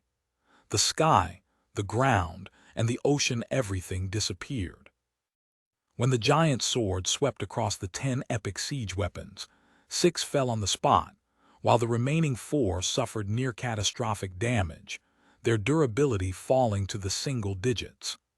As for the players controlling the epic siege weapons, all of them, without exception, suffered soul annihilation. He erased half of the miniature world. Lunar River's pupils dilated as she stared at the unbelievable scene before her. Although the primordial ruin was only a miniature world, the stability of its space surpassed that of the eternal realm. Yet, Shi Feng's attack had fragmented over half of this miniature world. It had also destroyed 6 epic siege weapons, heavily damaged 4 epic siege weapons, and obliterated 80% of the Holy Race's 10 million-strong army. Even the remaining 4 of the 5 absolute chosen ones were erased. Lunar River suspected that even if she were to tell others about this matter, nobody would believe her. The Holy Race's 10 royal powers were incredibly powerful. Even if the human and the Crystallian races joined forces, they still wouldn't be a match for the 10 royal powers. Yet, these royal powers were nothing but a joke before Shi Feng. 2 attacks were enough to annihilate all their top and elite combatants. Is this the power of an advanced world? Shi Feng was also shocked by the destruction he had wreaked on the primordial ruin. None of the Tier 7 skills he had used in the past had been as strong as Eternal Sword, be it in destructive power or range. However, even if Eternal Sword was a Tier 7 Apex Legacy spell, it shouldn't be this powerful. After all, epic siege weapons were known to be able to fight primordial gods, albeit only ordinary primordial gods. Under normal circumstances, the Holy Race's epic siege weapons should have been able to put up a good fight against him. Yet, his Eternal Sword had destroyed 6 epic siege weapons and heavily damaged 4. Even if these epic siege weapons didn't have much durability remaining originally, they still shouldn't have fallen to just 1 attack. The only explanation he could come up with for this situation was his miniature abyssal world, an advanced world constructed using the 5-headed Chaos Dragon's world structure. It must have drastically enhanced the destructive power and range of his Eternal Sword. Retreat! Everyone, retreat! After the primordial ruin fell into a brief silence, someone among the surviving Holy Race experts called for a retreat. At these words, the remaining 1 million or so elite experts fled without hesitation, some running while others teleporting away. In less than a minute, the Holy Race army vanished. Following the withdrawal of the Holy Race army, the Zero-Wing members in the Twilight Fortress cheered in celebration, all of them chanting the name of Black Flame. Shi Feng had single-handedly defeated the Holy Race's 10 royal powers, inflicting immense losses. Most importantly, he was a bona fide Tier 7 player. With such a person at the helm of Zero-Wing, the guild's future was immeasurable. The Holy Race's royal powers have lost over 80% of their elite experts. After this battle, the Holy Race is unlikely to be a threat in the war anymore, Elder Marshal from the 7 Luminaries Alliance said after seeing the Holy Race army retreating. Then he sighed.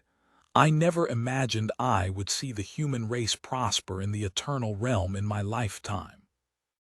Every one of the Holy Race's royal powers was a tough opponent for the 7 Luminaries Alliance.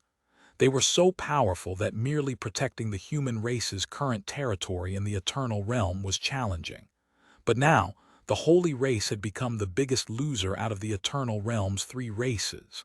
Indeed, once the Crystallian race learns of this, I believe they too will make the right call, Verdant Rainbow said. Then she looked toward Shi Feng and smiled. Tier 7. This is truly the surprise of the century. The Nebula Consortium will be petrified once it learns of this. The average player might not understand the significance of Tier 7 players, but Verdant Rainbow knew it well.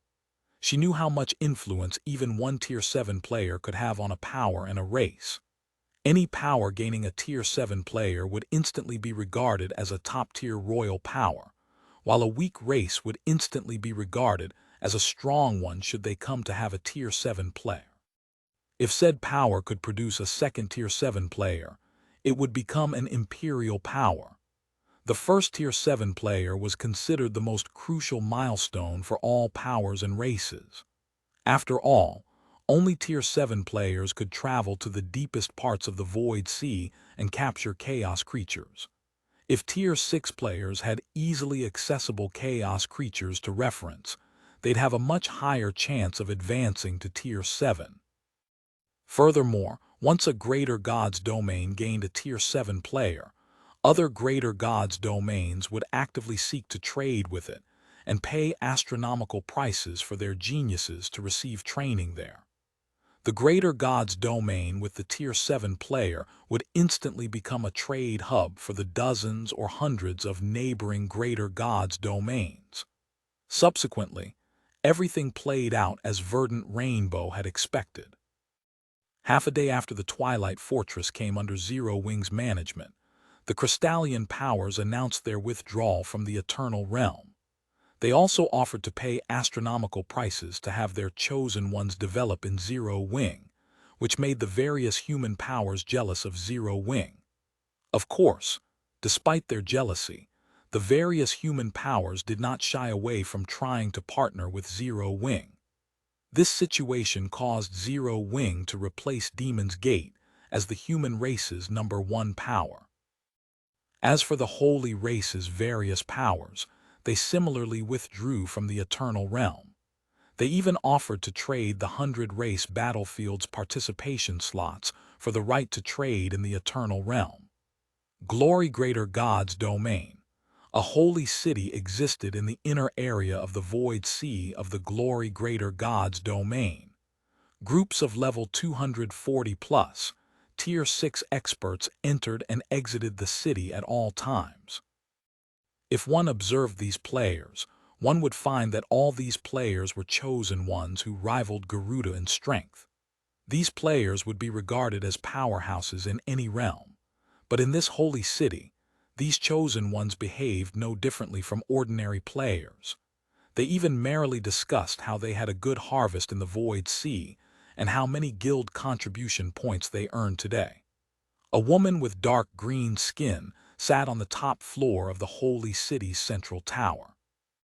After reading the message she just received, the woman tilted her head, the silver crown on her head shifting slightly. Fist Emperor, a Tier 7 expert killed that little fellow. Chapter 3954, Chapter 1028, Outside of God's Domain Grand Finale. Chapter 1028, Outside of God's Domain Grand Finale. At the crowned woman's words, the elven man on the screen before the woman halted his challenge of the World Tower's 7th floor. A Tier 7 expert killed that little guy. The elven man with a sapphire embedded in his forehead was surprised. Moon, are you sure you're not mistaken? Setting normal and elite members aside, every executive of our 3 powers knows Fist Emperor is Remnant Flame's newest apprentice. Apart from that madwoman who's always busy pioneering, who would be so bored as to provoke that old man? Madwoman. The woman named Sorrowful Moon chuckled at the elven man's words. Laura is going to have a long chat with you once I tell her about this. Didn't those guys heavily injure her last time? Is she awake already? The elven man asked in astonishment. Do you think she would let herself enter a fully unconscious state? Right before she was heavily injured, she split her consciousness into multiple strands and scattered them. Now, one of those strands has finally returned. I'm sure it won't be more than a few days before she wakes up, Sorrowful Moon said nonchalantly. Since it's not Laura, which Tier 7 expert did it? The elven man asked. According to my apprentice, the person is called Black Flame, a newly promoted advanced sword god, Sorrowful Moon said, looking at the message in her hand. A newly promoted advanced sword god, what a brave greenhorn. The elven man laughed. But this also means we finally have a new Tier 7 player. Why hasn't the association notified us yet? That area is under Enos's jurisdiction. She was probably too caught up in her work to notice, Sorrowful Moon sighed.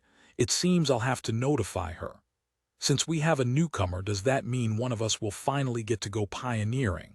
The elven man asked excitedly. That will depend on whether you can beat Old Man Flame, Sorrowful Moon said, smiling. Void Sea, Abyss Workshop. Damn it, why am I the last to find out about this? I'm definitely getting an earful this time.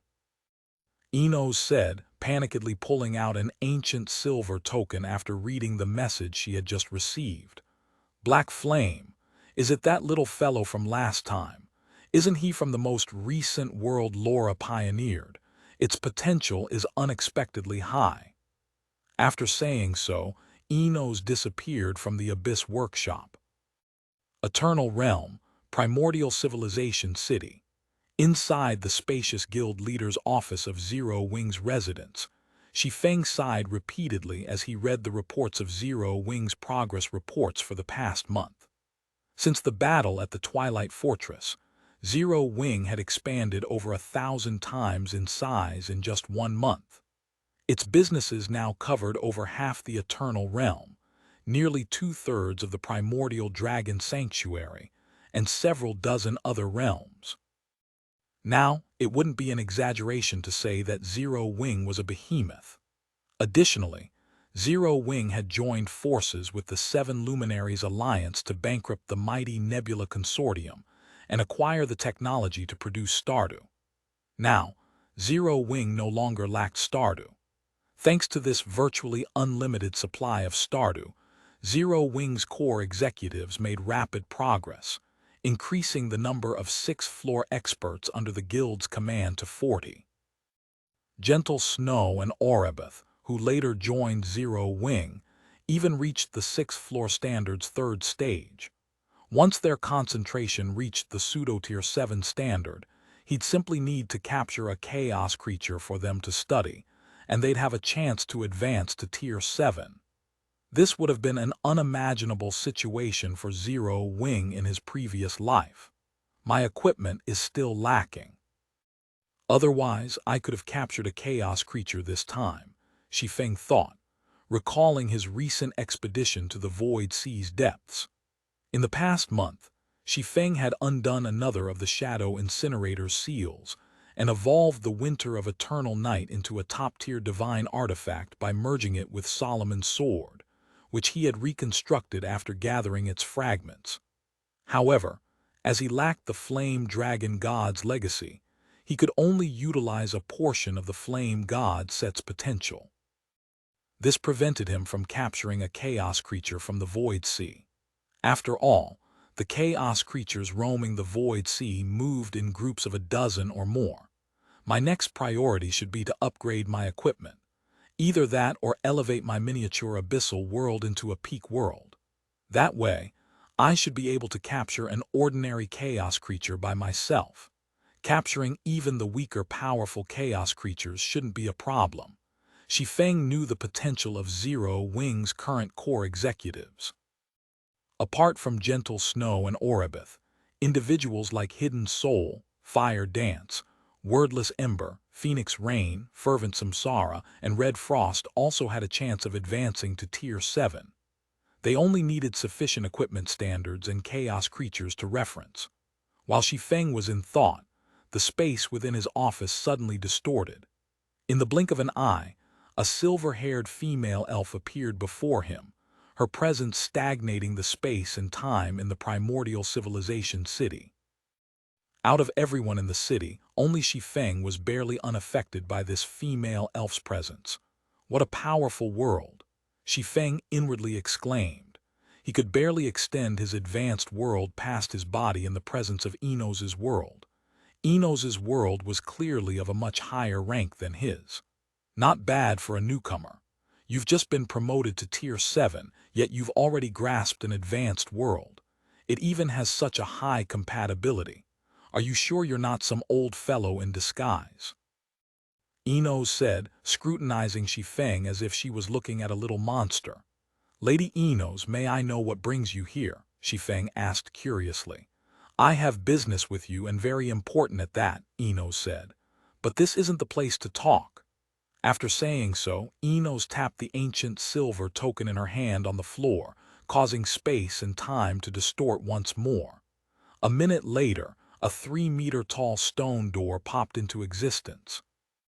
Shi Feng could feel the stone door was astronomically heavy as he looked at it. It was so heavy that the entire eternal realm buckled under its weight. If you want to know what God's domain is, follow me, Enos said, pushing open the door. Then she entered the door and disappeared from the office without waiting for Shi Feng to reply. What is God's domain? Shi Feng wryly smiled as he followed Enos through the door. Many people had wondered what God's domain was. Many also knew God's domain wasn't just a simple virtual reality game. After all, the game had the incredible ability to continuously develop the brains of its players. If given the opportunity to learn about God's domain, he doubted anybody would miss it. After Shi Feng crossed the stone door, his vision suddenly darkened, as if he had lost consciousness. When he opened his eyes again, he was greeted by a scene that dumbfounded him. The place he was at was a small data center. Countless strings of data flowed around the data center at all times, and at the center of this data center was a holographic projection that displayed several lines of data. Ember 6749, successfully connected to Data Exchange Center 106. Remaining energy, 92% controllable engineering mechas, 12 damaged engineering mechas, 8 constructible biobodies, 31 qualified engineering mecha pilots. After reading the displayed data, Shi Feng quickly discovered that he wasn't a physical body but a holographic projection.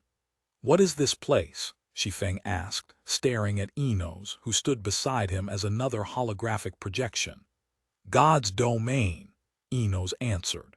It is also where you and your friends have been living. Are you saying that we are all fake? Shi Feng asked, his expression contorting.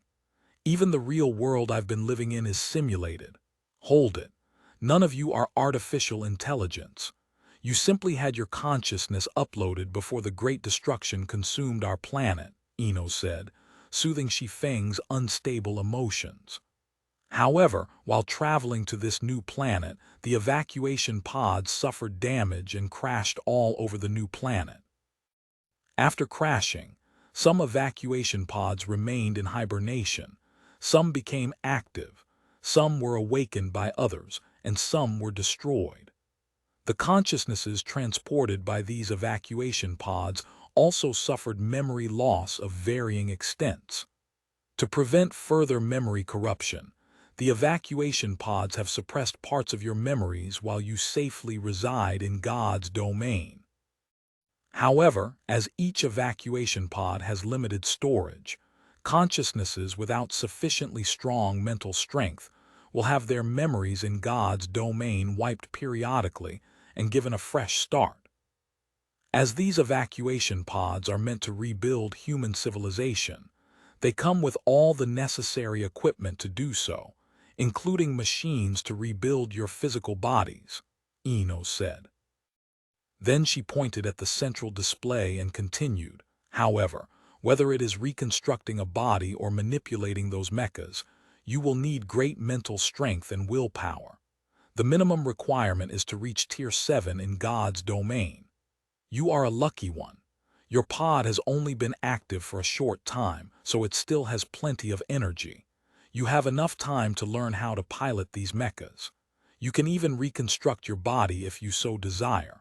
However, this planet isn't particularly safe. Before you are sufficiently strong, it's best not to waste your resources reconstructing a body. On that note, every evacuation pod has limited energy reserves. You must find an external energy source if you don't want your pod to return to hibernation. Fortunately, there are many wrecked migration spacecraft outside. New wreckages are also being added every day, so you shouldn't have difficulty finding more energy if you are careful. This evacuation pod is undoubtedly a lucky one. as it has you. According to the association's regulations, you will have full rights to this evacuation pod, as you are the first Tier 7 player to come from it.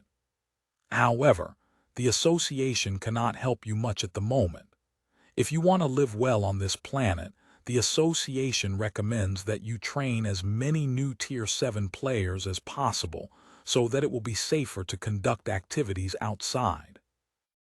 Additionally, everything I've just told you is restricted to Tier 7 players, so don't share it with anyone else.